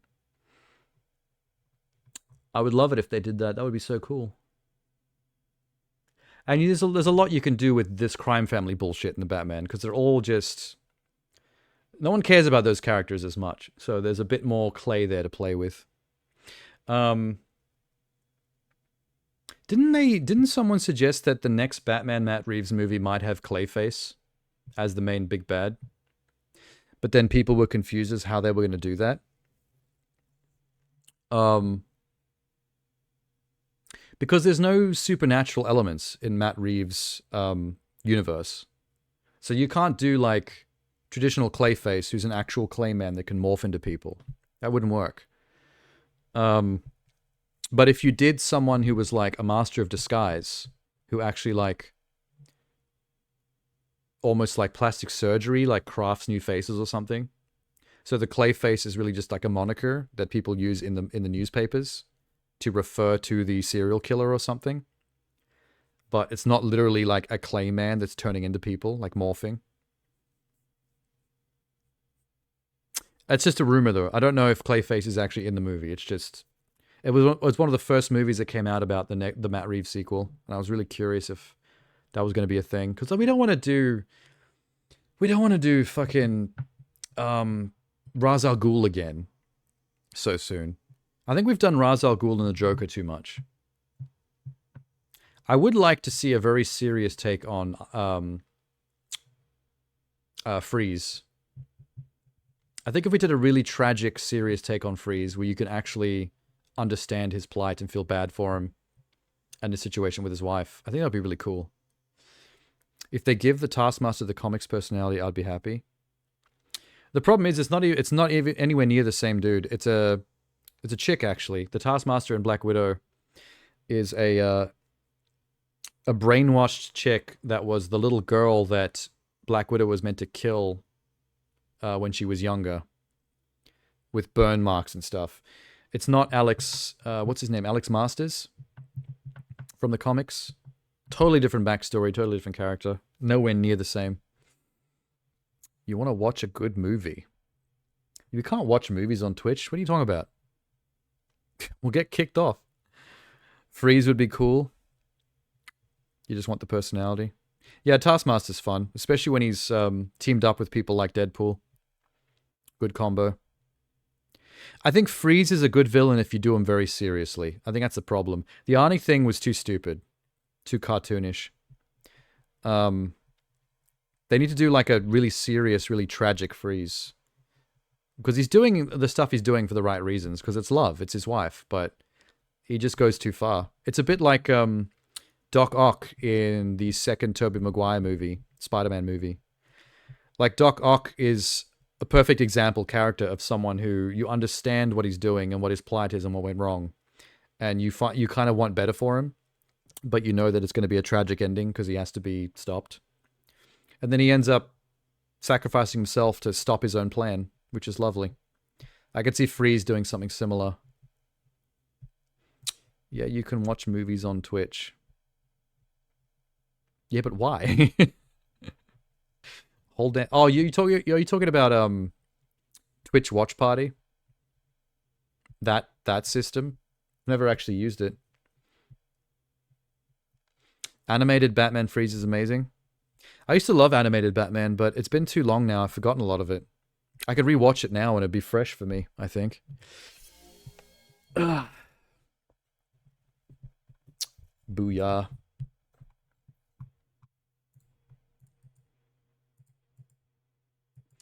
They could also do any character that you could turn into just a regular serial killer with a cool theme would be easy to do in a Matt Reeves Batman.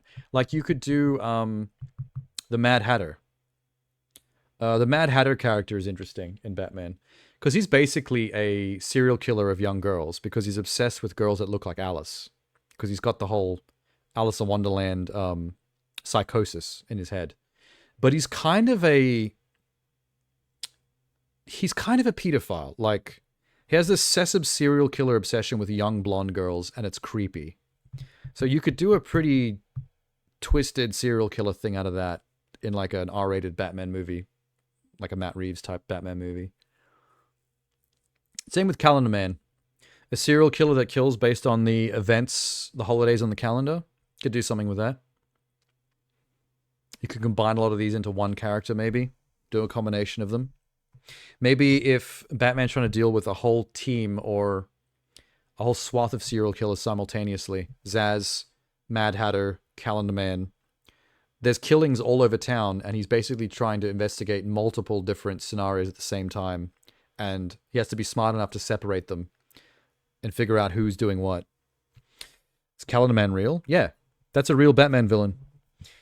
He literally only does serial killings based on holidays on the calendar. Like, he will only kill on that day, and the killing will be based, like, themed around the holiday as well. Does he take weekends? Probably. He very much adheres obsessively to the calendar. He only does stuff based on the calendar. It's weird. He makes a cameo in the Suicide Squad movie, the one that James Gunn made. When Idris Elba is in the prison at the start of the movie, Calendar Man is the guy that's like making fun of him. He's got the calendar letters tattooed around his head, around his bald head. Yeah, and he has Easter eggs in the Arkham games too. I remember those.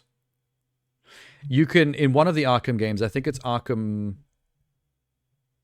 City, you can visit him in his cell and talk to him. And if you visit him on actually real holidays in real life on the calendar, like if your console like sees that the date is a certain date, then he'll have different dialogue in his prison cell based on the holiday that it is in real life.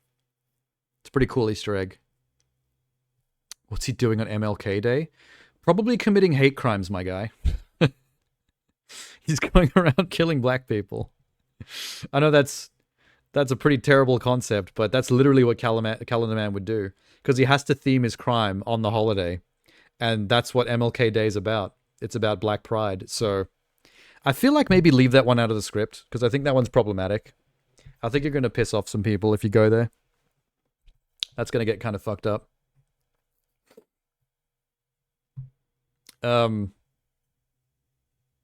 Anyway, yeah. Penguin. Good trailer. Always a good trailer. Never goes wrong. Any other DC movies that I missed out on when I was not doing Sunday streams? Stilts Man. Is that real? I wouldn't actually put it past Gotham. If there's actually a Stilts Man, I wouldn't be surprised. Hellboy. There's a full trailer for Hellboy out. We saw the teaser. When did this come out? Just under 2 weeks ago.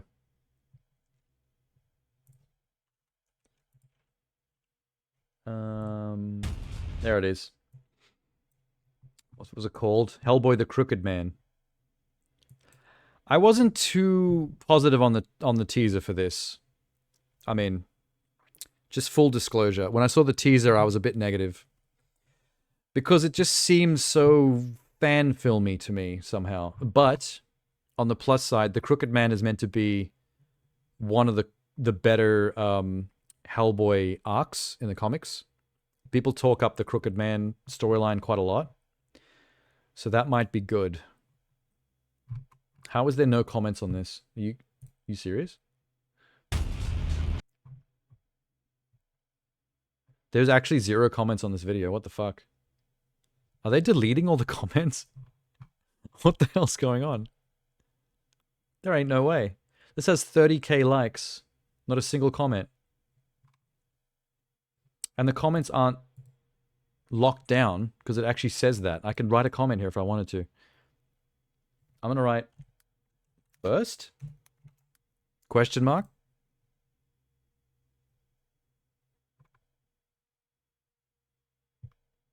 Still says 0 comments. What the fuck? There's something going on. Oh, my comment's gone. Nothing there. Okay, that's weird. I don't know what's going on. Might be a glitch. Hellboy! It's Marvel? I don't... No, wait, no. Hellboy's not Marvel. It's neither, right? Hellboy isn't DC or Marvel, I'm pretty sure. Mike Mignola, Dark Horse. Hellboy is Dark Horse Comics. It's not either of the two big heavy hitters. Alright, this has to do a lot just to win me back. Oh, you meant Stiltman. I'm sorry. Forgot we were talking about Stiltman. I can't believe that actually is a real character for Marvel, though. It's so good. There's something going on here.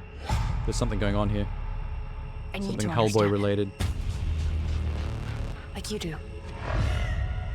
Is it something he can shoot in the face with his awesome revolver? You might say a demonic entity falls under our expertise. Is there a raccoon just climbing that chick? Did I see that correctly? Waiting on you. Dude, that was nasty as fuck. That's interesting. What is happening? Supernatural shit. Body slamming a snake. Great. Oh, you didn't want me to squash? Could have just squished the head to begin with. You didn't have to body slam it. What was the body slam for? I heard tales about him all my life. Most just called him the Crooked Man. And the Crooked Man is kind of creepy. I thought Big Red wasn't scared of anything. Well, I know He looks like the Crooked Man looks a bit like a PDF file. Your road ends in the dark like mine. Let's just keep on coming. It ain't even really begun. Who's that? She a witch? Come on, Snake, let's rattle. Still got the one-liners. Let not your horns be troubled. Who's doing the motion graphics for this? Because whenever the text title things come up, they look super cheap. Look at that. By way they know not.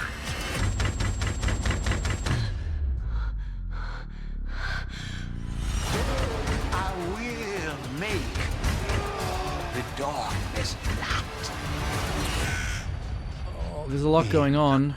I don't know how to feel, though. Straight.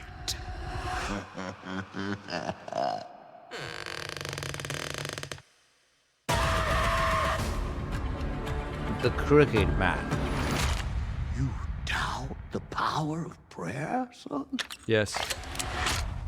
Just in case. Power of revolver every day. Also, who is Catch Up Entertainment? I've never heard of this publisher ever.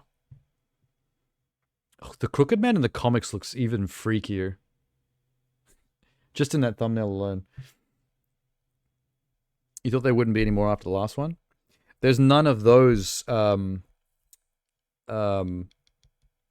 David Arbor Hellboys. That was a one and done because it didn't work. Nobody liked it. This is a whole different thing.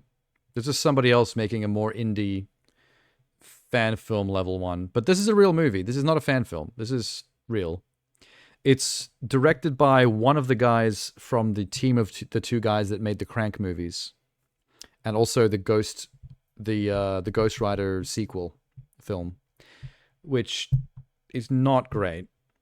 I do like the Crank films; they're fun, but I mean, the only other comic book movie this guy has made is Ghost Rider: Spirit of Vengeance, which did not go well. And yes, he's no Ron Perlman. Unfortunately, Hellboy is ruined forever. If it's not Ron Perlman, it's just not Hellboy at this point. Like, that dude is probably doing a decent job. The makeup is fine. It's just, that's not Ron Perlman's face. Ron Perlman's facial structure is like, he is a comic book character. He is a character. You don't get a second Ron Perlman. The man is unique. Just looks like some dude with a very good Hellboy cosplay. Like top tier cosplay. Body slam the snake for style points. I still can't get over the body slam of the snake. That was so pointless. I don't know, man. If I was a betting man, I'm voting that that's not going to be a good movie. Like, I don't want to keep being negative. I'm going to get my chips. Hang on. I've got some salt and vinegar. Sorry, Jeannie.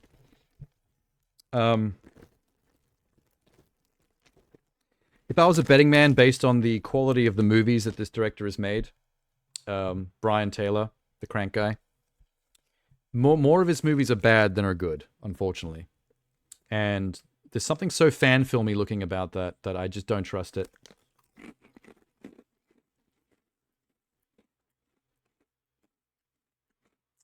You think it'll be fine, but no one will try to watch it. That is an important point, though, Tenor. That is a plus in its favor. The fact that it's leaning a bit more into the horror tone, I think is a good step. I think that works. I think, especially for the Crooked Man story, which is beloved. It still just feels a bit shallow. It feels a bit cheap to me. And I just can't get that out of my head.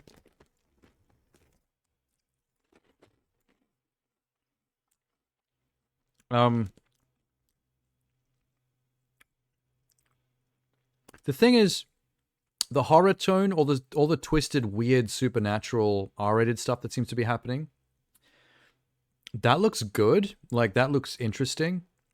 But it kind of makes the comic booky stuff about Hellboy worse in comparison. Like, the stuff about him dropping one-liners, like, come on, Snake, let's rattle, and then he pulls out his revolver. Like, that stuff seems more lame compared to all the twisted supernatural stuff it was doing. Do you know what I mean? Like, the Guillermo del Toro movies with Ron Perlman, they were very comic booky. They were leaning more into the bright and colorful, fun monsters comic book thing. But because that was its tone, it worked. Like, Guillermo del Toro knows how to do that.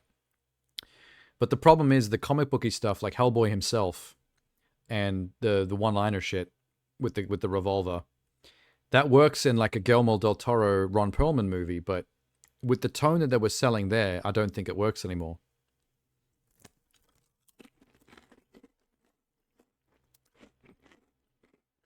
I think this movie would be better if you took Hellboy out of it. Like, if this was an indie horror film about a couple of regular people dealing with whatever was going on there in the woods with the Crooked Man and shit, I think that probably would look like a better movie. I think Hellboy's bringing down his own fucking movie in this case, which is a weird thing to say. And that's not even accounting for the fact that the guy's face looks weird because he's not Ron Perlman.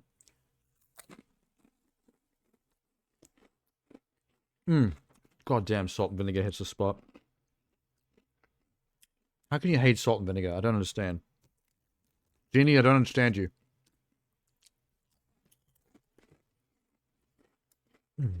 It's the bite. It's that buzz that the vinegar gives you.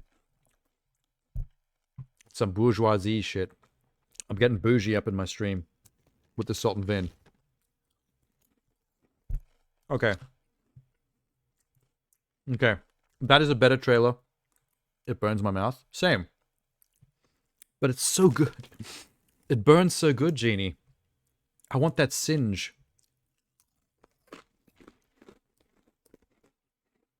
It's kind of like when you pull the hairs off your nipple. It hurts a lot, but you kind of want to do it again. It's kind of good. Google super taster and look at the Wikipedia page. Unlocking my inner M. Ah.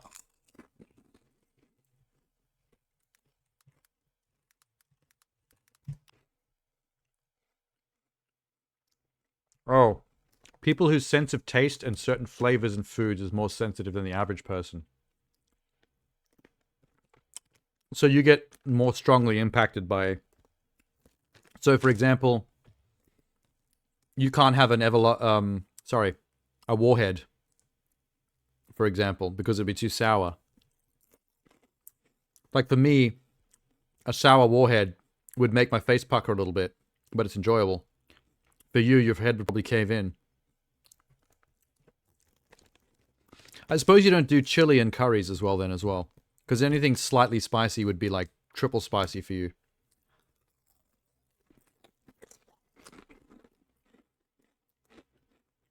But, okay, wait. Does that have a... That's the negative that we just talked about, right? Does that actually have like a positive to it though as well? Because you taste too strongly, you can't do the strong stuff. Chilies, curries, sour, strong vinegar, that kind of thing. But does that mean other normal flavors are more tasty because you taste them stronger?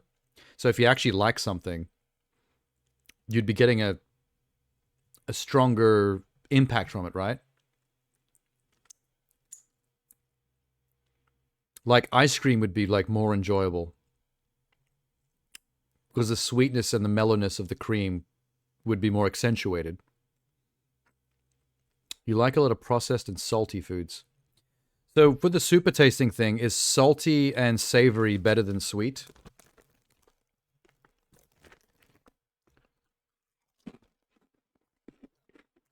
Oh, and ice cream and chocolate. So it's about even, as long as it's not too much. But you do prefer savory?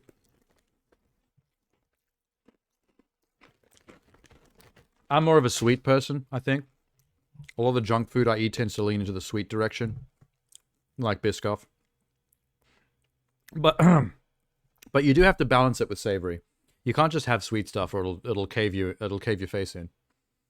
There's something really satisfying about having something savory about after having too much sweet shit. Balance. Balance in the force. You used to like fruit candy, but now you can't stand it. Fruit candy? Do you mean like just any candy that happens to have fruit flavors, or a specific candy that's made of fruit?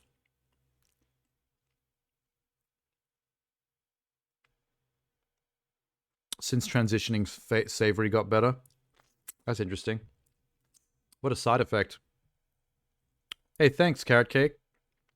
Carrot Cake with the Mortal Kombat spelling over here. Man, I'm getting hungry. We keep talking about sweets. And then I saw the word carrot cake and I was like, oh, come on, man. I don't have any cake left. I had a Biscoff cheesecake in the fridge like all of last week and it's finished now.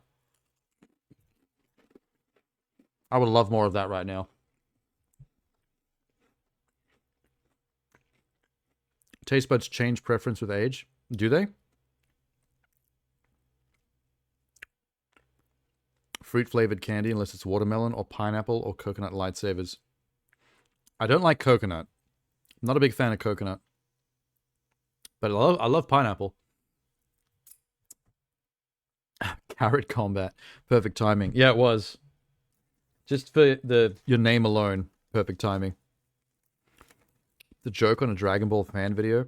Oh, you mean the fan dub videos on YouTube? I've seen a whole bunch of those. I'm not even a Dragon Ball fan, but I have seen a lot of the fan dub videos. Just for fun. Not coconut. I don't know if they have these all over the world, if it's just Australian, but there's a coconut chocolate that everyone loves over here that I hate. I think it's called Bounty. There's a chocolate called Bounty that's basically coconut and chocolate. And I can't stand it. But a lot of Aussies like it. I don't know why. It's a wordplay on Goku's name. Oh, Kakarot. I just got that. It took me a little while to catch up because I'm not big on Dragon Ball, so I had to remind myself what his name was. Oh, Oni. I know Oni. Oni G. I've watched his stuff since the Newground days. Since before YouTube. He's a weird dude. Oni cartoons, yay! I remember that intro. It went something like that. That dude's got some twisted animations, but I love them.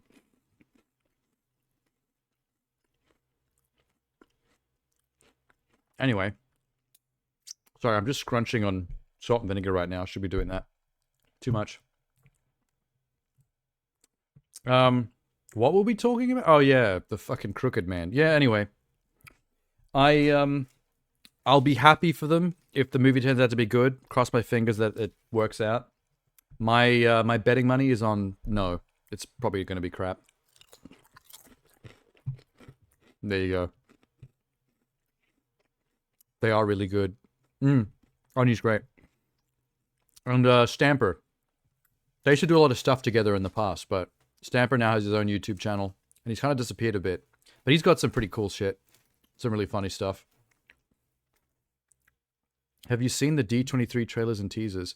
That's what the whole first half of this stream was about, Tenor. We watched them all.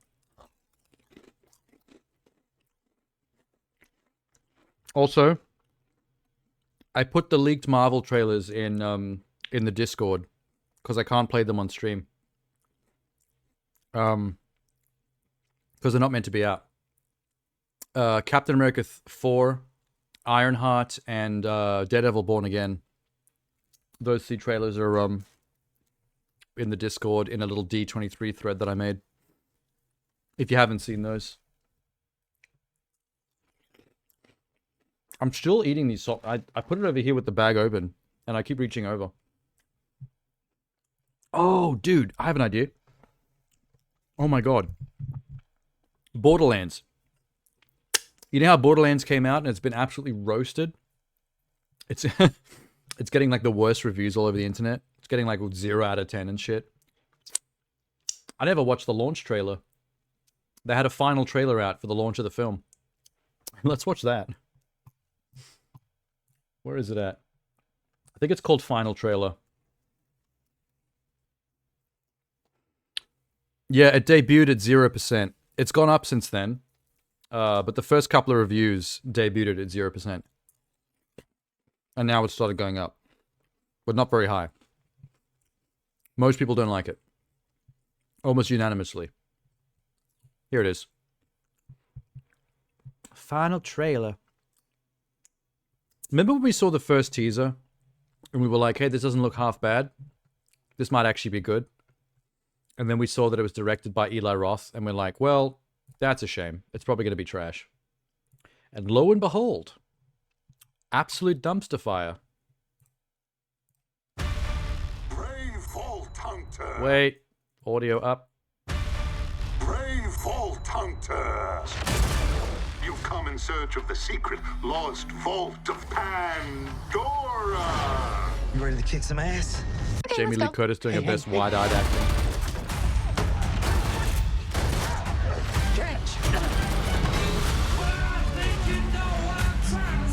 If the legends were true, I'm the only one who can open the vault. The thing is, it's kind of colorful, but it's not colorful enough to match up with the game. What are you doing? Feel free to applaud. Follow me this way. I have a tremendous sense of Alright. I don't mind Jack Black as Claptrap, to be honest. I got over that pretty quick. It's okay.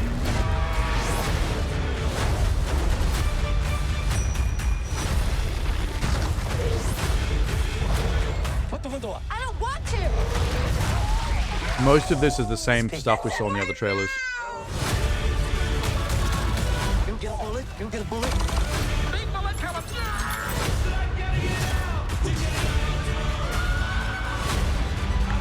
Don't really know what's going on. I did see Mad Moxie though.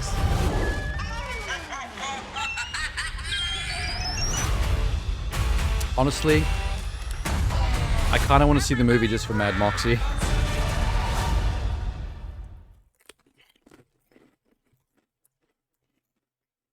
Yeah, Gina Gershon. She's awesome. I love her. Borderlands is a weird game to adapt. Basically a fetch quest collection for different NPCs. I mean, yeah. But that also means that there's a lot of room there to adapt it in a way that makes for a good movie. You're not beholden to an exact linear plot. You can do a lot with that. And apparently they didn't. According to all the reviewers. And the word of mouth. Her best autistic lady acting. Sorry, Jamie Lee. It's funny how, with Everything Everywhere All at Once, she was in one of the best movies in the last couple of years, and now with Borderlands, she's in one of the worst. Jamie Lee Curtis is basically covering the spread. Who plays Marcus Kincaid? Is he the guy in the mask? On the good guy's side? The one that looks like the Marauder on the box art? Because I know that guy is played by the dude from Shang-Chi, who has the blade for an arm. The henchman. Marcus is the voiceover at the start. Wait a sec. Brave Vault Hunters! Brave Vault Hunters! That voice? That I have no idea. For some reason, I just know the I know the little factoid about who plays that that dude in the back behind Jamie Lee Curtis. That the box art looking dude.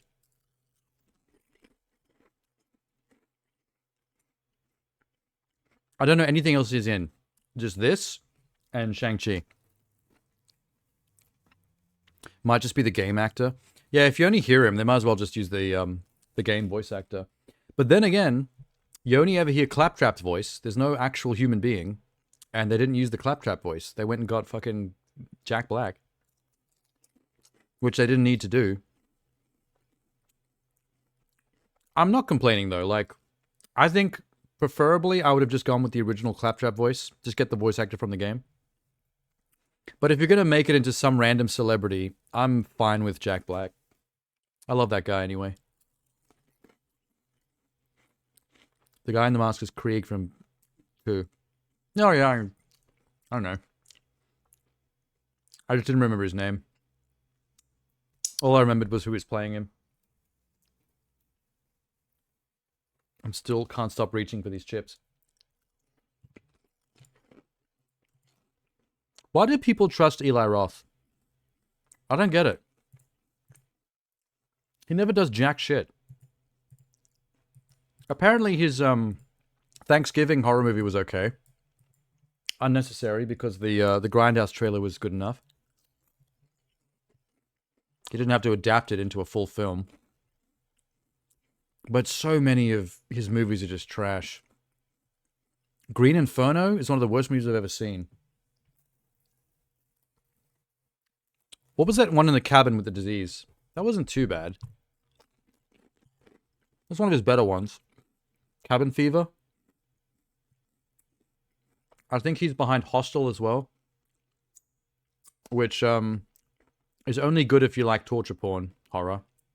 In which case it's decent. There are scenes in that'll make you cringe. There's, I don't know, I can't remember if it's Hostel 1 or 2. I think it's Hostel 2. There's a scene where someone has their genitals mutilated that will make you cross your legs. Not cool. Eli Roth is such a freak, man. This is This was never going to be good. I feel like the teaser was interesting looking enough that I was misled into thinking it had a chance.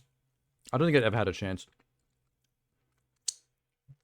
Fucking Gina Gershon should have just cosplayed as Mad Moxie to a con. And we would have got everything we needed out of this film. Without needing the film.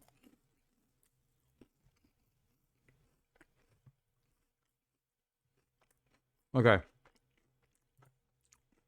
Well, we know how that turned out. It's funny that we're watching a trailer for something that's already out in the cinema and has been reviewed. We don't do that too often.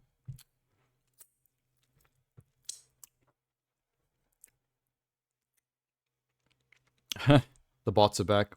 It's funny, the bots are here without Minx bringing them in. So it's not just her that's the bad luck. But whatever. They're easy to ignore. Not a big deal. What did, Jeannie, you dropped something just before. Almost forgot about that.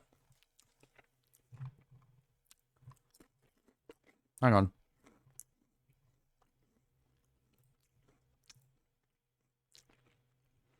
Oh, there's a new, Zelda Echoes of Wisdom trailer. That's what it was she sent. Forgot to feed me. That's right, I didn't turn on the redeem thing. Oh, it's probably too late now. We've gotten through most of the stream without it, because we were D23ing. Oh yeah, you have free reign of the Biscoff, because Minx is not here to steal it from you. Let's do it. Ah. I gotta start taking smaller bites. Oh my god, it's like eating peanut butter. But tastier. I would never eat peanut butter out of a jar. I like peanut butter on warm toast, but not good enough to eat off a spoon. Fuck that. I'm not about it. Oh. That actually tastes really weird. The Biscoff just combined, the sweet cookie Biscoff just combined with the salt and vinegar savory in a really strange way. Ah.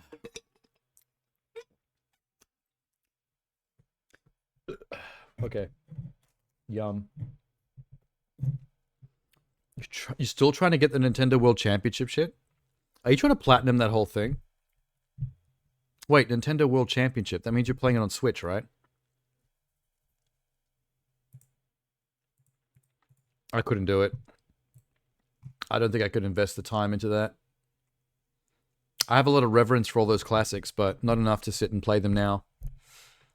Unfortunately. Alright, Zelda. Ding. Welcome to Hyrule, a vast land where Princess Zelda will journey through her grand adventure. This is the softest male voice I've ever heard. Hyrule is a land of plentiful abundance. From the central plateau, where Hyrule Castle stands enfolded by its castle town. Enfolded, you say? To the outermost reaches, you'll encounter new and interesting people in each of its diverse regions. The Gerudo Desert consists of scorching dunes as far as the eye can see and is prone to frequent sandstorms. I like the little flavor animations of her sweating and fanning her face.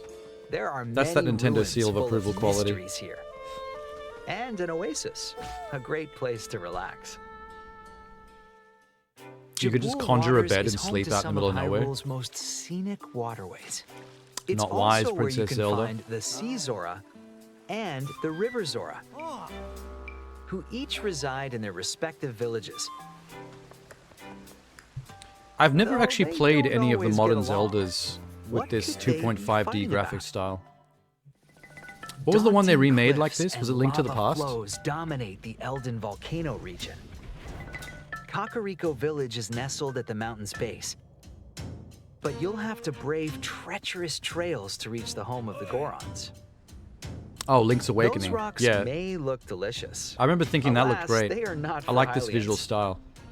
It's creamy, if The that makes barren sense. wetlands For some reason are the a word lush creamy comes to labyrinth of mind. vegetation, Like, I want to take a chunk out As of the you wander environment the and just jungle, eat it. You might come across a Deku scrub.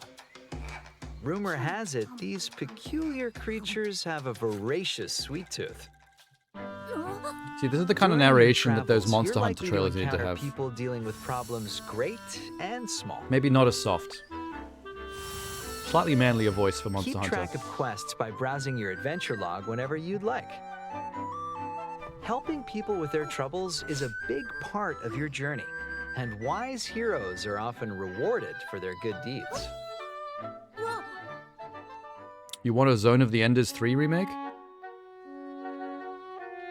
Waypoints. Objects known as waypoints are scattered throughout the land. Do we need to know about Once this? you've discovered one, you can return to it quickly by selecting it on your map. This is every single video game. Show me the weird shit. Even with the benefit of fast travel, getting around Hyrule can prove challenging. Oh, Zelda 3 Link to the At Past. times like these, why walk when you can ride? Ride. Gallop right over weaker enemies to send them Run flying, people over with and your hop horse, over 'cause that's small fucking brutal. obstacles with ease. God Once damn. you learn to make a carrot echo, you'll be able to call upon your trusty steed from anywhere in the overworld. Nice. Oh my god, the horse is customizable. This one's white. The blonde mane. As you explore, Hell yeah. you Can we may get a come across capybara? Smoothie shops. I wanna ride a manned by capybara. Business scrubs. Here you can blend the ingredients you've collected into delicious drinks. Smoothies have different effects based on the ingredients you choose. Here's the smoothie They're sure to system come in handy during your in Legend of travels. Zelda. You can also What equip Zelda's always been outfits and missing. accessories to enhance your abilities. And to look fashionable, obviously. Yes. We don't have to wear the cloak all the time. We can slay, Queen. We can slay. Whether you're trekking over rugged plateaus, through winding caves, or other You can use a bat as a complex glider. locales, Cute. creating echoes is key to success. Anglerfish is underwater but lighting. sometimes they may not be enough. I'm like A huge stealing all boulder the like puzzle this cannot solutions be from these learned trailers. as an echo, and your other echoes won't move it either. For obstacles like these, Try has got you covered with the power of Why is his name Bind. Try? Use it to make Last even name a hard. massive boulder follow Zelda's movement. Heyo. Bind can help you unearth buried treasure. Wait. I think his name is Bind. Or even reposition troublesome No, enemies. okay. Hang on. You can also use Bind on your echoes. I think I fucked up. He's not saying the name of the creature. He's naming different spells that the creature can do. Like try and bind and whatever. Okay, I'm sorry. Because Triforce? Wait, is his name actually Try? Was I right the first time? So get creative and find ways to forge So he's the ahead. spirit of the Triforce? The fucking Alternatively, golden if you triangle want to follow a moving object yourself, thing has a soul you can now? use reverse bond to go where it goes. Take advantage of a That's cool. creature's ability to fly Neat. or to move around quickly. I feel like they're giving away all the Swapping game's between secrets in these bind and trailers. reverse bond is a great This is the way kind of to stuff you find want clever to paths discover for forward. yourself while playing. Let your imagination run wild, and you're bound to come up with all sorts of ideas. That spider is disgusting. Use bind in combination with your echoes to overcome obstacles. Understanding how these two abilities work together will be essential to your progress. That was awesome. I like the creativity, but I just feel like they're giving all of it away.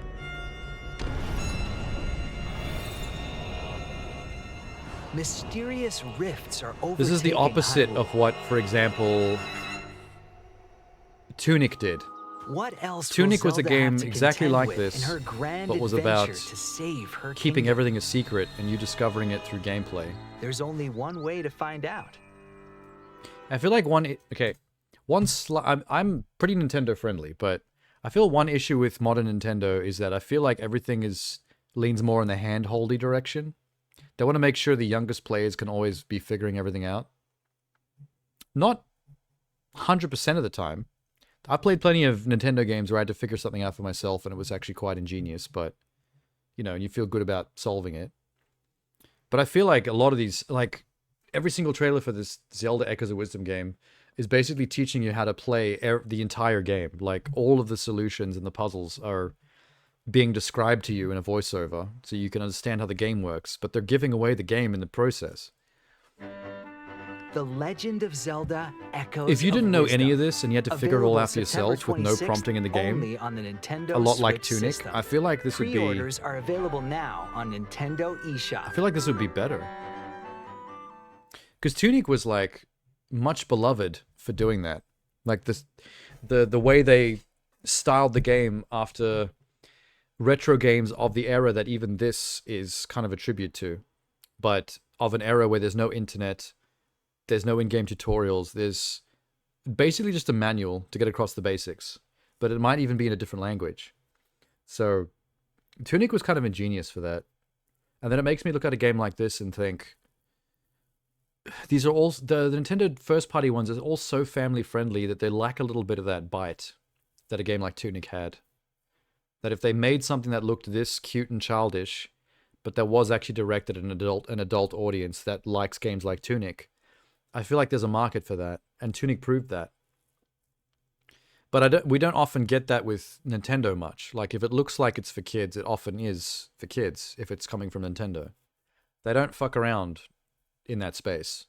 Normally you have to go to, like, the indie stuff on Steam to get things that are subversive, that look like they're made for children, but they're actually, like, really clever, crafty, almost like counterculture kind of gaming experiments for adults.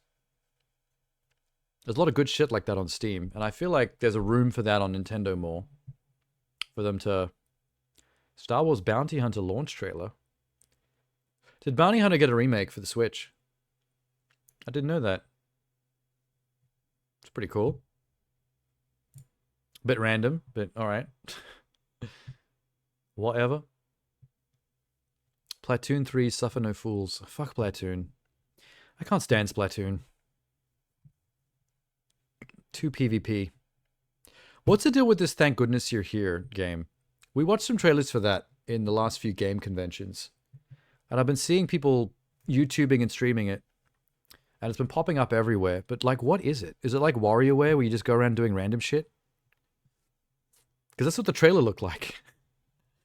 Almost like a point-and-click puzzle game, but a bit more weird like WarioWare. Somewhere between the two. A mixture of flavors.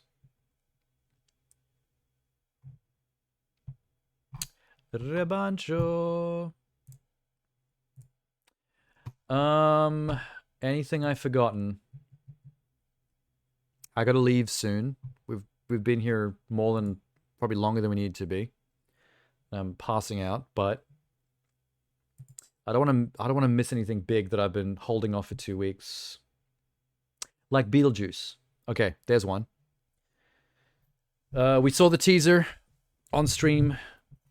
There's a official trailer out, a full trailer. That's actually an important one because the teaser is fun, but I kind of want to know what it's about. We need to know what the Beetlejuice sequel actually is doing because I don't understand the plot at all. All I know is that Lydia has a daughter. It's played by the perfect person to ever be in a modern Tim Burton film. Jenna Ortega. And Beetlejuice comes back. Oh, and Willem Dafoe's in it. And he has a weird-looking face, which is perfect Willem Dafoe casting. And what's that woman's name with the... Monica Bellucci. I love her. Monica Bellucci's in... And she seems to be like some kind of Frankenstein creature. A bit like Sally in Nightmare Before Christmas. Except maybe evil and the antagonist of the movie. Chill.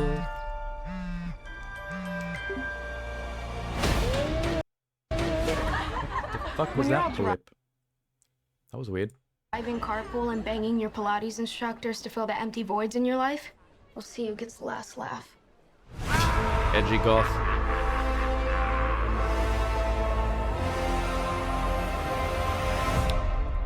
What's up with the house being covered in a shawl? My mom grew up here. How'd they even get that much veil? Ghost house? Is your mom Lydia Dietz? Unfortunately. Yes. She's a legend. Yeah, Lydia Dietz is The dope. living, Everyone loves Lydia. The dead. Can they coexist? Now's my chance. Ghosts aren't real. Only gullible people believe that kind of crap. Beetlejuice, Beetlejuice, Beetlejuice. I don't really understand why Lydia would bring him back. I thought maybe the plot was going to be about Beetlejuice using her daughter as a sneaky way to get back. Like, because her daughter doesn't believe in ghost bullshit and supernatural stuff, she's easier to trick into releasing Beetlejuice because she doesn't believe he exists. So I thought that's what was going to happen. Maybe it still does. We don't know. I need you to help me save my daughter. But how do I know that you're going to keep your word? I swear on my dead mother's soul. Days. His dead mother's in his jacket pocket. Bob, you and the boys stand guard. Nobody gets through. Let's go, honey. I love the fact that Michael Keaton himself Never seen that chick before in my life. looks Or like he hasn't after changed at all in that Beetlejuice makeup. Are we doing this? Beetlejuice, Beetlejuice, Beetlejuice. I'm needed upstairs. Bob, hold down the fort. Did he take over that ticketing office from the first movie? Spill your guts. Who wants to go first? All right, I will. Oh, gross. I'm willing to do the work. It's fucked up. Do that thing from my dream. Really more nightmare material. Confronting the unknown, conquering your fears.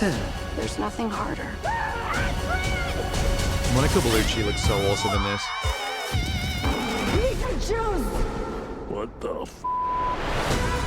What if that's beeped in the movie? Thank you all for coming to this special occasion, but right now with like a little privacy. Whoa. That was actually kind of creepy. That's the thing about the original, he literally spilled his guts, yeah. I mean, it's a good bit, but it's gross. That's the thing about the original movie, though. Like, it's silly and it's funny, but there are moments that are genuinely creepy. Because some of the stuff, some of the creatures or some of the things they do are just a little bit too twisted in a way that's like, oh, that was off-putting. But in a good way. Like, it made the movie interesting. And the trailer has a little bit of that in there. The way those people's faces contort when they're getting sucked into their phones reminds me a bit of that. I don't know how to feel about this one as well. It looks fine. Michael Keaton looks great. That's the biggest thing. Jenna Ortega's casting is perfect. They got Winona Ryder back, very important. The mum from the first movie's in it. That's pretty cool. The one, she was a good character in that first film. She was pretty much leading that that banana musical sequence. Sup, banana till the morning come. Daylight come and you want to go home. I think there's going to be... This is what scares me a bit. There's a moment in that trailer where you see Jenna Ortega doing kind of some dance choreography with the mum from the first movie. And I think there's a sequence in that chapel which turns into a version of that dinner table scene. And that's what worries me.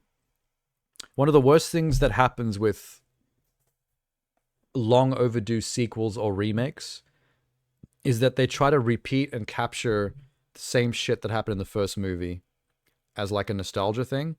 And that's sometimes the reason why these don't work. Because if the whole movie feels like we're just repeating the same steps as the first Beetlejuice movie, where every scene or every moment or every character can be pointed at the old movie and go, oh, that's that version of that. That's that version of that. This is this version of that scene. Like, it gets a little lame at that point. Like, you kind of see through it immediately when they do that. And it scares me a bit. And the other thing is, it's Tim Burton. Tim Burton is not a 100% hit auteur. He's a 50-50 auteur. Half his movies are pretty good. Half his movies are not very good. Which means you can't just see the Tim Burton name stamped on something as a seal of approval. It doesn't mean anything.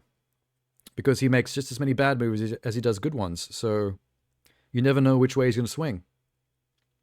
He's doing a bit better than M. Night Shyamalan in terms of his hit rate. But that's another good example. The M. Night Shyamalan movie isn't the gold stamp of approval like it might have been back when Sixth Sense and Unbreakable were his most recent movies. Like, the name almost means nothing except for an expectation of a type of film. You know what kind of aesthetic and tone you're going to get from Tim Burton. You know what kind of tropes you're going to get from M. Night Shyamalan. He's got his obsessions. He likes to build his films like mystery thrillers that are a little bit too up their own ass until they pull like some kind of big twist that reinterprets the entire experience, where you can watch it again and like with new knowledge and see different things. That's his best movies. His worst ones try to do the exact same thing and just fuck it up. Big twist, there will be no twist. Well, I mean, he's kind of done that before. He's made movies where there's no like big twist, even though people maybe expected one. But then there was something else about the movie that was terrible. That's not counting Avatar, because that's an adaptation. That was just poor work. He didn't have a vision there. That was what it was. What is this woman going on about? Someone's reacting to the live-action Snow White trailer. I'm too scared to look at other people's reactions to that. I'm tired of getting mad about people being assholes to that movie. It frustrates me a bit. I'm really not on the same wavelength. Oh yeah, you guys weren't here. That was before either you, Tenor, or Jeannie showed up. We watched the Snow White trailer, and it was actually not bad. Like, I was worried about Gal Gadot because she's not a very good actress, but she looks good as the Queen. Like, her look. She's like, one for one, looks like that cartoon Evil Queen. So that's a plus. Hopefully the acting doesn't bring it down, because we don't see her act much in the trailer. She just hams it up a little bit for like a second or two. I still think Rachel Zegler is a pretty hot Snow White. I think she looks legit. She's an incredible singer, so that's locked in. That's the most important part, just like with Little Mermaid. Lock that in first. People seem to be disgusted by the level of CG. Everything is CG. The forest is just like CG forest. But it's good-looking CG. The forest looks like sexy desktop wallpaper, which I was feeling. Once you get over the fact that everything just is CG and you're going to have to live with it, it's actually pretty nice looking. It's pretty. I'm optimistic. We've been flip-flopping all night. I'm not optimistic about Crooked Man, about Hellboy. I'm wavering on Beetlejuice. I don't know what the trailers aren't giving away what to think in the either positive or negative. I'm just concerned. But there's no reason why it's going to be bad.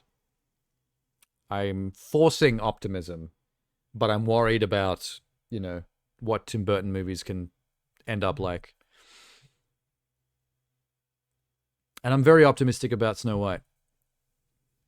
I want there to be more live-action hits. I want them to actually succeed more at these things. Because we can't just keep getting Mulans and Pinocchios. The dumpster fire live-action remakes.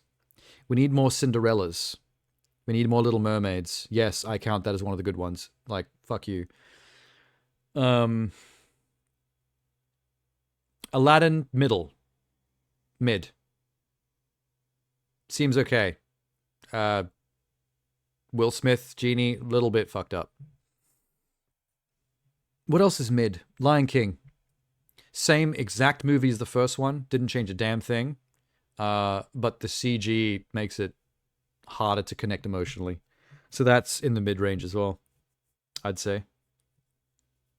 Otherwise, fine. Otherwise, perfectly fine.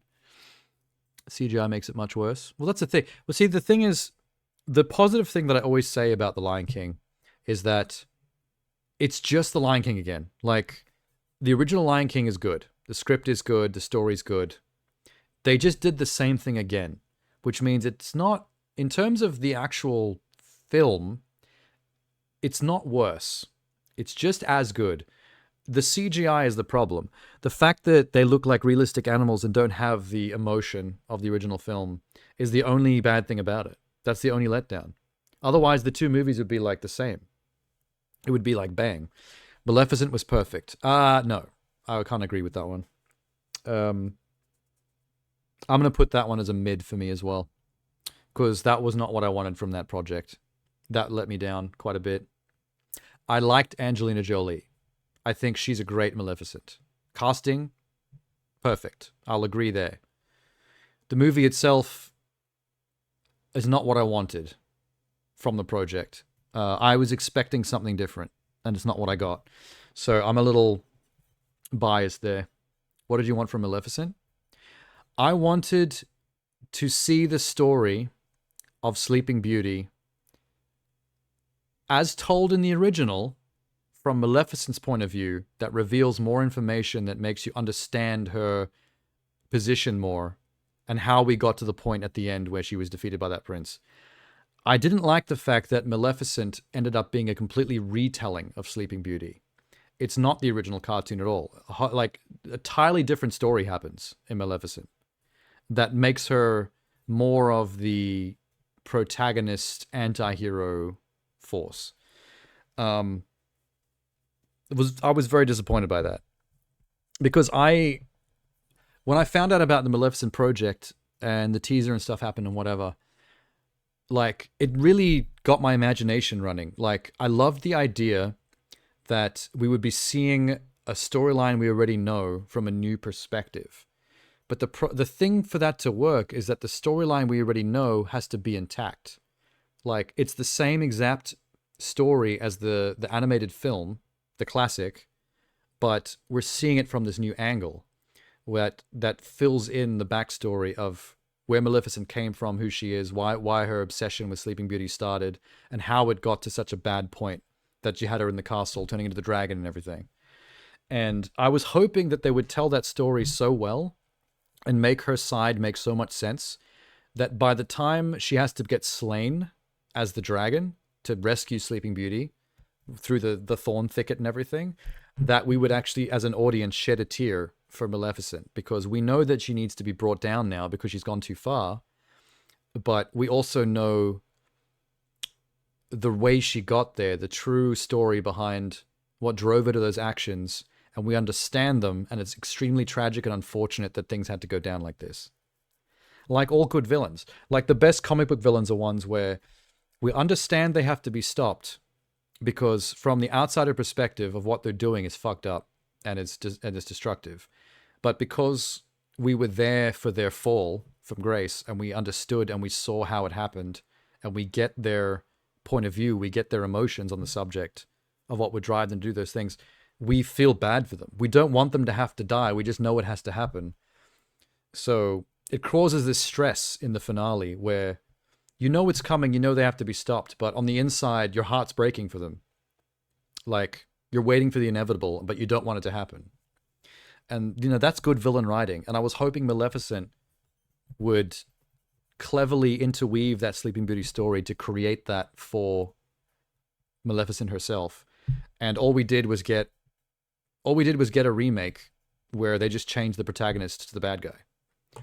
And I was like, well, that is not nearly as fun or interesting or clever as what I was originally led to believe was the point of this project. And I will stand by the fact that when they very first started talking about Maleficent, that's how they talked about it. They actually talked about it like it was seeing the Sleeping Beauty story from a new perspective, from Maleficent's perspective, which led me to believe what I believed. And I imagined a better movie in my head because of it. And then when it came out, it's like, well, why don't you just say it's a Sleeping Beauty remake, but from the point of view of Maleficent? That's totally different from the original. Like, after maybe the first third of story build-up, it just goes off in a whole different direction, where it's all about her and her adoptive daughter, Sleeping Beauty, and fuck everybody else.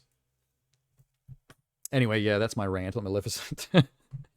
It's a similar problem that I had with Lilo and Stitch, where because of how I discovered the film and learnt about the film, I got a different idea as to what the film was that I was getting. And so when I actually finally saw the film, I was disappointed. Both Maleficent and Lilo and Stitch did that to me. Although in the case of Lilo and Stitch, I don't blame the movie for that. It is a good movie. It's just, it's tainted for me because I thought I was getting a different film. And that's all I could think about the entire time, and I found the actual final film boring and kind of nothing special because I was expecting something else. You don't like the idea of making villains sympathetic and misunderstood? It depends on how you do it. Like, I don't think Maleficent, I didn't expect her to be misunderstood, but maybe a little bit sympathetic in terms of like, when you see something from someone's point of view, you get to follow along in each moment what the emotional weight is of all the things that happened that drove them to do a thing. And then you understand it. That's the key word, understanding. I like it when I understand and can sympathize. They don't have to be sympathetic, but once you understand where they're coming from, it opens up the ability to feel somewhat sympathetic as to how they got there.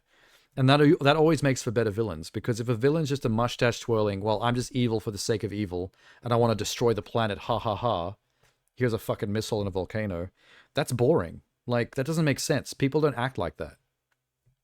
Like, no one in the real world is just like generic evil. Like a switch was flicked, like it's light and dark side, which is the same thing I hate about Star Wars. I've always hated the light side, dark side thing, because I don't believe in good and evil, white and black. That's not the real world. People that come off as evil or are doing horrible things generally have reasons for how they got there that make sense to them. And a lot of the time, they don't see themselves as the villain. They think what they're doing makes sense. But you have to follow along their journey to understand why.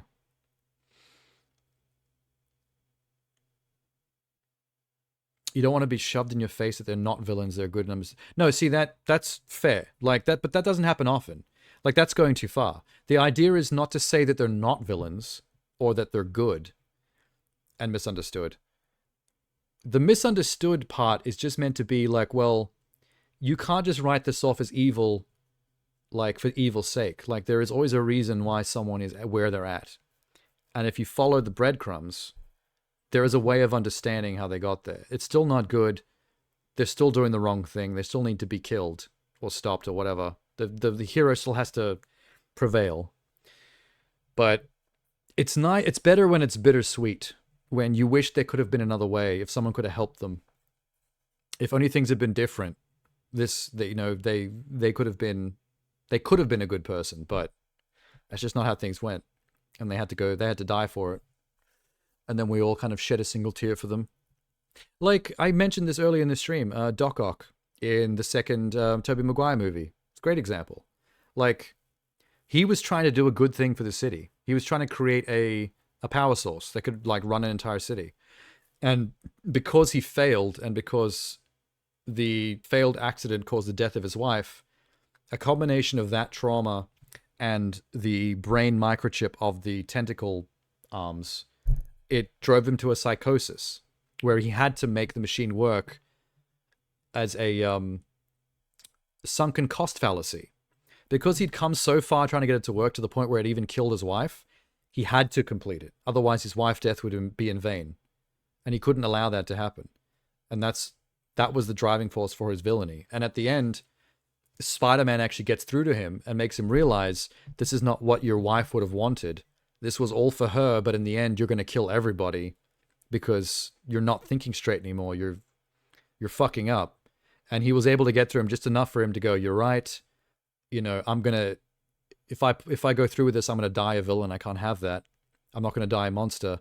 And he pulls down his whole own doomsday thing and sacrifices his life to stop his own thing. Great. Like, we all shed a tear for Dr. Octavius at the end of that movie because it was tragic that he became the villain because he was doing things for the right reasons. We understood what he was doing. And it sucked that he went so crazy over it and wasn't seeing how dangerous what he was doing was really like. And he acknowledged that at the end. And it wasn't that he wasn't a villain. He was a villain. He recognized that, and that's why he was fine with dying for it. He helped stop his own disaster and gave his own life for it because he acknowledged that he had become the villain and that he had to be stopped.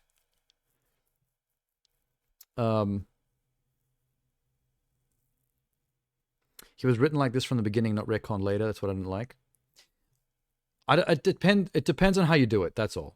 Like, I can see a way of doing Maleficent in my head if I had to write that script that I think would be really interesting. That would make the ending, like, really tragic. But she still ends up turning into a dragon, you know, holding a girl hostage in a castle. She has to be killed. But I have the plot in my head for how I would get there and actually make it really tragic and sad. But she still has to die for it. Cruella was a weird one. I don't really understand what happened with Cruella, because Emma Stone is amazing as young Cruella.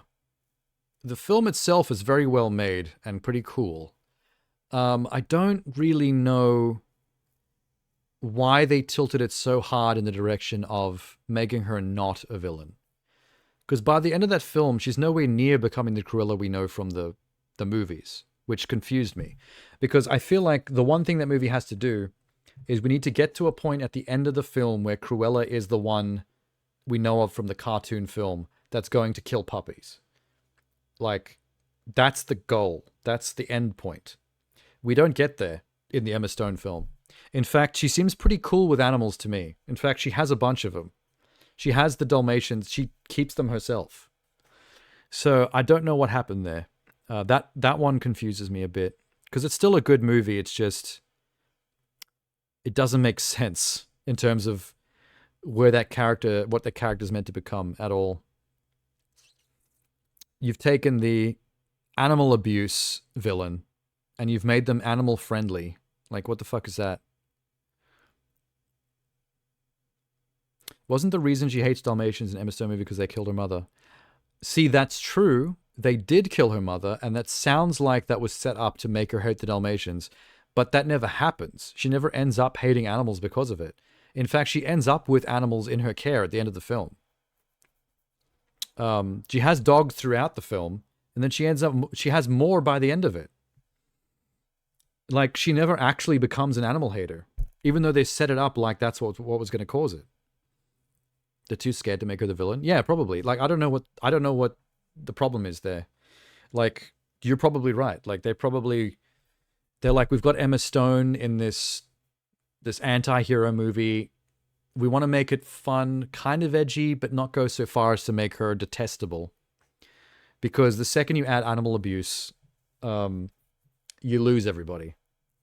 I mean, I agree with that. Like, the second someone's willing to hurt or kill a puppy or a kitten, like, I'm gone. Like, I've written it off. Like, that's like the most monstrous thing. You can murder a human being, and I still have a better chance of still finding some kind of understanding, or what was the word? The sympathy with them. But the second you bring animals into it, you've lost me hard. But then why make a movie about Cruella de Vil if you don't want to make a movie about an animal abuser? Because that's what she is. All she cares about is her clothes and murdering animals to make them.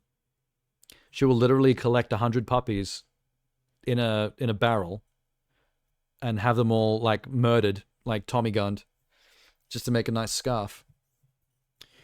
Like, if you're doing it, you got to do it. Like, why pussyfoot around that? But this doesn't always happen. Like, Cruella is a weird one. And Maleficent's just not the movie that I wanted it to be. That was just a complete remake. That had nothing to do with Sleeping Beauty. That was its whole own thing. That was a massive, like, 90-degree turn. Other movies have done it better. What other one did you mention? Mufasa? Why Mufasa? That's not the same thing, though, right? That's just the origin story of Mufasa. That's not retconning any villains. You think Mufasa will be the same? But Mufasa is about the origin story, the growing up of Mufasa and Scar. When they were cubs, they were both brothers, and then something drives a wedge between them. I think that's interesting. I like that, because that's not the same thing. That's not retconning anything or taking a villain and making them soft. That is literally showing the rise and fall of two family members. As the weaker family member becomes the king, and the family member that was meant to be the king, the stronger one, falls from grace and becomes the scheming villain we all know and love from Lion King. The Fey Lion. Scar's so gay, man. He's such a gay icon. Him and Jafar. So yeah, I like that. I like that trailer a little bit. Like, it's not the perfect trailer. I don't really know what to make of most of the movie, but I like the story. The idea behind the story, I think, is interesting. Because one thing I did not know about the story until I watched the trailer tonight was that Scar was the original prince of that tribe. He was the king and the queen's cub. And that Mufasa was the stray that they picked up. Scar found Mufasa as a cub and saved him or something from water or whatever, and convinced the parents to let him come into the tribe because he wanted a brother. So to think that things started there, with Mufasa not even being like one of the actual children of that tribe, being a literal stray, and seeing where things end up, I really want to find out how that goes down. I think that's super interesting. You think he's too scared to make him into someone we know who will kill his brother for power? But that's the thing, he doesn't, though. Like, before the Lion King storyline happens, he doesn't do anything like that. So, there's no threat of them pussying out and not doing something that we expect him to do, because there's nothing that we expect him to do. We expect him to fall from grace. He has to become a piece of shit. But there's nothing from the Lion King they can undo, because this is all stuff that happened before that. It's not about like, oh, Cruella just doesn't become an animal hater, which is weird. Like, the whole point of the story is literally that Scar has to turn on Mufasa as Mufasa becomes king. Like, those are the two endpoints. And the entire film seems to be set up like a Shakespearean play about how two brothers are going to turn on each other. And I just think that's fascinating. I can't wait to see how that goes. I really hope it's not lame.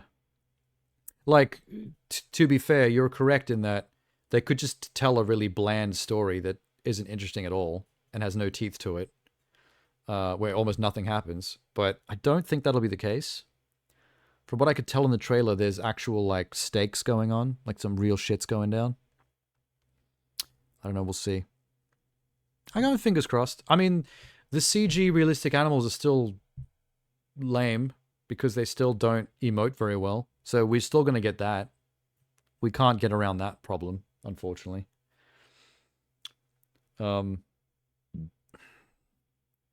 Yeah. Anyway. We've probably done enough.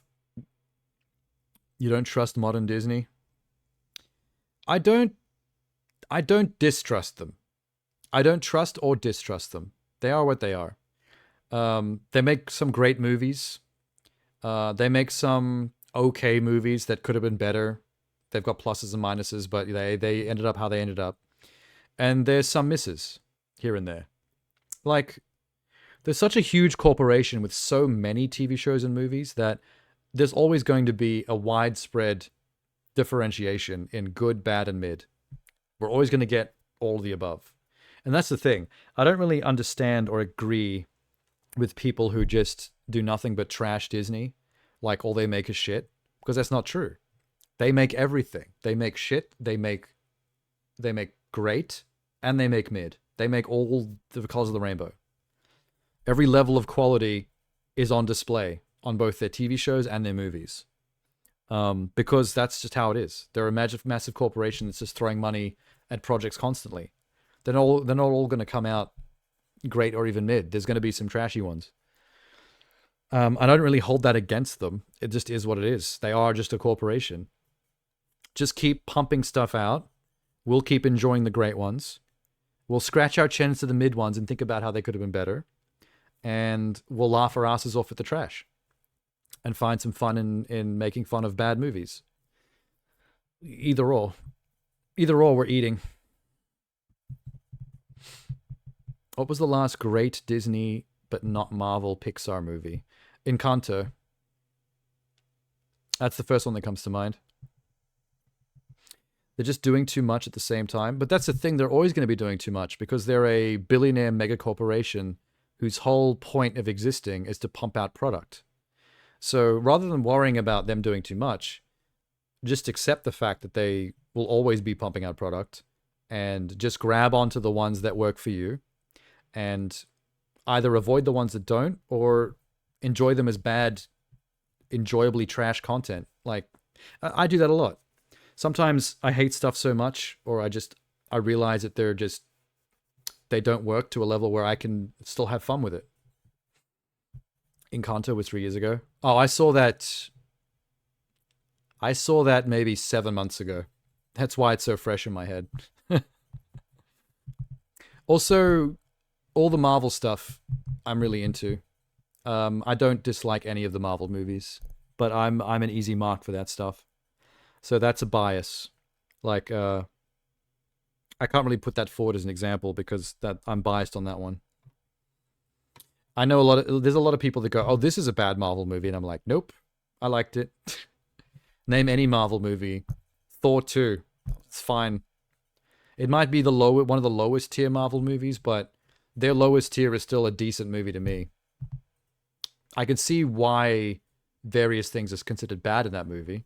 I could see many ways I'd make it better, which is why it's on the lower tier. But I still don't think it's shit. I can still watch it and enjoy it. I'm a hussy. I'm a Marvel hussy. A salute. God, Encanto was good, though. I can't believe I waited so long to see it. We Don't Talk About Bruno is one of the biggest earworms in any Disney musical I've seen in ages. The number of times I've watched that music video on YouTube since I saw the film is ridiculous. I've had it on loop. It's stuck in my head now that I've said it. God damn it. You liked Under Pressure more? Jeannie said the same thing. That's Jeannie's favorite song in the movie. That's my second favorite. Easy second favorite. But I don't like it enough to watch it on loop like I did with We Don't Talk About Bruno. That song slaps hard. The bit with the Whisper Girl when she does the whisper rap in the middle of the song, it's so good. And one of my favorite things in musical theater is when they do the overlapping singing, like at the end of We Don't Talk About Bruno, where everyone's singing their own parts over each other. There's a term for it. There's a musical term for it. Lin-Manuel Miranda is a big fan of it. He does it with a lot of his songs. I don't think he's made a single musical where that doesn't happen at some point. The overlap singing. Oh, the lyrics got you because of you're an older brother? Oh, that's nice. You got a personal connection to what the song is about then. Makes sense. It's more of a poppy song than We Don't Talk About Bruno. But I think We Don't Talk About Bruno is a showstopper. Yeah. Okay. I have to go edit my schedule for next week. My Twitch schedule. I got to put a couple of Benedict Foxes in there for the next 2 streams. And I got to go work that out. And I'm going to see if I can find something shocky in the kitchen because I want something sweet. Oh my god, I've left this on screen for so long. Do I look sweaty? A little bit. It's getting a little warm. It's getting to that part of the year where I'm going to have to stop wearing the Oodie again. I hate that. I hate that so much. I don't like it when the weather turns on the Oodie. Oodie weather forever, please. I need to move somewhere that's cold. I like the cold. Sorry for complaining. I just saw D23 and surprised most of it was sequels. No, don't complain. Don't say sorry. We were discussing it. It's not complaining. It's your opinion. It's your point of view. That's not a complaint. That's how you feel. You should be able to say that. I was just providing my take on it. You know what I mean? But I'm a little. Admittedly, I'm a little less ruffled by all this stuff. I don't know. I feel like I've been around as a film fan for long enough since childhood, watching thousands of VHSs off our shelf, that I've gotten to the point now where I'm less rattled by the successes and failures of the film industry, of Hollywood, of Disney. Just keep pumping stuff out, and just, you know, I'll just keep on. I won't like it all, but I'll consume it regardless, whatever. We're having a good time. Life's too short. If Paul W.S. Anderson can stop making movies, though, that would be great. If he ever makes another Resident Evil movie, I'm just going to end it all. Toy Story. Oh, that's right. You weren't here when I was talking about all these. Toy Story does scare me a little because they've been getting away with murder with those movies. Because they didn't need to make a 3, but they did in order to cap off the entire trilogy. Fine. They didn't need to make a 4, nor were they going to, but they somehow still pulled it off. Like, 4 was still fine. It's not the best Toy Story, but they found a theme or a story that actually built on what came before and had a point to it. So they got away with that. This is what scares me. I feel like at this point, every time they make another Toy Story, they're playing with fire, because at this point they're just getting away with it. Like, they're really risking completely tanking that franchise by constantly trying to make more. Like, 4 shouldn't have worked, but they got away with it. It's decent. But at that point, it's like, please God, don't. And stop. This can't keep working. Like, you are really testing your luck. Oh God, Toy Story 5? Like, if you pull this off again, like, you need to buy yourself a lottery ticket, because if 5 is good, it's like, how are you doing this? Toy Story 3 was a great ending. See, that would have been a perfect place to end it. All I'm saying is that, against all odds, Toy Story 4 still worked. Like, because of how good Toy Story 3's ending was, Toy Story 4 should have been a dumpster fire, and it wasn't. Like, it still had a clever take on where it was taking the plot and what it was saying about that world and those characters after the point. But that's what I mean. It's like, that shouldn't have worked, but it did. So right now they're running on like maximum ultimate luck. And it's not going to hold out. Like, Toy Story 5 could be like a complete dumpster fire dive into Trashville. And they should stop risking it. They've got Incredibles 3 coming. Like, put all your horses behind that, because you took so long to make Incredibles 2 that people were so stoked to see it that we're all geared up and ready for it, Incredibles 3. Maybe don't do any more after 3, because then you're like testing your luck there as well. But I feel like Incredibles 3 does make sense. Because we should have got 2 a lot earlier, and we didn't. But, you know, Pixar isn't, they're not foolproof. Like, Cars 2 was a little bit meh. Number 3 was better. That brought it back a little bit. They had a point with 3. There was a story being told there that had some good themes to it about when you let go of former glory. But number 2 is this weird straight-to-DVD, like, Cars but James Bond spy movie. And I'm like, what the fuck was that? Why did we go there? What was the point? That was weird, man. Not technically a bad movie, just straight to DVD is a good description.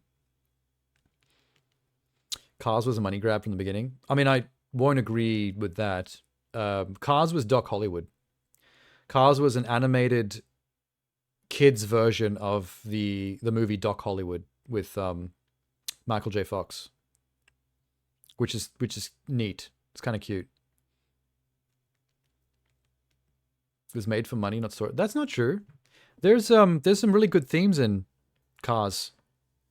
Like, if you watch the making ofs and the director talk about it, he really felt strongly about what he was trying to say about, like, what do you call it? Like Americana, the leaving behind of Americana, as highways are built and the old ways are left behind, and rediscovering that stuff. The whole small town thing. Like, he really felt like his heart was behind that. Those themes, those tropes. I mean, it does make for perfect merchandise fodder as well. Like, I could see why you're saying that. Because a bunch of Cars toys, you know, easy money. Movies and investors are always made to make money. Well, technically all movies are made to make money because no one makes movies to lose money. Because if you lose money, you don't get to make any more movies. Like, the business side is important. Because that's how you make the shit. I mean, I went to film school. I've been an indie filmmaker. I've made short films. It's very difficult and it's very expensive even when it's absolute trash. Like, I have made short films that look like they were made for no money that still cost me thousands of dollars to get made, pull everything together. It's rough. The money side of things is rough. I can't even imagine how I would... A lot of people in my situation coming out of film school, most of us can't imagine how the fuck we would ever manage to actually make a feature film, even though we have... we've all written scripts. I've got feature film scripts I've written. I've got no idea how I would ever make them because, like, it's just a massive money hole. It's, how do you pull that off? You have to find a way to earn investment and actually pull the whole logistics of it together. It's a fucking nightmare. The Room was not made to make money. That was made by a crazy person. That was not a normal movie. That was a absolute nutbag with an ego and mystery money that came out of nowhere that people still don't understand how he was so rich and where that money came from. Making a self-indulgent, what's the word? Oh God, I'm tired. I'm so hungry. Sometimes there is director vision. Oh no, there's always both. A film has to be made for a certain amount of money, but in a way that still can make the money back, but also requires director vision to be created. Like, all these things are true at the same time. It's just they sometimes clash. That's the problem. The director vision can sometimes be undercut by the studio's money-grubbing greed. If they see a way that a film might be able to make a little bit more on the back end from a certain kind of audience, they will undercut the director's vision and change it and ruin the movie. That happens all the time. But for the most part, both things are true until one of them turns on the other.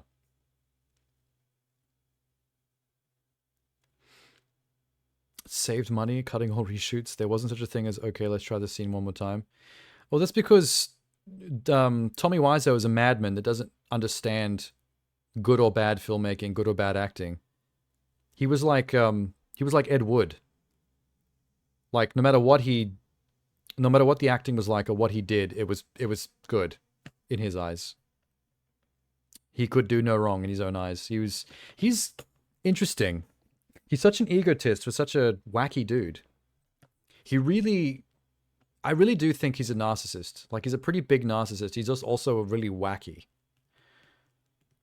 He bought the film equipment and and he didn't know whether to film in one aspect ratio or another, so he filmed the film in both aspect ratios at the same time with multiple cameras. So he was a nutcase, man. He made no sense. None of his choices made any sense. But that's what happens when you let a crazy person loose with money. Absolute madness occurs. I'd really love to see his next film that he made. I don't know what happened with it. It was some LA-based buddy road trip thing with him and that Mark guy from The Room. There's a trailer out for it on YouTube. You can see it. You want me to make The Room too? I don't think I can make a movie as bad as The Room on purpose. Like, that is a feat. That's the problem. Like, movies like that are good because they're genuine. Do you know what I mean? Like, a lot of people try to make so good it's bad movies on purpose. You know, like the Sharknado-y type stuff. The problem is, these are normal people and somewhat competent filmmakers trying to be bad on purpose, and it doesn't work. Because they're trying to force a level of badness or weirdness that only comes from someone who is truly incompetent and weird. The honesty is visible. Yeah. See, Tommy Wiseau, he might be a narcissist, he might be a crazy person, but he legitimately thought he was making a fully serious Oscar-worthy drama. The problem is he's crazy, and he doesn't know how to make a good movie. And those things combined make the most surreal, weird, confusing mess of a thing that you can't quite wrap your head around how it's as bad as it is. It's so surreal to watch The Room. The acting, the dialogue, the little choices to do with the set or the blocking, like the editing, like the whole thing is just wall-to-wall abstract nonsense. And it's like, you can't force that. A lot of people try to force that, but the problem is they're sane people trying to be weird and bad on purpose. And the problem is they're sane. So they're making logical choices about how something has to be bad.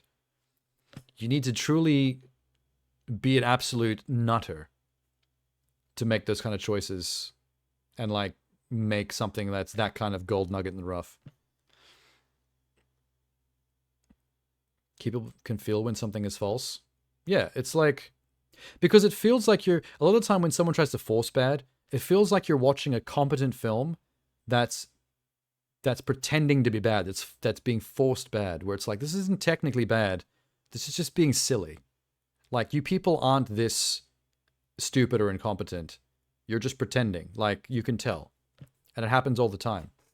Every time someone tries to do, like, a tribute to, like, B-grade exploitation trashy films from the 70s, like, you can feel the level of logic, common sense, and competent filmmaking fighting against trying to be like 70s exploitation shitty. Like, you can see the two different things vying, and they don't gel. But when you actually get a real exploitation from the 70s, there's just something about it. It has personality. The ways that it's weird or trashy is so very unique to itself that you can't fake that. It's got the riz. And that's the thing with people like Tommy Wiseau. And that's the reason why he hasn't succeeded after The Room either. Because Tommy Wiseau became self-aware that everyone thought his film was shit and was funny. So he got embarrassed and he started to pretend on the press circuit that he made it like that on purpose. And he was saying, oh, it's meant to be a comedy. And, you know, he leaned into it to salvage his ego. And now everything he's done ever since then, he did this one episodic TV show in an apartment building. And now he's done this like buddy cop thing with Mark. And from what I've heard, nothing has been capturing the magic of The Room, because now he's self-aware that people see him as someone who makes funny, bad movies, and he's trying to do it on purpose because he thinks that's what people expect. And if he tries too hard to make something serious again, then people will just laugh at him and call him a hack or a fraud. So he's trying to emulate himself now, and that's why he's failing. That's why he's never made something that interesting or viral again. He's turned into those people that try to fake bad movies because he's trying to fake his own bad movie. You know what I mean? Like, he's fallen down that hole and he can't get out. And it's all because of ego, really. He can't accept that he's a wacko that doesn't know how to make movies. And he tried his best and it was ridiculous. So now he's trying to be ridiculous on purpose and it's boring. And it's, you know, not even fun. Oh well. You know who still does it? Who hasn't failed even once? Neil Breen. Neil Breen is I think the superior egotistical, narcissistic, incompetent wacko, insane person, because he's made 5 or 6 movies now, all starring himself, all very self-indulgent, egotistical projects about him being the world's greatest hacker or someone who's going to save the world from evil corporations and politicians and blah, blah, blah. He doesn't know what he's talking about. It's written like a child. Every single one of his movies, perfect. He's untainted by the world. He has no idea that he's a terrible filmmaker. He thinks he's some auteur that's pumping out gold after gold. I don't know how he stays in that little bubble, but I'm very impressed. This man has zero self-awareness. Tommy Wiseau turned out to have some level of self-awareness after he was embarrassed. We're in a weird state where people accept something from big names and disappointed when it's the same thing they expected, or in case they try something different, people don't watch it because they expect something else. You basically just described Star Wars. You just described the Star Wars fandom. They want something different and unique, but when they get it, they complain that it's not like OG Trilogy Star Wars. And when they make stuff like OG Trilogy Star Wars that's just nostalgia bait, oh look, it's Boba Fett, whatever, then everyone complains that it's just nostalgia bait and that Star Wars has nothing new to say. And it's all just flogging a dead horse. They can't win. I would hate to have to make a Star Wars. If someone came up to me from Disney and was like, you want to make a Star Wars? I'd be like, I don't think I want to do that to myself. That sounds like a nightmare. It's kind of applying to everything big enough right now. Yeah, I mean, it's one of the reasons why Marvel is struggling. Well, it's actually doing pretty well at the moment because of Deadpool, and Guardians 3 was pretty good. But the thing is, I don't think Marvel movies or TV shows ever truly got bad in Phase 4 and 5. They just started doing different stuff because the Thanos saga was done. They weren't going to build up to that shit again. They were going to go and do other things, experiment on new genres on Disney Plus, experiment with the multiverse. You know, they were branching out and doing other things. And then all the nerds would talk about is that, oh, this is not like the Thanos, this is not the Infinity Saga. This is now just weird shit off doing its own things. Like, this is now trash. It's like, it was never meant to be as good as the Phase 1 through 3 Thanos Infinity Saga. We were in the experimental phase of introducing new characters, new genres, new ways of making shows, like the special presentations, the Disney Plus TV shows. Like, they were in the branching out phase of just doing whatever. And people were treating it like it was supposed to be, you know, like the new version of building up a Thanos saga. And it wasn't. It was just let them do shit. Like, we've done the thing. The saga's complete. It's capped off. The only other thing they could have done is ended the Marvel series completely. No more Marvel movies, which is stupid. That's never going to happen. They have 1,000 characters, 1,000 stories. They're going to make these all until we're dead. That's fine because I love them. Keep doing it. But what do we do now? Make stuff. Just make stuff. And that's what they've been doing. That's fine. It's fucking fine. We don't need to build up to a Kang or a Doom or a Secret Wars. Just give me She-Hulk. Give me Moon Knight. Give me Stiltman. Who was the one that brought up Stiltman earlier? Fuck it. Give me a Disney Plus show of Stiltman. Doesn't have to connect to nothing. Give him some sick stilts. Some diamond-studded stilts with guns built in. I don't know what Stiltman does. Never fucking heard of Stiltman.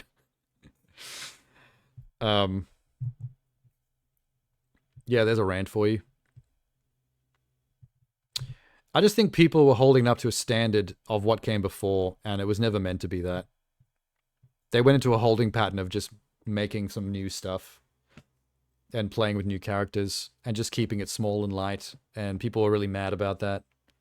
And I'm like, man, just chill. Just if you're not feeling it after the Thanos saga, just go do something else. There's grass outside you can touch. You don't need to be watching fucking Marvel movies. Go try some DC. Maybe they're getting better. They were trash for the longest time there during the Snyder period, but you know, they're turning around. The Joker movie was pretty interesting. The new Suicide Squad movie under James Gunn was pretty fun. Go play over there for a while. They got some shit coming. If you haven't seen One Cut of the Dead, I recommend watching it. Oh, that's the Asian movie. About the filmmakers and that the zombie stuff. I think I know what you're talking about. I can picture the movie in my head. I haven't seen it, but I know what you're talking about. And it's meant to be like give off the vibe of a one-take found footagey kind of thing as well. Them trying to make a film during the outbreak. Yeah. Yeah, I know all about that one. I read about it a bit and saw some people talk about it in some YouTube videos. I am pretty keen to check that out sometime. I've seen another Asian movie that was very similar to that. Like 15 years ago. Wish I can remember what that was. I should look into that so I can find it. You really recommend it? It has 3 layers. Yeah, I've seen people really talk it up. I saw some really interesting conversations about it where people were saying that it's the kind of movie that they couldn't stand at first because they didn't really get what it was doing yet. But then when it clicked, like it really suddenly became a really good movie. But that was worth pointing out because I think some people, before it clicks and they understand what the movie's doing, they might get turned off it. It's one of those things you got to stick with it until you get the concept, and then then the whole thing comes together. Something like that. I should go. We've been ranting for a bit, and I don't know why I left the headphones in my ear. We haven't watched anything for the last hour. Fuck, it's almost 7 hours. I didn't mean to do a Sunday stream this long. I actually aim for about around 4. 3 to 4 hours is usually what I aim at for hangout streams, for chill streams. It's weird when it goes for 7-8 hours. It's always a bit overkill. And I really hope it doesn't get hot soon because I don't want to have to stop wearing my hoodies already. Thing's so comfy. It's funny how zombie movies are returning. Do zombie movies ever truly leave? I feel like they fluctuate in the amount. I don't think they ever truly die. Not like some genres, like Westerns, for example. Westerns will die, and then out of nowhere, we'll get 1 or 2 really clever ones that'll slightly revive people's interest for a bit. But it generally goes nowhere, and then it goes away again really quickly. I feel like zombies are always this holding pattern. Sometimes you get a surge of them, but even when it's at its lowest, there's always some zombie movies around somewhere. There was a period where there were no zombies movies around. It was a period you would have considered dead. But I remember during that period, Pride and Prejudice and zombies coming out in the theater. Because it was piggybacking off the sudden obsession with comic book movies and graphic novel adaptions, which that is. And suddenly there's another zombie movie. And also things like video games keep zombies alive. Nazis and zombies will always be kept alive by the gaming space. It's just the 2 things that no one ever cares about killing. You can kill as many Nazis, you can kill as many zombies as you want, and no one bats an eye. Perfect video game fodder. More so than even robots. Robots is up there too, because no one cares if you shoot a robot, but I'd say zombies and Nazis even above robot. Which is crazy, because robots are the only one of those 3 that don't have any feeling. Zombies used to be humans, emotional connection. Nazis are humans, technically murder. They're just horrible people. It's crazy that those 2 are more accepted than robot murder. Anime like zombies too, do they? I haven't seen too many zombie animes, and the ones I have seen were very fan service. Like High School of the Dead, where it was more about the titties and panties than it was the zombies. Which is fine by me. I don't mind me some fan service. Easy to make a monster type? Yeah, because it's a dirty human. It's just a dude that's just kind of icky. It's really easy to make a zombie. Your passion theme is time travel. Oh, really? You're big into that? That's funny, because one of my short films is about time travel. It's a little bit in limbo right now, because there's a visual effects sequence at the end that I want to do differently to properly finish the film. Right now, it's in a pre-created state. It's in a watchable state, but there's changes I want to make to it to make a final version, like a director's cut.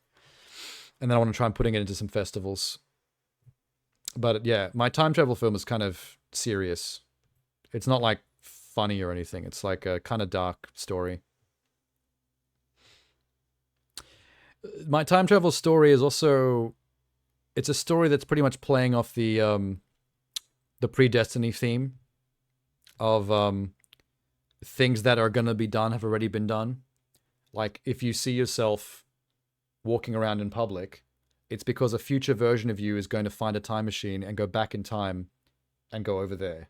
And you haven't done it yet, but you can already see yourself in the past because you're going to do it later.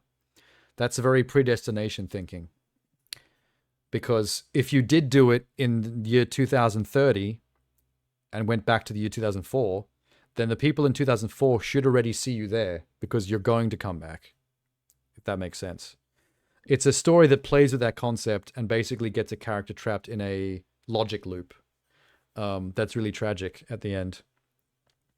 I was trying to be clever with it, but I mean, it's not that clever because a lot of time travel movies have done something similar to what I did. You don't mind giving feedback, but I'm quite critical. Yeah, that's fine. I'll finish it properly first at some point. I've got to figure that out still. There's a final version of the movie that I have in mind that I'm working on. I just haven't worked on it for a while. It's been on limbo. Because I'm too poor nowadays to be able to do anything with the film if I do finish it. Like, I can't really put it towards festivals if I don't have any money built up to throw at festival entries.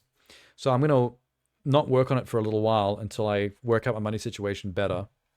And then maybe build up some disposable income to work to promote my short films with. And then I'll go back to working on them.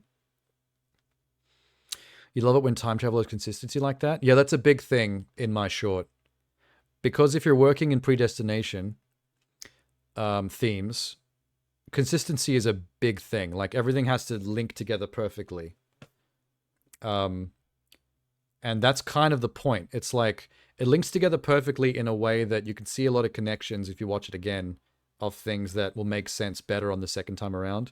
But then where it goes at the end is this logic loop of almost like a Ouroboros kind of thing. Where it's like, oh, fuck. He was the guy that did that, but that was also him, and it's just turned into a big loop of, I'm trying to explain it without spoiling it, but I'll drop it there. It'll be fun to finish that off and show people. Have you seen Steins Gate? I know of Steins Gate, but I haven't watched it myself.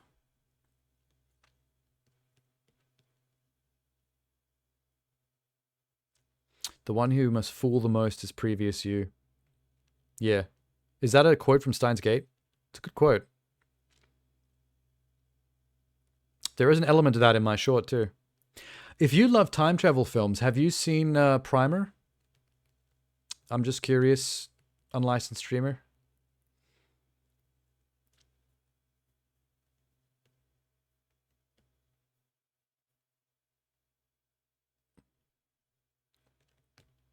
That's what it was called, right? Yeah, Primer.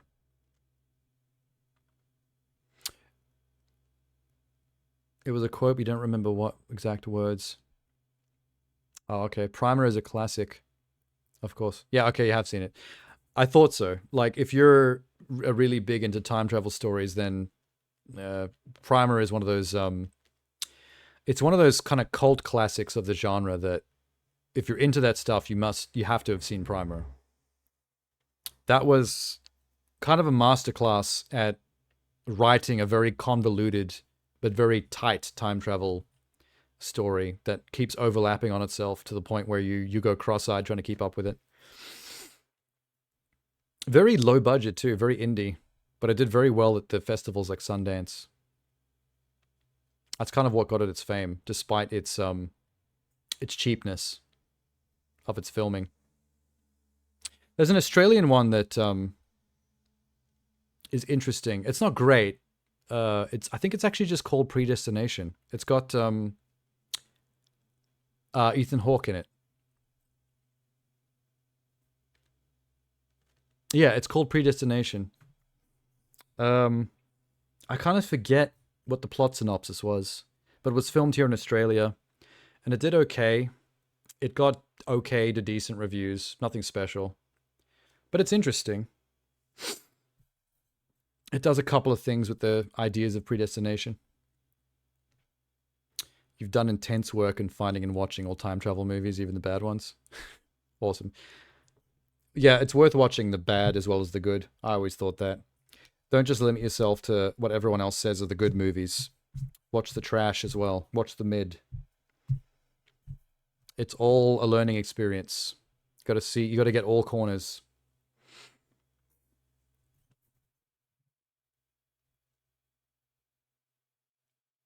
Stargate. All right. I do have to take off though. It's very, very 4 a.m. right now. I don't know how we got here. I was not supposed to stream this long. But here we are. We all ranting.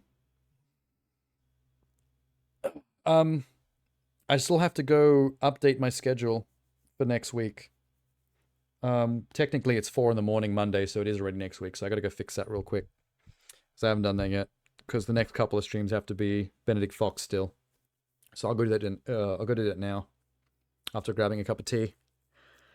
Good to see you guys. I got to see a lot of people tonight, actually. Quite a few regulars popped in and out as we went. We saw Sham, we saw River, we saw Genie, we saw Brother. Tennis still here. Unlicensed streamer showed up at the end for a bit. Someone was here at the start that I can't remember. How far are you in Benedict? At least a third. I would say probably just over a third. Not enough to call halfway, but close. I planned it for 3 streams if I could do 3, and I think I'm on track to get it done in 2 more. There's always at least one tenor here.